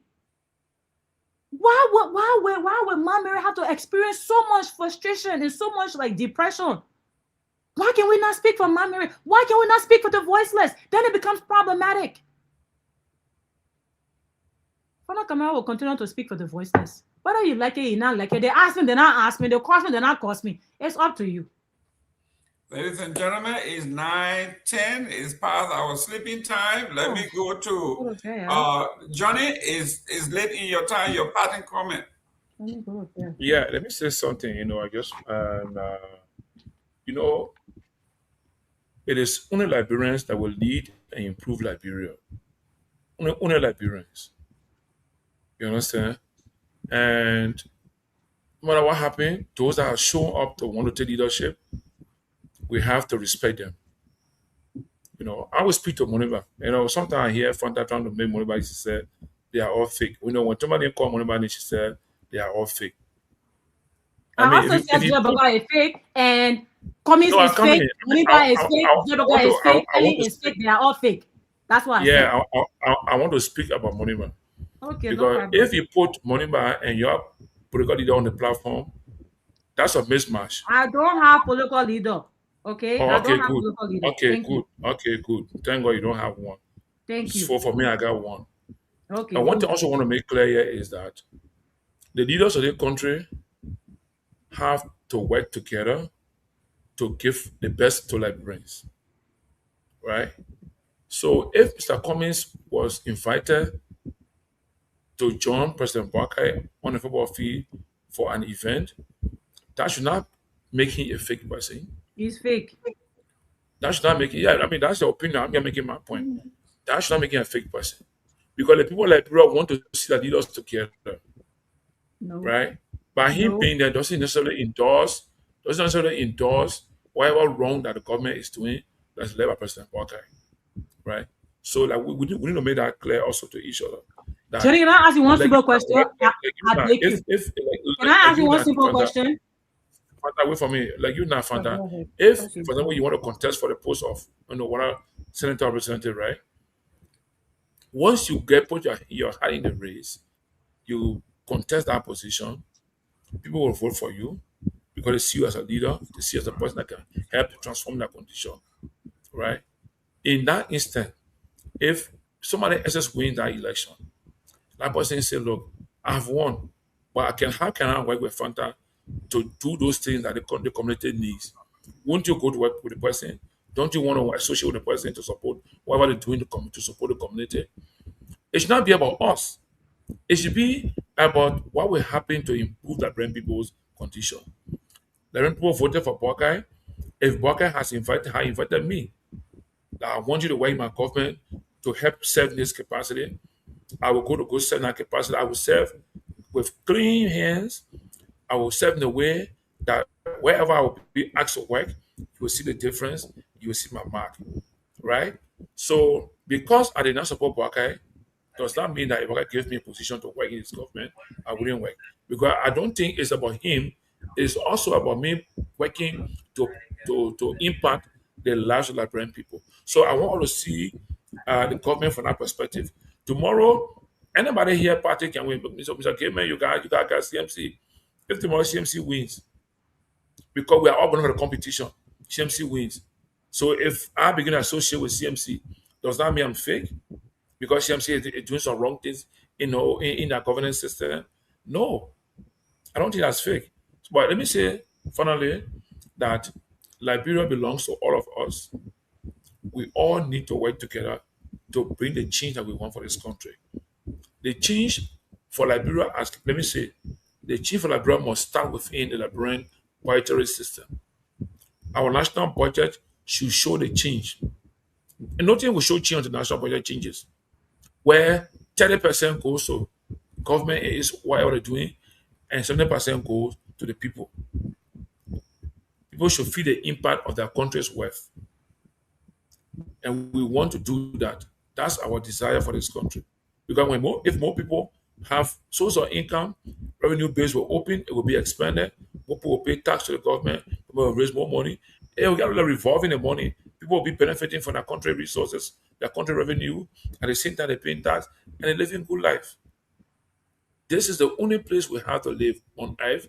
Earth is the only place God gave us to live. We must live in the best, to the best of our ability through our governance system. To say that somebody can commit a crime, you know that they are not there for themselves. They are there to serve people. Liberian people need services. I will go around this country.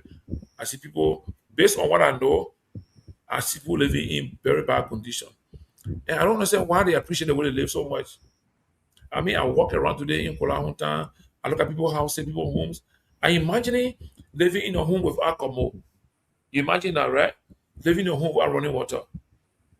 I mean, I'm wondering how are people complacent? Why don't they rise up? Again, they can be educated to know that they need these things. You know what I'm saying? Some of the sense that people sense their breath. They have never seen commode. They don't know that they should have commode to use. I went to a school that was destroyed by the storm in Baba home. And I will share the video with Mr. Gayman. We can look at everything. We go for the show. We can post it. The video that went around, the bathroom built for young people going to school to use, a spit latrine. Boho. Everybody sit over that feces, sit over each other feces. And putting is okay. Imagine I was asking the school administration, the principal, he said, "Oh yeah, we got good bathroom." I said, "We see your bathroom." To go see spit latrine, I said, "Why do I say that good bathroom here, chief?" He said, "What our guys say, man. Our children need better services." So I just think to us, our mindset for this country, we're going to work with each other to build our mindset. In my own town, I sat with them and discussed a lot of things with them. And for what I do for their expression on their face, I will need to be with them. I will need to be with them like every other week. That the team will discuss, let's do something. Let's do something. We can transform our village ourselves. Let's set the example that people will follow. All of us here, if you're in a village, Fanta, if you are from a village, and Nagbe, Mr. Gayman, let's begin to connect ourselves with our village people to let's try to transform from Liberia from a smaller unit perspective, for that macro perspective. Johnny, I don't think you've been listening to anything that I've been saying. I don't think you've been listening. They explain what they know. That's fine. What they see the difference in their left, they themselves, people begin to follow through. We have a lot to do to address the Liberia problem. Through politics, through... Johnny, let me make something very clear to you. Let me make something very, very clear to you. Look, when I say like the association, Cummings has been associating with Baka, means that he's fake. For example, Mr. Gayman, but he said he was learning like ever since he's not learning. 50,000 plus for this ambulance. Imagine if the government to buy 5 ambulances per county. Manos That's not you want to not easy. They pick up again like County, right? On the Mosoro County, the 14 counties. 14 counties, if you buy even 5 ambulances at a cost of 50,000, that would be around $3.5 million. The brand government can afford that. But recently, the WHO gave out 2 new ambulances that worth 600,000. We always begging as though we got nothing. But we raise the revenue, we got the money. But we are making our budget to serve few persons and people are left out. You know what I'm saying? So let me say our government must begin to look at us, serve us first. Forget about yourself. Thank you. Great. Fanta, you're closing. Fanta, you are muted. Oh, Johnny, don't run away! Oh, don't run away! Don't you dare run away, Johnny! Better come back here. I beg you. If not want my job, just come back, Johnny, please. Okay. I don't know. Like, look, if the fact that you're part of money bar party, that means nobody cannot criticize it. Then it will get under your skin. But you already cried many days. You will cry many days. Don't even start doing deep research like into him because you'll feel very bad about me. You will feel very, and I think you will stop coming like on the show. It's up to you. It's up to you. Look, I clearly stated the names that I stated, and you pick one person out of it. It's like Joma Jara or I'm saying, oh, you can't criticize Burka, and we have to like what are you talking about? It is not to say that people cannot err or people cannot do bad things, cannot commit crimes. I'm not saying do not associate with them once they recognize that what they have done was not beneficial and they're willing to be reintegrated into society and do the right thing. Upon that realization, absolutely.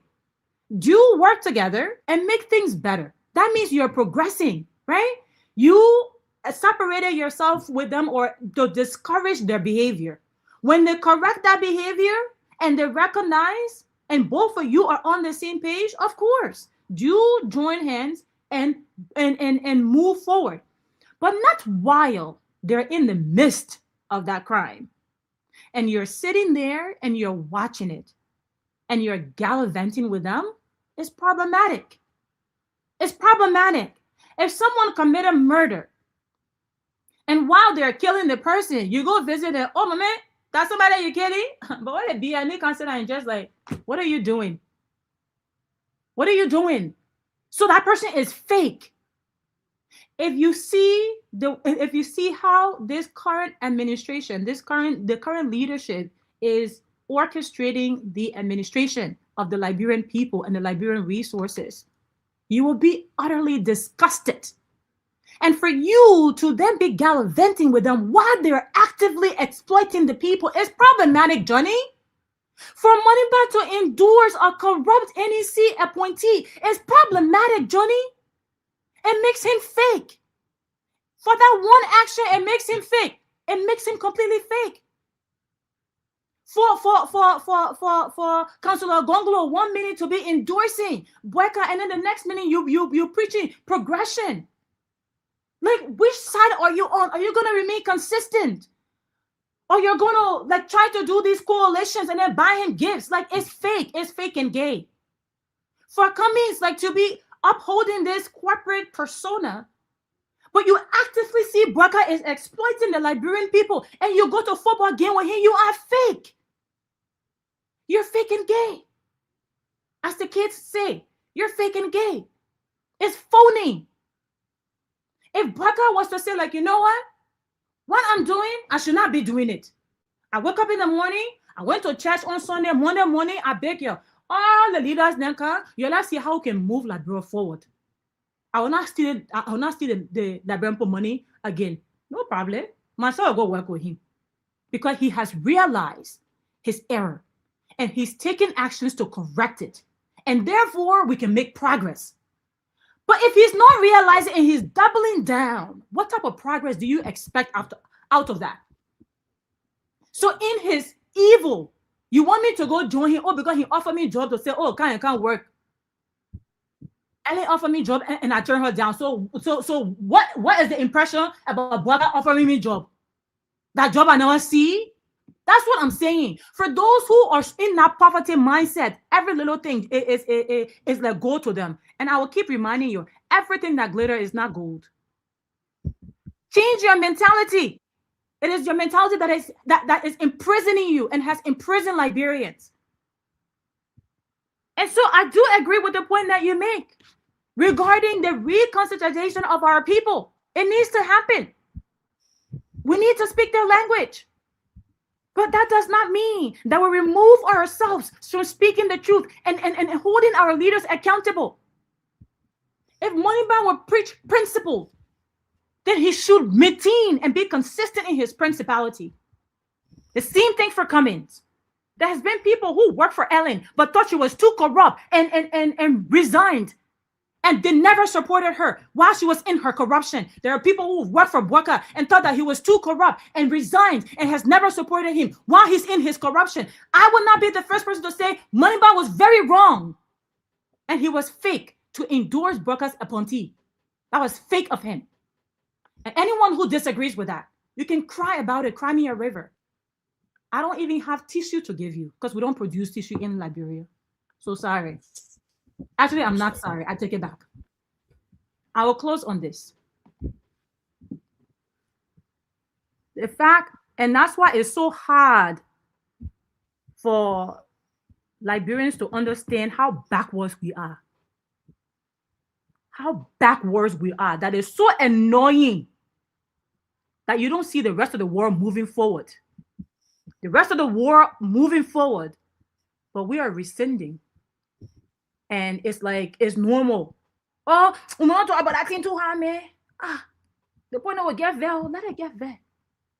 What you will do? Fofana Kamara, like you will not die? Look, as a Muslim, we embrace death. Kill me, you make me a martyr. Do you understand that? If I die speaking the truth, you make me a martyr. Kill me. Let me be the first. Kill me. I welcome it. So what else can scare me? You don't put food on my table, so I don't fear losing that food. You don't put clothes on my back. How many people can say that? I'm a Muslim. I believe in God. First and foremost, and my Christians, brothers and sisters, who also believe in God. Your Old Testament teaches you the same thing. Do not fear men. So do not bend the truth. Do not be a liar. Do not be a thief. Do not support thieves.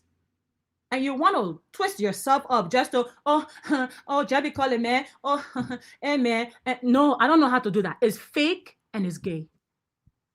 On that note, good night.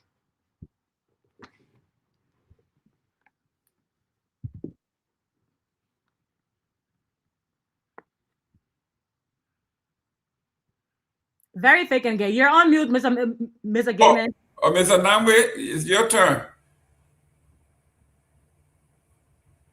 Yeah, Fanta addressed most of what I was going to say. So I just want to thank you all for the show tonight. Great show. I just want us to remember that a lot of people are listening to us, and you'll be shocked how many people are forming their opinions based on some of the stuff we put out here. And so I think when we come here, we have a responsibility to be transparent and to speak the truth.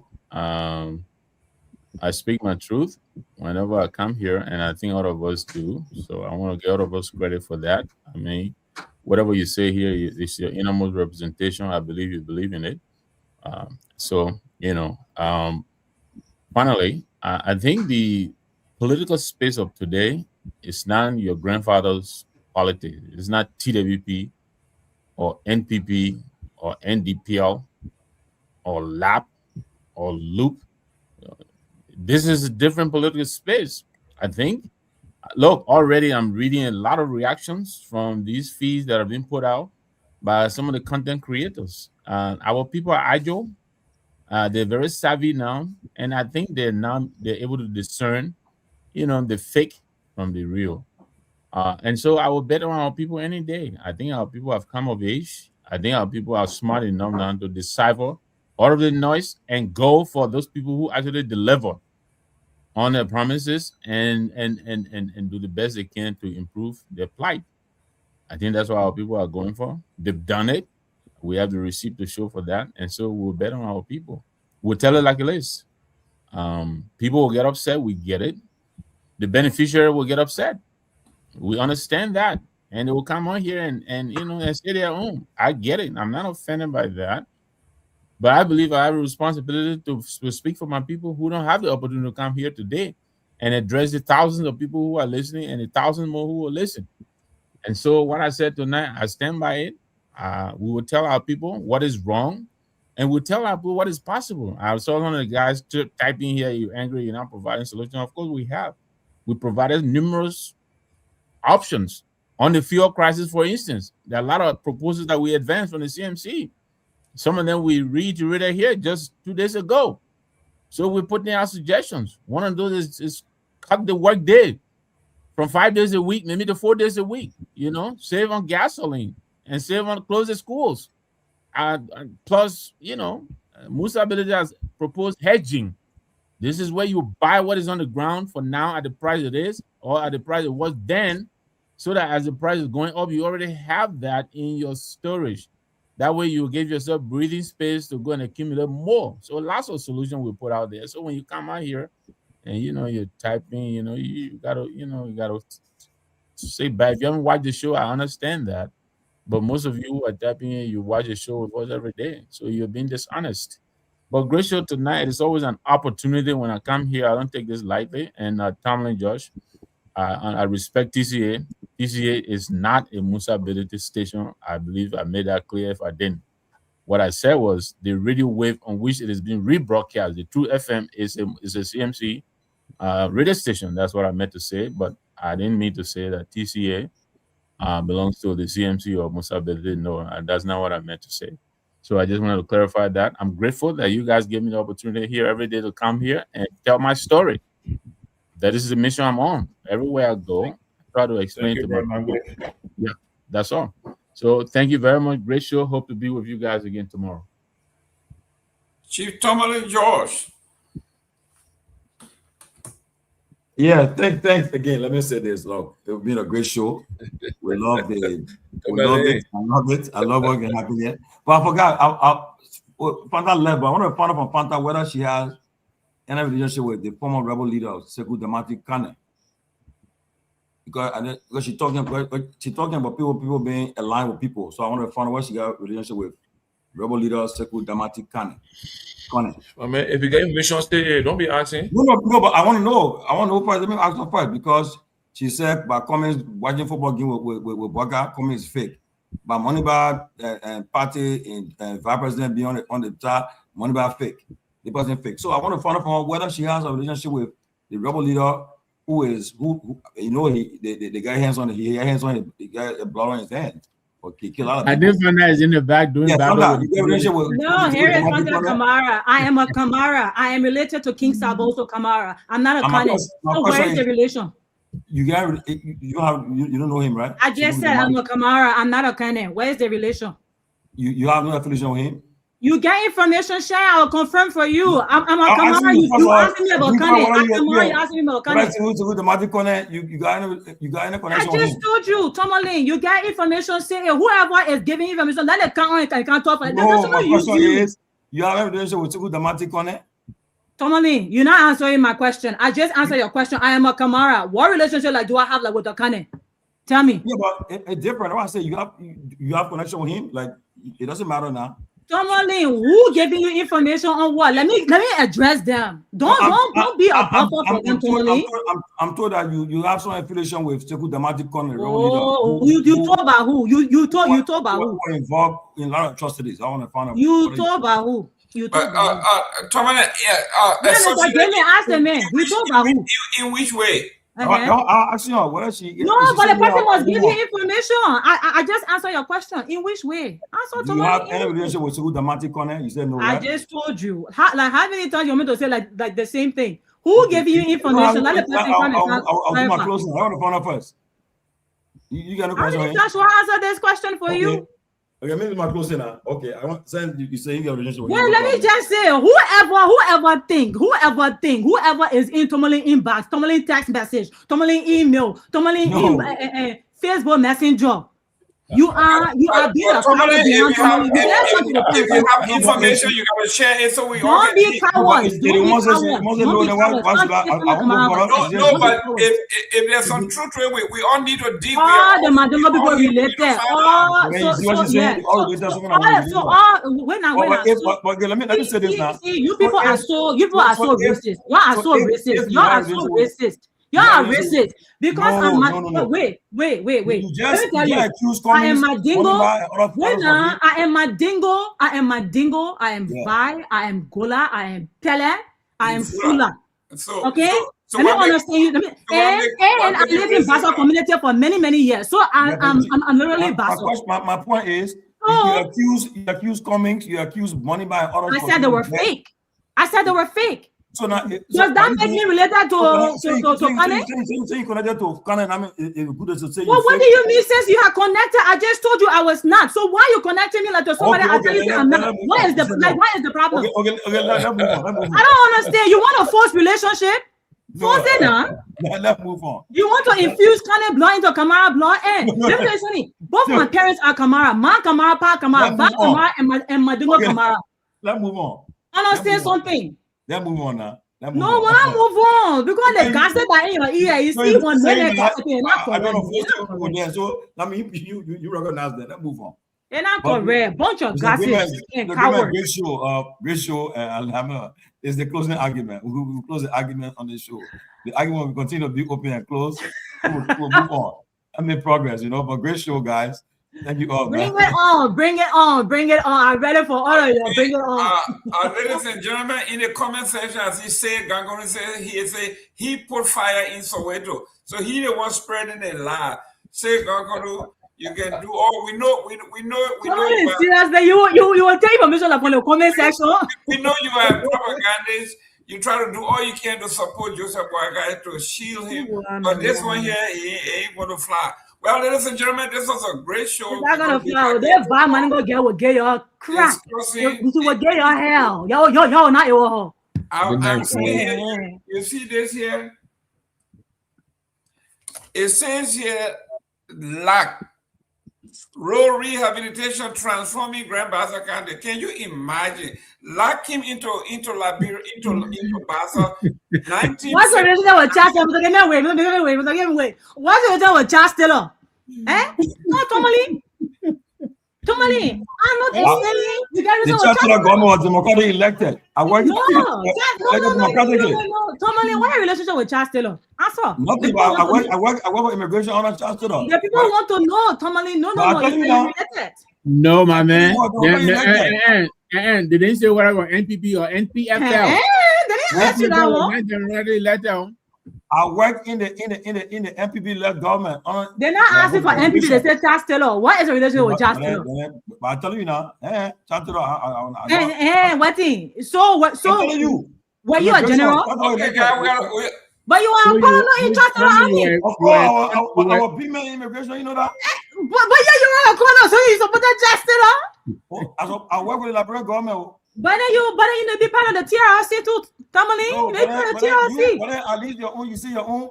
They say you are a strong supporter. You are a member of the Domestic Connect group. You should ask yourself how old was Fanda Kamara like when Domestic Connect was entering. You should ask yourself. You be a child for Domestic Connect. Listen, guys. Listen.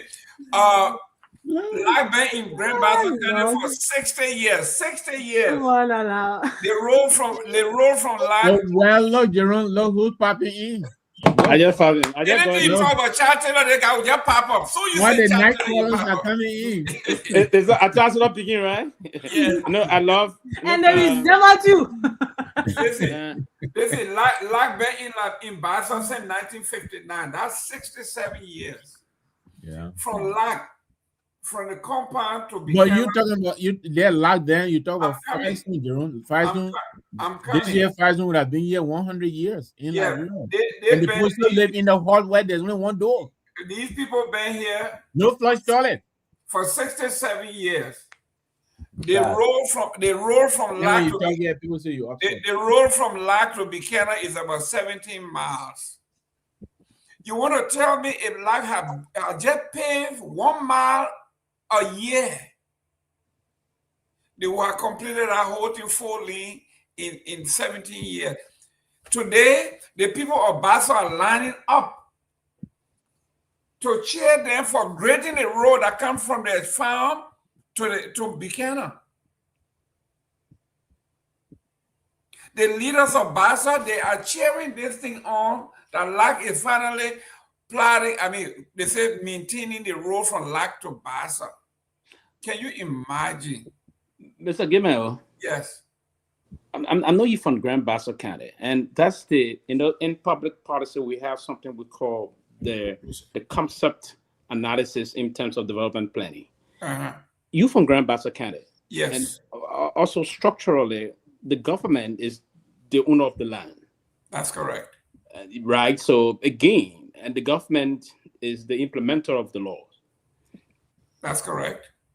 So basically, and so all of these things, the law is structured as such that LAC is there, right? So via her article of incorporation, paying her due taxes to the government. That's correct.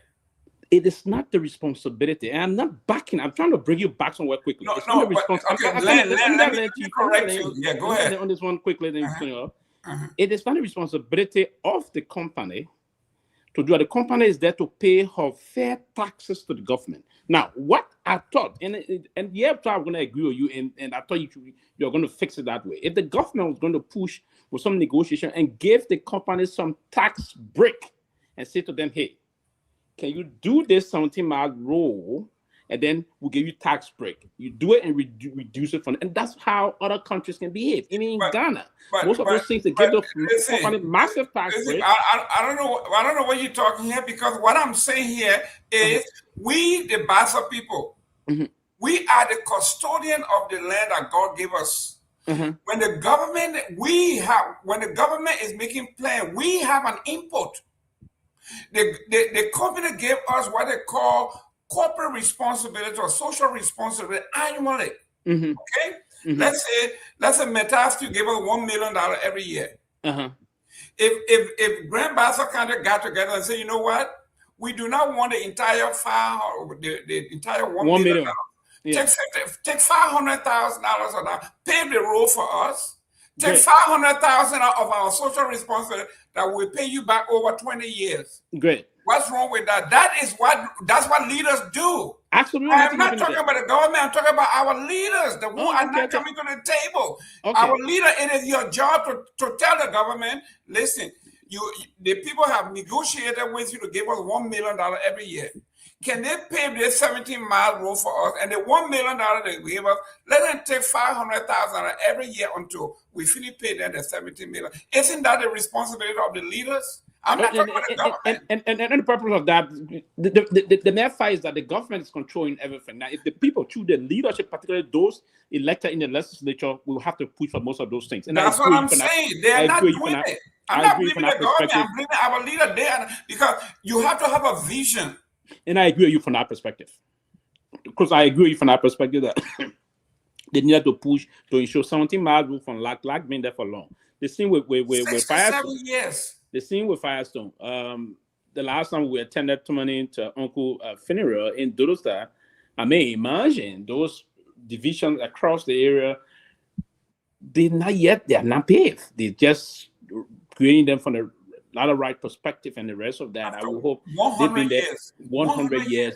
All those areas, no corners should be paved and the rest of that. I thought there've been poor representation on how the government listens. If I in mind, not by the grace of God, 2029, 2035, I contest the presidency, and I know I'm going to win.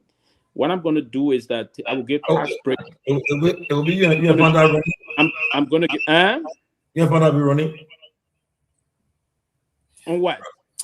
So don't listen to it, man. Just go ahead and talk. No, we can't run because my political ideology is far different from hers. And again, so it will be. I think she said she's contesting this coming election 2029, and I wish her all of the best and the rest of that. Okay, but yes, what I want to say, Mr. Nagbe, I was driving, listening to you, basically on part of.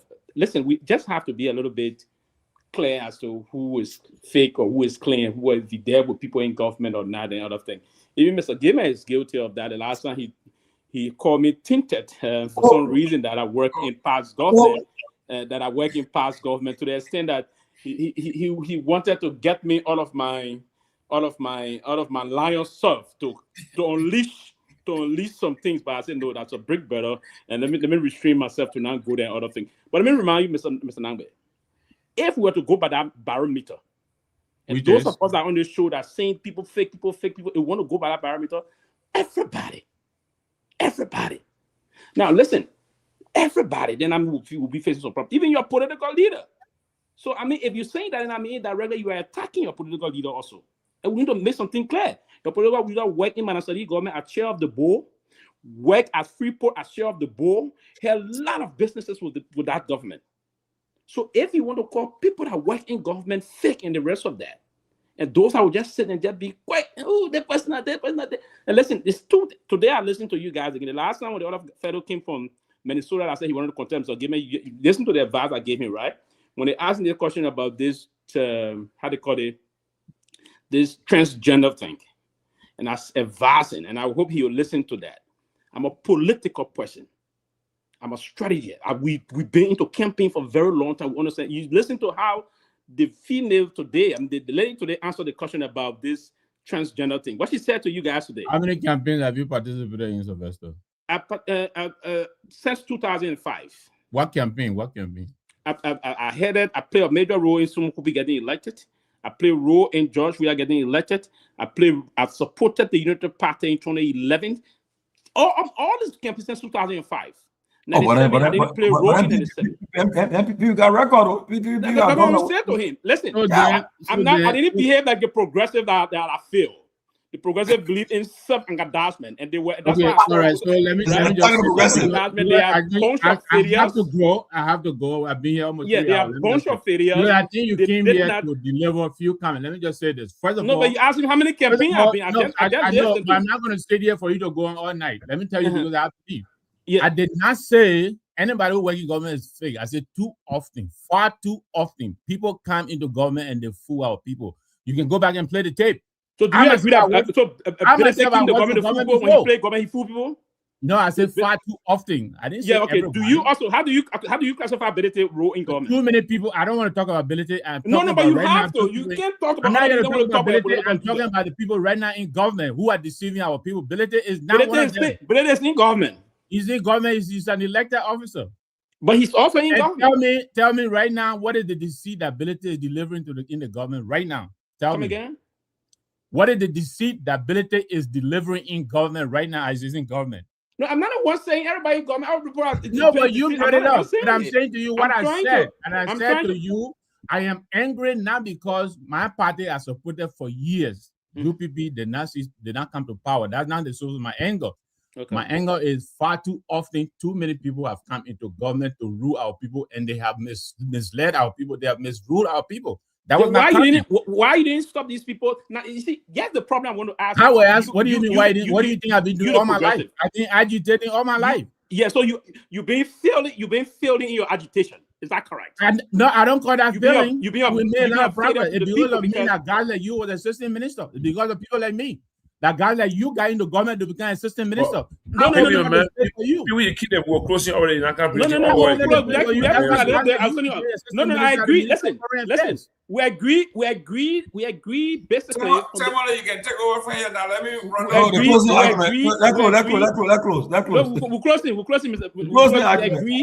We agree. See, Mr. Number, I don't want to hear these things, but I'm listening because I was going to leave. I don't want to be disrespectful, but if you want to come tomorrow, let's do it tomorrow. I will definitely be here tomorrow because I will. Okay, let's see you guys tomorrow. I will be here tomorrow. But the progressive is well for y'all stop putting everybody in the same category. It's wrong, and other things. Then you escape from it and do this, escape from the other thing. They wouldn't like it if I not Jerome adjust me. And I'm not going to feel change. I mean, not Jerome, rather. My dear brother Johnny, that's me. How will you call Clarksville occurrence to be fake? And No, people man, those are calling Clarence I fake. didn't want to y'all waste my time talking Those to are him calling, about sometimes those are calling Clarence you fake. know, I mean, I've made my point and said we got to those are calling Clarence or other the people fake. conversation. The people that deal Everybody with, have the a desire people they for fake. associated As with, we go those on, people are even more the fake people will dangerous be unfolded. in the You know, Liberian so political I landscape. don't have much problem with that. So so sometimes we got to change our mindset and say they poor in government. Listen, there are some good people in If government you got Clarence and the rest of Delano that. endorse And I the want newly appointed or nominated commission chairman makes him fake, then that's some reasoning. I got an issue. And one person that will always say these things here on the fights here, and that people will think, oh, because I didn't support Barker and anything. I would say no. There's some very great things that's been done on the Barker administration also, and we should also name some of these things and move on. I saw a massive bridge that is trying to connect Bon County to Bapo. That's an extreme. That's going to be a massive impact to the local economy from that end in terms of the people using this makeshift ferry to cross them their goods. Some people got drawn into that river, that St. John River, if you will. There's a lot of things unfolding. There's a lot of transformation. There's some things going when the wrong thing is happening. But if we just sit and always say everything about government, those are in government is wrong, they will move in the country nowhere. If we're not there, we should criticize everything. And that the rest of those things will happen. If you appreciate what the government does from a perspective, I mean, you are fake. That's good. I mean, that's because, for example, right now, right, in Lofa, I mean, in fact, I didn't even indicate it. While traveling from Kolahun to Fonjima, I saw the new solar field that the guys have been in under the, I think, World Bank or EU funding. They have been in a very big solar field. Providing current to Lofa, I mean, to other parts of Lofa County. Exactly. I saw that all going. I mean, I see young men there working, young men and women working there when they were passing through. In fact, tomorrow I'm going back. This evening when I came, I met with Senator Cyrus. He asked me to join him to go back tomorrow to Kolahun to go present the ambulance to the place. He asked me to join him to visit other places around. All we want is give our people those things they need. Let's work towards improving the living condition. I don't have to be the president or the senator before it happens. If you're doing it, it's good for them. I will appreciate you. I will tell you thank you.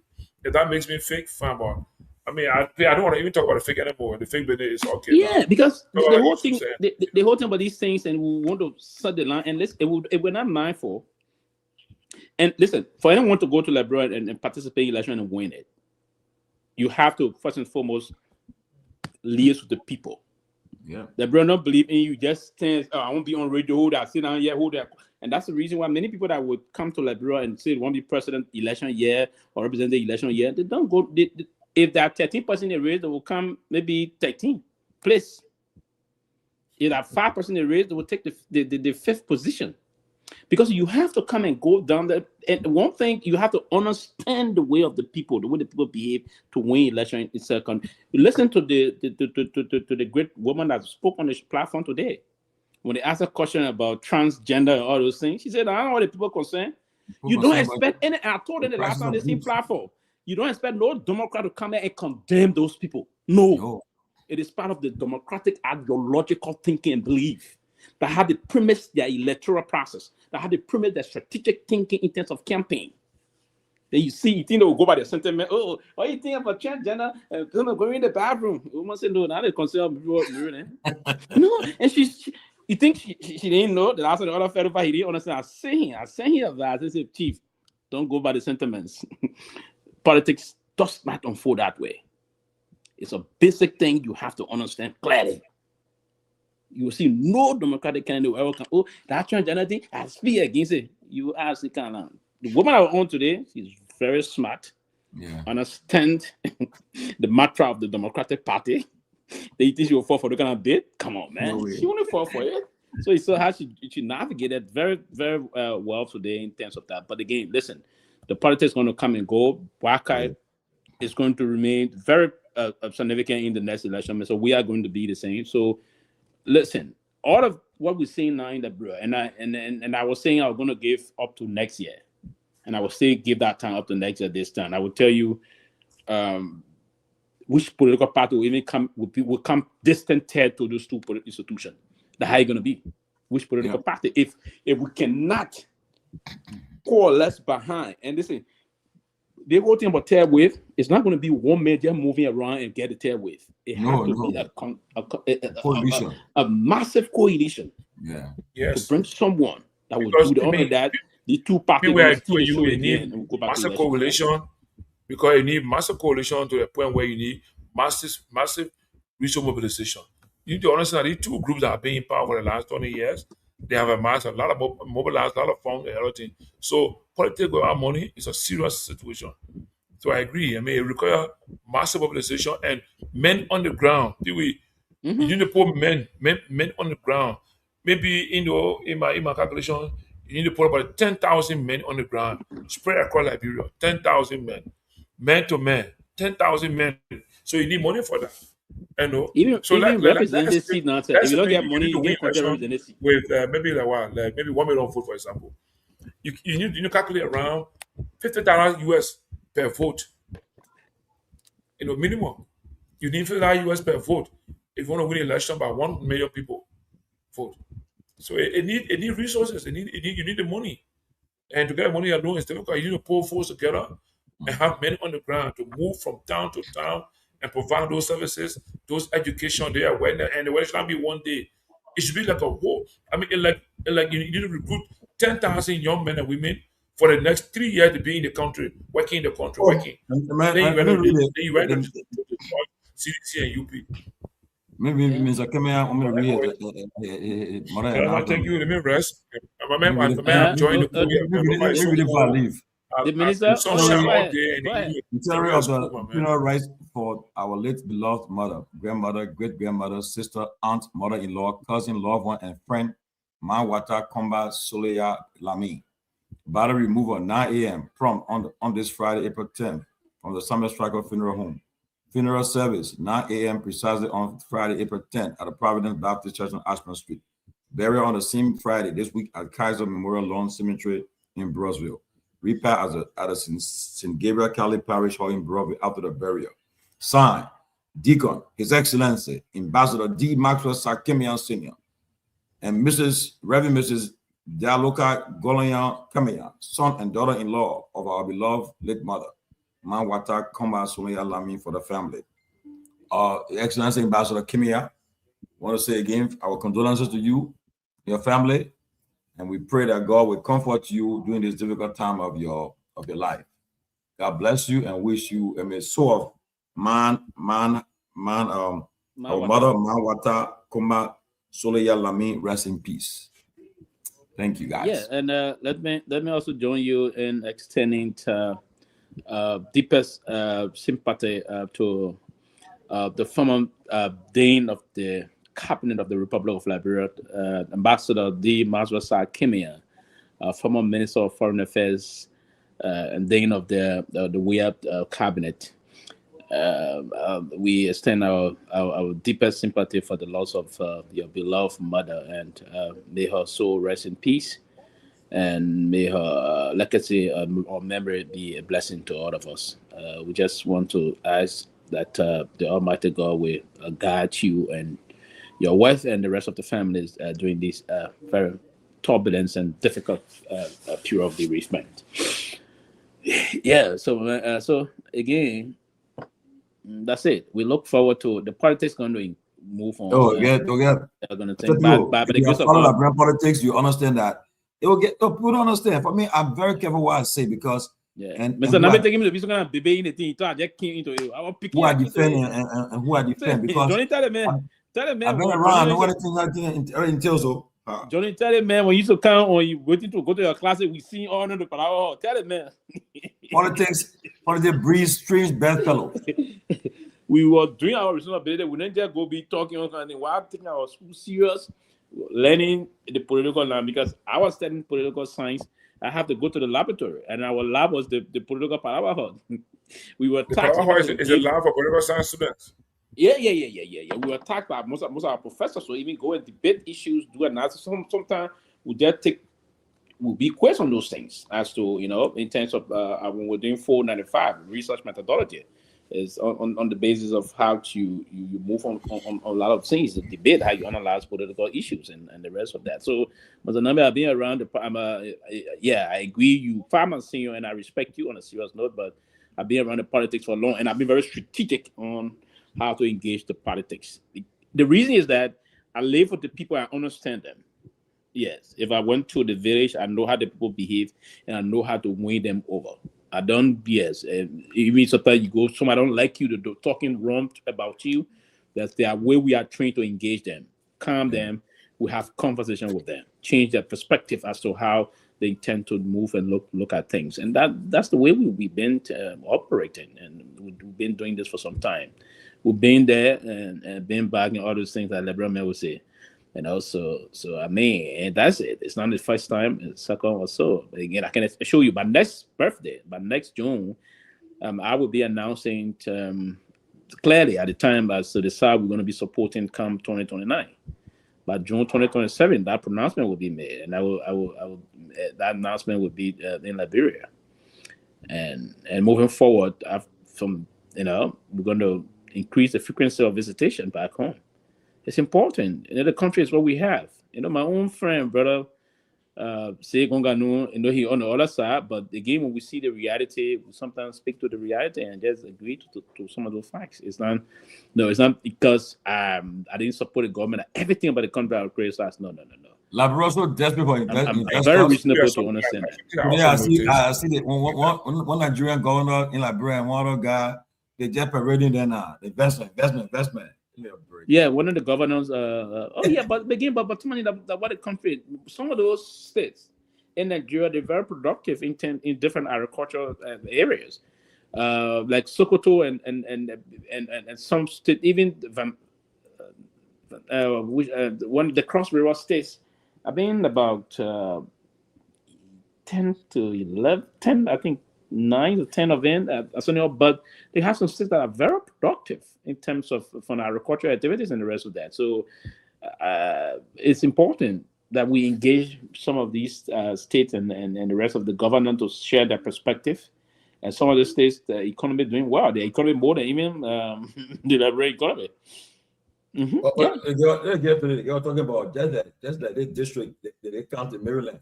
One of the areas, the budget $6 billion. Why we talking about 1.2 billion? We already crazy in Liberia. That county.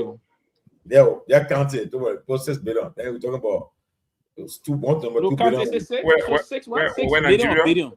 They get Wala. She said 6 million or billion. She says 6 billion. Yeah. I counted. Imagine in America. Bro, whole country talking about 1.2 billion. We're crazy. Yeah. What to do? What to do, people? But look at the Philadelphia mayor just announced the budget last Sherry Parker, $52 billion. Okay, look at that. The city of Philadelphia. That's the city. Yeah, the city of Philadelphia, $52 billion. So what to do? What to do? I'm telling you the truth. We'll get there. So we stay very fast. That's why we are organized. We are playing to disrupt the system like bro. We disrupt this yet. You watch us. Good night. Rise up. Good night. Good night. Okay. Man.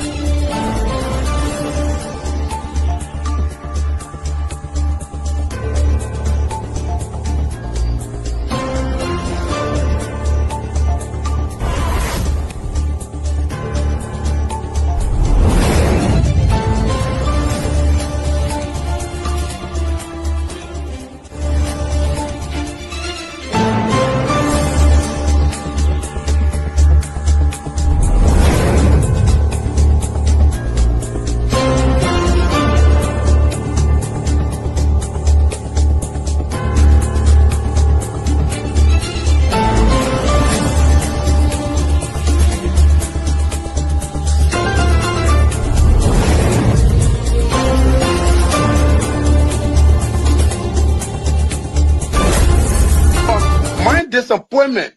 Now the vice president often tell me since he got a seat as vice president, how many persons have I recommended in this government to serve in the government as presidential appointee? 0. Every appointment in Nima County was done by him. He and I would discuss something as a brother to implement it. You will bypass me and do different things. I don't talk on it. Now you need to see us. The thing we saw, it frustrate us.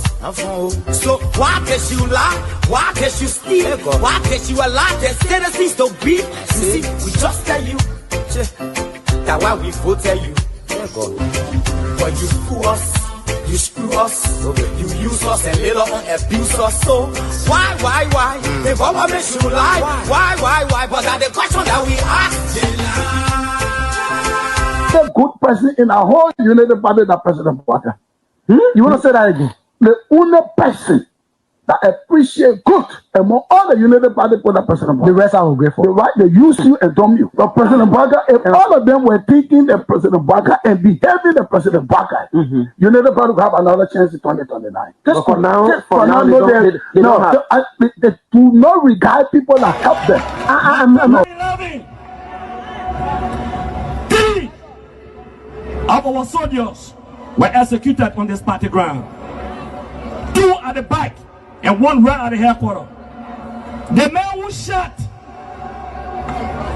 and killed our people today is a darling boy in the Liberia National Police. They brought him back to shoot more guns. Get ready to shoot. Because we challenge the status quo appropriately. Liberia, inform that the violence or still any student because of their action, it will be the day the entire Bwaka administration will cut down. We will massively violate the students in this country and we'll shut down the Bwaka administration. They get that happy. We have the capability to do so. And if they think this renovation project is a joke, let them try it. The fall of the Bwaka administration begin with this. If they think they will tumble on any student in this country or at the University of Liberia and work away with impunity, while our children saving opponents and logic in the Western world, while we are subjected to agile power and bad learning conditions here, and the thing will say. In the first 100 days, no car will get stuck on the major road in this country. And I mean it. You say it out loud?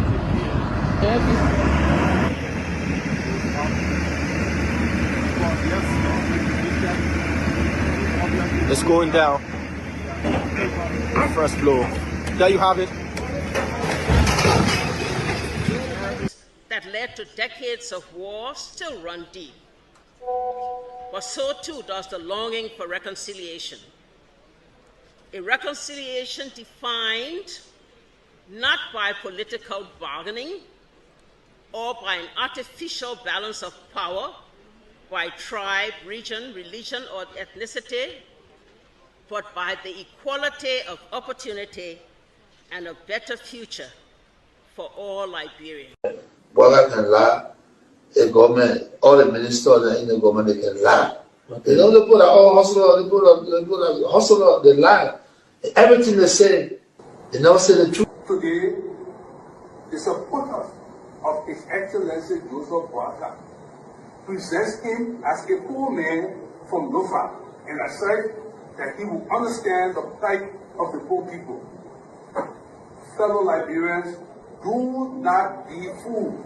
First President Bwaka is not poor like you, not even as me. As Vice President, his office received more money from the government budget than any other Vice President has received in Liberia's history. He has enjoyed some of the best and most lucrative government jobs. First of all, there's this, what I call sort of vicious lie about the fact that Mr. Pewee is gay or bring gay lifestyle to Liberia. It's complete bullshit. When people can accuse you of stealing people's money, when they can accuse you of being involved in the war, anything, people don't make up stuff. They don't make up shit. Excuse my language, right? So it's complete nonsense. I'm married, 8 Teresa, 2 children, 5 grandchildren. I believe in traditional family values, so it's complete bullshit, complete nonsense. The young man, vice president, young man that are vice president, the man just stole 500,000. I mean, Jamaica, the man just went to, I forgot that Jamaica, the man just went to Ghana, the fit, and the man bring it all company in the country. I mean, Kun can't reach himself. Kun man, you know, Kun, but I want to sophisticated, quiet, hardcore rule in Liberia. But Liberia, when 2029 come and pass, then you finally leave. Mission is completed. Now, what the rules of engagement?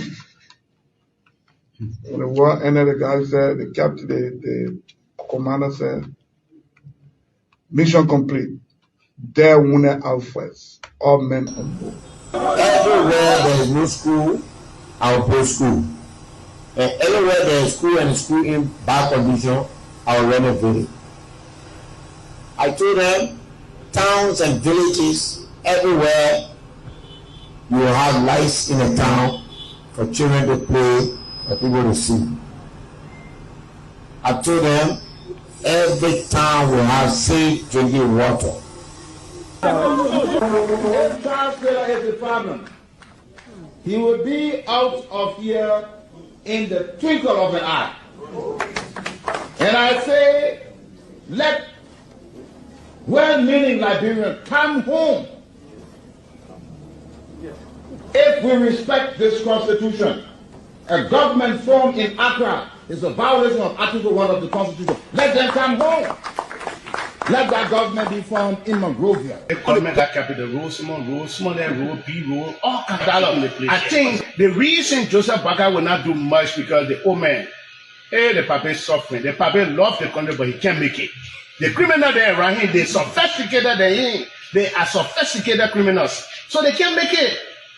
Your league Costa, God know how to pay people. It's just simple. Costa that accused everybody here but himself. Everybody, we join, we accuse Joe, he killed Joseph Boaga. Boaga still living. Joe, no, you leave my brother. He made me senator. He almost made Joseph Boaga president until he screwed up. We gave God the glory. Yeah. Well, Boaga, when he screwed, he said, oh, we don't want to make sure we will fought for him to be reconciled with the president.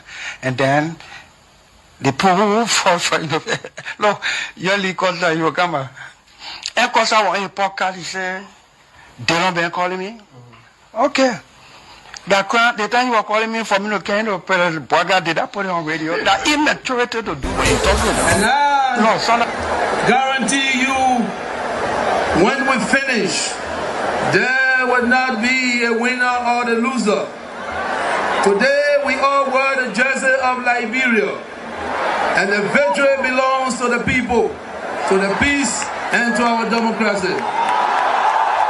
As we begin to build upon the foundation of this new Liberia, I, George Seleke Kromah,